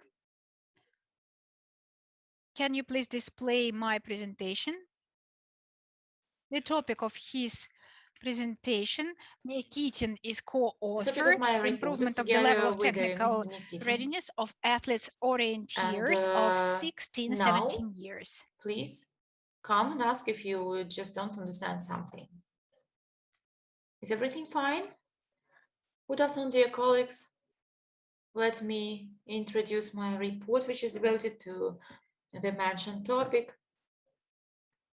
So this research considered the improved efficiency of the orientation of the sportsmen and sport orientation of the sportsmen and the athletes of 16 to 17 years old.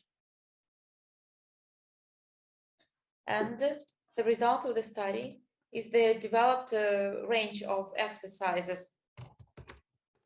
The efficiency of such kind of exercises for the direction finding has been proven. So the very basis for the athletes level is the so-called skills and technical skills. There is also some kind of a contradiction between the need to improve the quality of training of such athletes, but on the other side, there is this issue is understudied. That is why it is the reason for the relevance of such researches and studies, because they can resolve this issue. The technical ways of direction finding. This slide shows the main of such kind of ways of direction finding. This is the map turning, the map reading, the selection of the right area based on the way it's depicted on the map, and also the development of the map and the control of the map when moving. So the main ways of finding the direction includes the running with some certain direction, or the running while reading the map,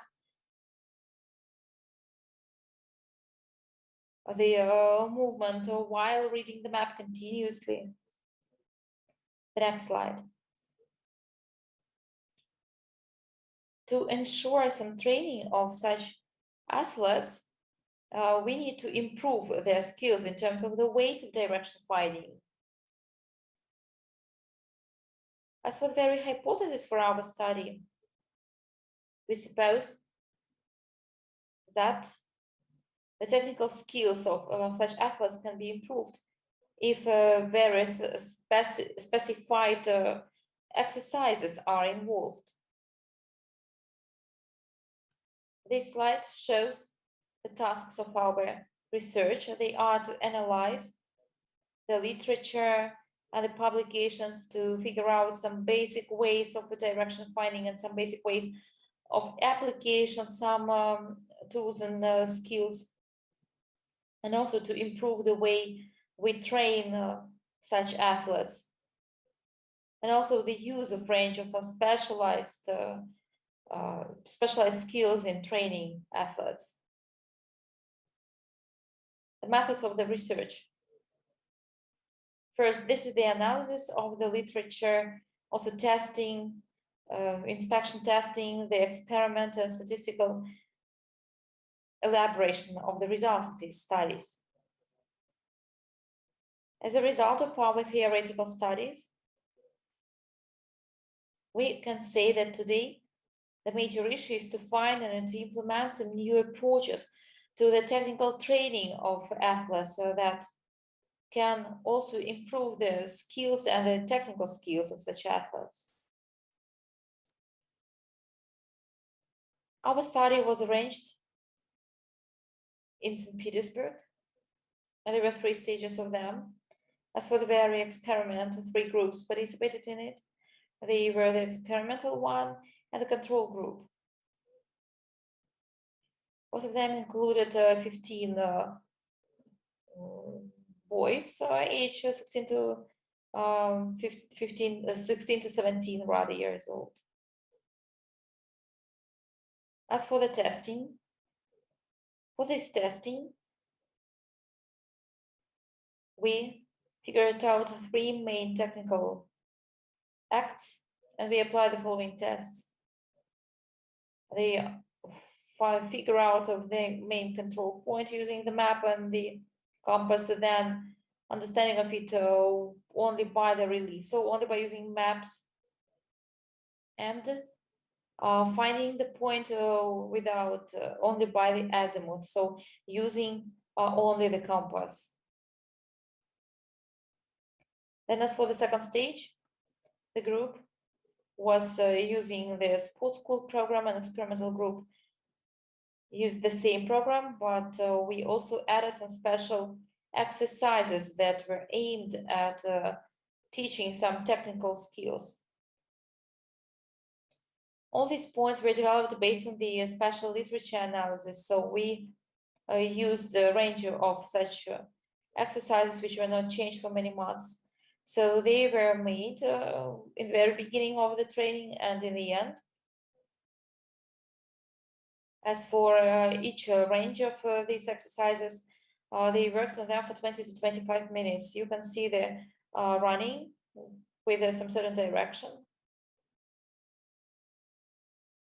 The next slide shows this exercise. It's the jogging when you run to some certain thing that helps you to find a way, and also the running to any kind of these borders leads you and takes you to the goal. You can even see the example of such situation here. And the next exercise is the preventive running. That's the situation when the point is located at the so-called remote oriented point and orientation point, or if there is something that limits the opportunity to get oriented. So it means that you go not somewhere specifically, but just to some certain way with some certain direction when you just hope to get to some certain place. The next kind of exercise is linked to the artificial limitation of the information. We split it, and thus you can get the information by increasing the speed of running, or you can get it from the map. In the end of our experiment, we carried out the second testing, the repeated one, and the results are contained in this table.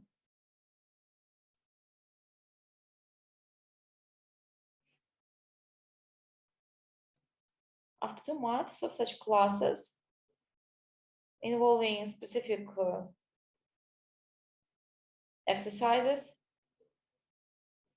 we could see that based on the results of the testings, there were positive changes for all the tests. However, in the end of the experiment, the average level of the experimental group increased more significantly than the average indicators of the control group. We analyzed also the dynamics in every group, and we obtained the results which were shown in the previous slide. So as for the test number 1, at the beginning of experiment, the average value of the control group was 8 control point, and in the end of it, they were 9. As for the percentage, the indicator increased by 12.5%. As for the experimental group, the average value was 8. In the end of experiment, that was 10. So the indicator increased by 25%. As for the rest of the tests,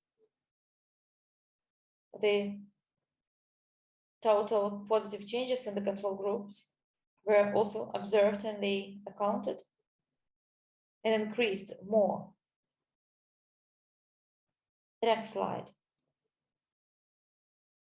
The results of our studies just confirm our hypothesis that the improvement of the technical training of the athletes, rather it's possible to improve it if you use a certain range of exercises which are specifically prepared. Thank you very much for your attention.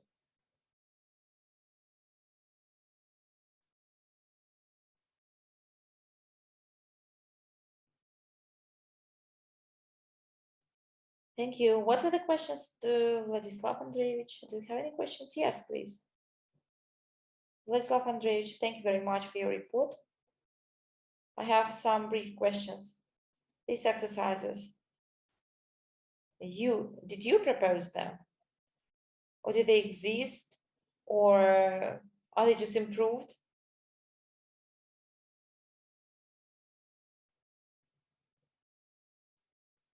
These exercises were taken when we analyzed the scientific literature devoted to this topic. So, and we made just a range of them. So they just existed, right? And you've made a range of them. Okay. And secondly, based on your studies, as for do the practical recommendations have anything that can change or supplement the federal standard in this kind of sport, or the typical program for the departments of such sport orientation and position fighting? Yes, I believe that yes, we propose to implement our range of exercises and use them to in additional program for training efforts. Thank you. So we have one more report left, if we are not mistaken. Ms. Daria Mikhailova, please, the floor is yours. You can talk about the continuous judo for school children as the educational technology. Please, the floor is yours.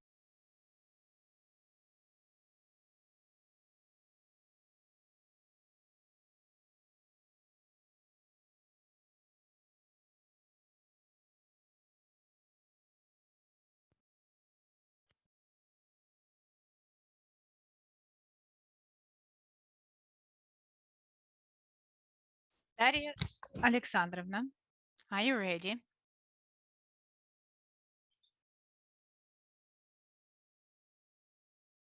I need to give her a call.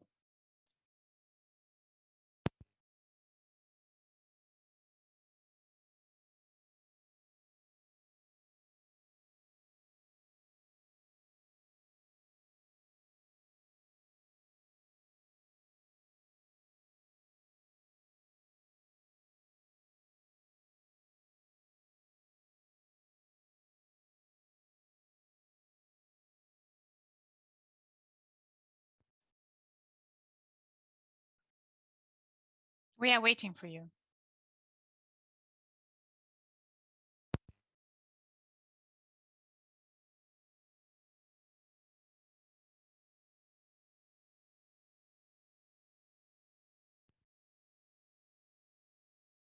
We could not hear you.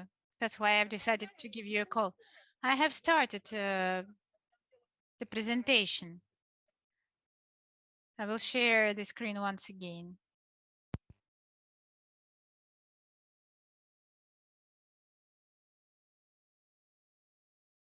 Just a minute.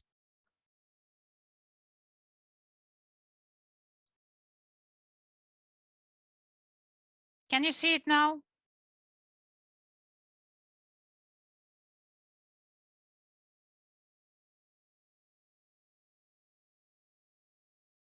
Thank you. Dear colleagues, continuous judo for kids of preschool and primary school age as an author's educational technologies, the topic of my report. The report is split on 3 blocks. First block is related to reasonability and the sense of this approach, as well as definition of the terms. I should highlight that the continuous idea is not a new for pedagogics today. These issues are being revised, considered. The question is, what's the meaning in each and every case? What do we mean under the continuous? If we are talking about sports training, when we talk about continuous training process, we focus on the adaptation of the sportsman and their workability. If we are talking about the continuous education here, we emphasize the constant and gradual lifetime development of a human personality, his competences, skills, and different types of activities. Talking about the continuous judo for all preschool and primary school children as authors educational technology, we here highlight the application of principle of solving the tasks within the first two stages of the sports training, health improvement sports, and the initial training when working in the mixed groups. What does this mixed group mean? This means that we have training of different level of training, children of different age and different height and weight. If we consider first two steps of sports training, we understand that here first criteria for children to practice is the development of interest from children's side. That exercises should be various and category you must, or sports result is not attractive for children. We also have additional problem when children have these features not yet formed, not generated, not shaped. In this case, judo is to be considered within different aspects as the culture shaping system and the health improvement, efficient communication system, and knowledge educational system, the system for development of communicational and educational skills, as well as the system for development of other abilities for successful activity in judo, as well as system of body transformation. We move on. Let's consider in details the principle of multi-cycle solving the educational tasks. In our, we consider that it's a part of the general educational principle as one of the main ideas of the trainer guiding principle. Here we are talking about parallel solution of the similar educational tasks at different training stages by the different level students who exercise together. First of all, this idea is not new. It's the Japanese approach where children from 3 to 12 years old exercise together. Few trainers participate in the exercise. Next, what are the advantages of such approach? The junior students enter this judo as the new culture, and this entrance is going on softer. Senior students can learn the practical methods they can use and practice with the junior students, and they can control, the trainer can control the educational training class and solve a few tasks.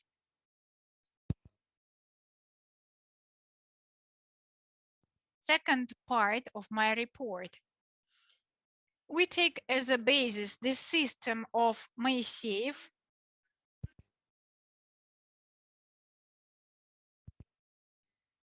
We have classified the structure. We have a block linked to formation of understanding, the detailization block related to study of the main elements as a basis of techniques, there is a block of integration when we systemize all this information before checking it. And the block number 4, check and evaluation. If we revise the third stage, improvement of the skill, using it in different non-standard situations, relevant training and skills can be obtained by the students. They are offered one basic exercise, but for different level of the preparation, this task is specialized. And after that, the checking is performed. We need to check the achievements of the students within the time of educational class. We can review it in details. Here you can see the first block, forming of the image. And here the task solved by first, second, third, fourth, and fifth year.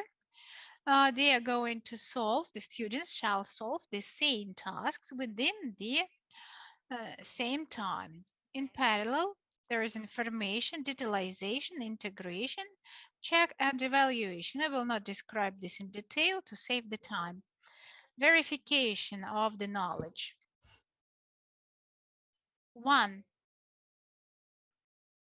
Subjective approach to evaluation of technical execution for each student is one thing.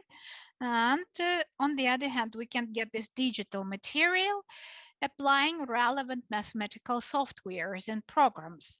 In this case, we have received the following information. A high positive correlation dependencies were revealed between the year of training and the age of the student, between the year and psychophysical level of preparation. Very high correlation dependencies are there between the physical training level and the age. As we can stop on other results as well, but I would like to speed that to save the time. I will not stop on this. Thank you for your attention, and I'm ready to answer all your questions if there are those. If there are any questions to speaker Daria Mikhailovna, when you mentioned the experience of training in Japan, inclusive groups from the point of view, different age in one group. At the same time, you said that simultaneously they solve educational tasks, formation of the image, technical or tactical skills. How can they do it simultaneously in such group when technical and tactical level is different? The new students, new sportsmen, 3-4 years, you need to show them some techniques, and the senior sportsmen need to get different information. How do I do this? The sportsmen, senior sportsmen, they show the task, show the activity. Junior sportsmen get the knowledge about the basic of these techniques. Second year of training get the details, and then we set a more narrow, more complicated task for the sportsmen of the third year of training. So they receive the additional tasks. We specify the task for them. Each student receives the tasks, performs the tasks. The trainer is commenting the performance, helping some students. In most frequently, he helps the first year of training students, and afterwards, all of them are getting their evaluation on the 10 score scale. Can I ask a question?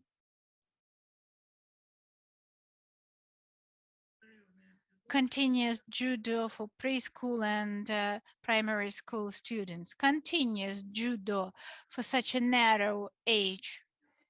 What does it mean? And second, what's the author's methodology of your training? The set of absolutely famous, well-known principles and methods. Why do you call it the author's methodology? Dear Viktor Vladimirovich, as for author's methodology, we have introduced new deductive principle. Usually, we solve the task in particular sequence. These educational tasks are solved linearly first. First stage, second stage, third stage, and in the non-mixed groups, equal age, same age group. When we are talking about solving the tasks in the mixed groups, Sergei Maximovich asked the question, and it's true, it makes it more difficult. But not always we have uh, a possibility to arrange a group of the same age, and very often we have to perform the training in the mixed groups.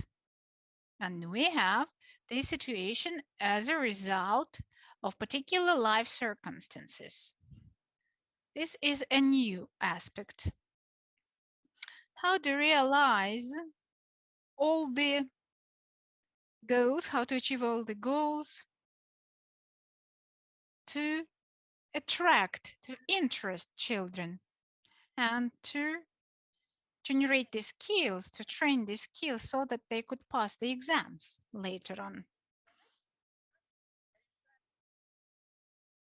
These tasks are achieved as follows.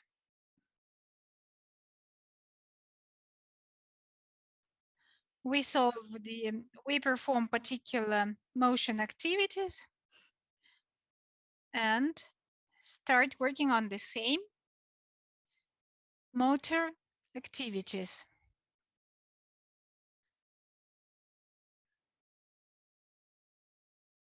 We don't have such features, and the age of children makes it more or less interesting. If we take just one activity and learn it, it will not be interesting. This You have just interpreted the Chumakov method. It's not your author's method. He was applying particular this method. Why continuous? You've used the continuous term for such a short, for this age. Continuous training to different motion activities. This is linked to the principle. Continuous because we are learning the same activities within few years, and usually it's done in a different way. They take the technique and linearly uh, learn it, fully learn it, and after that only move on to the next one. And here we take it just partially. I think it's a marketing approach. Nobody ever called this educational process previously. Okay, thank you. I apologize about marketing. Marketing is not linked here, is not involved here. It's mainly about children. We want them to learn the judo, and those who have some sports tasks and want to achieve something in the sport, they should have this ability. They should have a chance to do this. Thank you. Other questions? No more questions. Thank you, Daria Alexandrovna. I think we have listened to all the reports. Nobody else wants to present the speech. Then we should have another break now, and then We suggest not to make a break and start the discussion right now. And then I think, who wants to speak something? Let's have the discussion right now.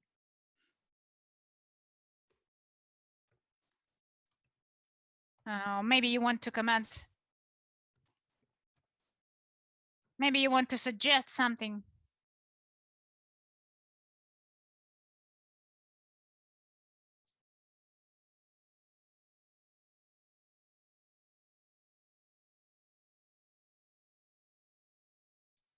So please, who wants to speak? If you please, can I do this? Of course. First of all, thank you very much to the organizers for the opportunity to participate in all of these activities and events. That's an unusual format, and I believe that many people face some issues. But I believe that the primary goal of participating in such congresses is the real communication and the desire to see and to hear your colleagues in a real way. But it was difficult to do this in such kind of a format. But still, we heard a lot of interesting things, and I would like to discuss those things which I'm very concerned of. That's about the elite athletes. So I would like to say about this, because that's my pain. Unfortunately, our ministry doesn't pay, from my perspective, requires attention to the improvement of this process. Those documents which are applied today, so a couple of people just come a couple of times to the very trainings. They cannot work to get the results. This should be the planned work, but it's impossible to change it without some financial solutions or decisions. And only the decision of our managers and management or authorities can change the situation. But I don't see any desire from their side. I have tried to explain that the growth points and the development points should be concentrated around the leading universities that have all the staff opportunities and the resources in terms of some young scientists who want to work in these industries. Then probably we'll manage to get and achieve something. As for the resource park, that's also impossible. As for Moscow, I don't see any places where this could be really developed. And I believe that, considering the traditions of your Congress, probably the main platform is the St. Petersburg University. And if you become the primary party in arrangement, or if you initiate the discussion for these programs, and if you discuss some scientific issues, then this would be correct. But in which way will you reach the ministry? And which way can you show the decision of the congresses? So I don't know, but I wish you successes and all the luck. Thank you for your wishes. Does anyone else want to say something? There are just few of us here. Yes, but more people are listening. Just someone is just shy. And who is connected? I see Professor Belyanko. Daria Mikhailova. Is there anyone else there? Then these are all the wrestlers. There is a real wrestler. And even in his soul. Can I then say something? So, distinguished colleagues, thank you very much for the fact that you survived this. And I was very pleased to see everyone, hear everyone. And if you have pointed out or mentioned this, then when we planned the reports, we figured out those reports which were devoted to wrestling, and we put them the first. First of all, because we are wrestlers, and secondly, there should be the session. It should have been the session, and it is present in the also in the compendium, but they were just little reports. And if you remember the Congress of 2013, when they were the World Martial Arts Games, and there was the Congress devoted to the modern state and the problems and the prospects for the development of applied martial arts and so on. So this Congress is still of major interest to the specialists. At least the materials are in demand. And that is why if in 2023, the World Martial Arts Games are held in Russia, then I believe that the organizational committee and the scientific committee should also think of this, and they need to repeat this Congress in 10 years, and they need to check what has changed and where you need to go. This is just some kind of a proposal depending on the way the committee takes and which kind of decision is taken. I don't know if any decision has been taken to hold it. No, I'm not communicating to them. I don't know. Okay, we'll learn this. So if you support this proposal, then from our session, we can propose to consider the question regarding the fact that if the World Martial Arts Games are held in Russia, the Congress should be devoted to this, especially considering the fact that we arrange everything not only under the auspice of our university, but also under the auspice of the Sambo World Organization. And also, in the very beginning of the report, it was mentioned and said that we have discussed the materials and the data of all the sessions. And so all the materials were checked by Viktor Vladimirovich, and we had an idea that if this Congress was in person, we could have held a round table and invite the specialists of two opposite paradigms, so-called, for the wrestling. These are the traditional ones that was applied in the Soviet Union, partly in the Russian teams, national teams. And Viktor Vladimirovich was devoting this, and the thing that is a part of the practical and the scientific space. This is so-called Siluanov system. There are those who follow this system, they have their own point of view, they have some practical results. And to hear everyone or in each other and to have the discussions, then you can just hold this round table. And I believe that this question is also quite relevant. And probably we could have offered to the Ministry of Sport that the training facility could think of this, because unfortunately, there are lots of fakes, lots of improper things, and we would like the scientific community should invite that party that represents this system, and they should discuss this system involving those actual data which exist. But you may see that this proposal cannot be included in the resolution because we have the International Congress and the resolution of the International Congress that will be sent to UNESCO and everywhere. So we cannot just write that the Ministry of Sport of Russia offers to get together and resolve your scientific issues. So there is no sense. So probably there is some kind of a sense, and I will think on this. Maybe there can be some separate part of the resolution from the Russian participants, rather it can be drafted. Well, that's a matter of discussion, and we will discuss it tomorrow. We would like to thank all the speakers who share the results of their studies. We'd like to thank our colleagues from Moscow. These are Viktor Vladimirovich, primarily speaking, and the representatives of WUFC, with very interesting reports and all the rest, because there are various reports, but each of them has some national part for thinking and for clarifying their own point of view perspectives, their own scientific interests and further scientific interests. That's why I would like to thank all the participants, and I wish them good health, their creativity, and see you again. Thank you very much. Thank you very much.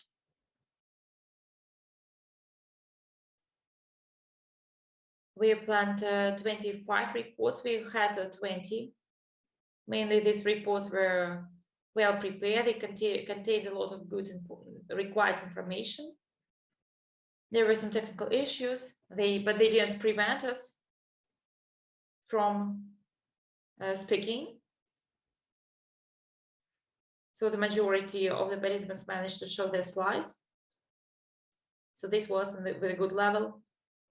And this experience, which we got today, with respect to the online conference, probably will need this, because no one knows for how long this pandemic is going to last.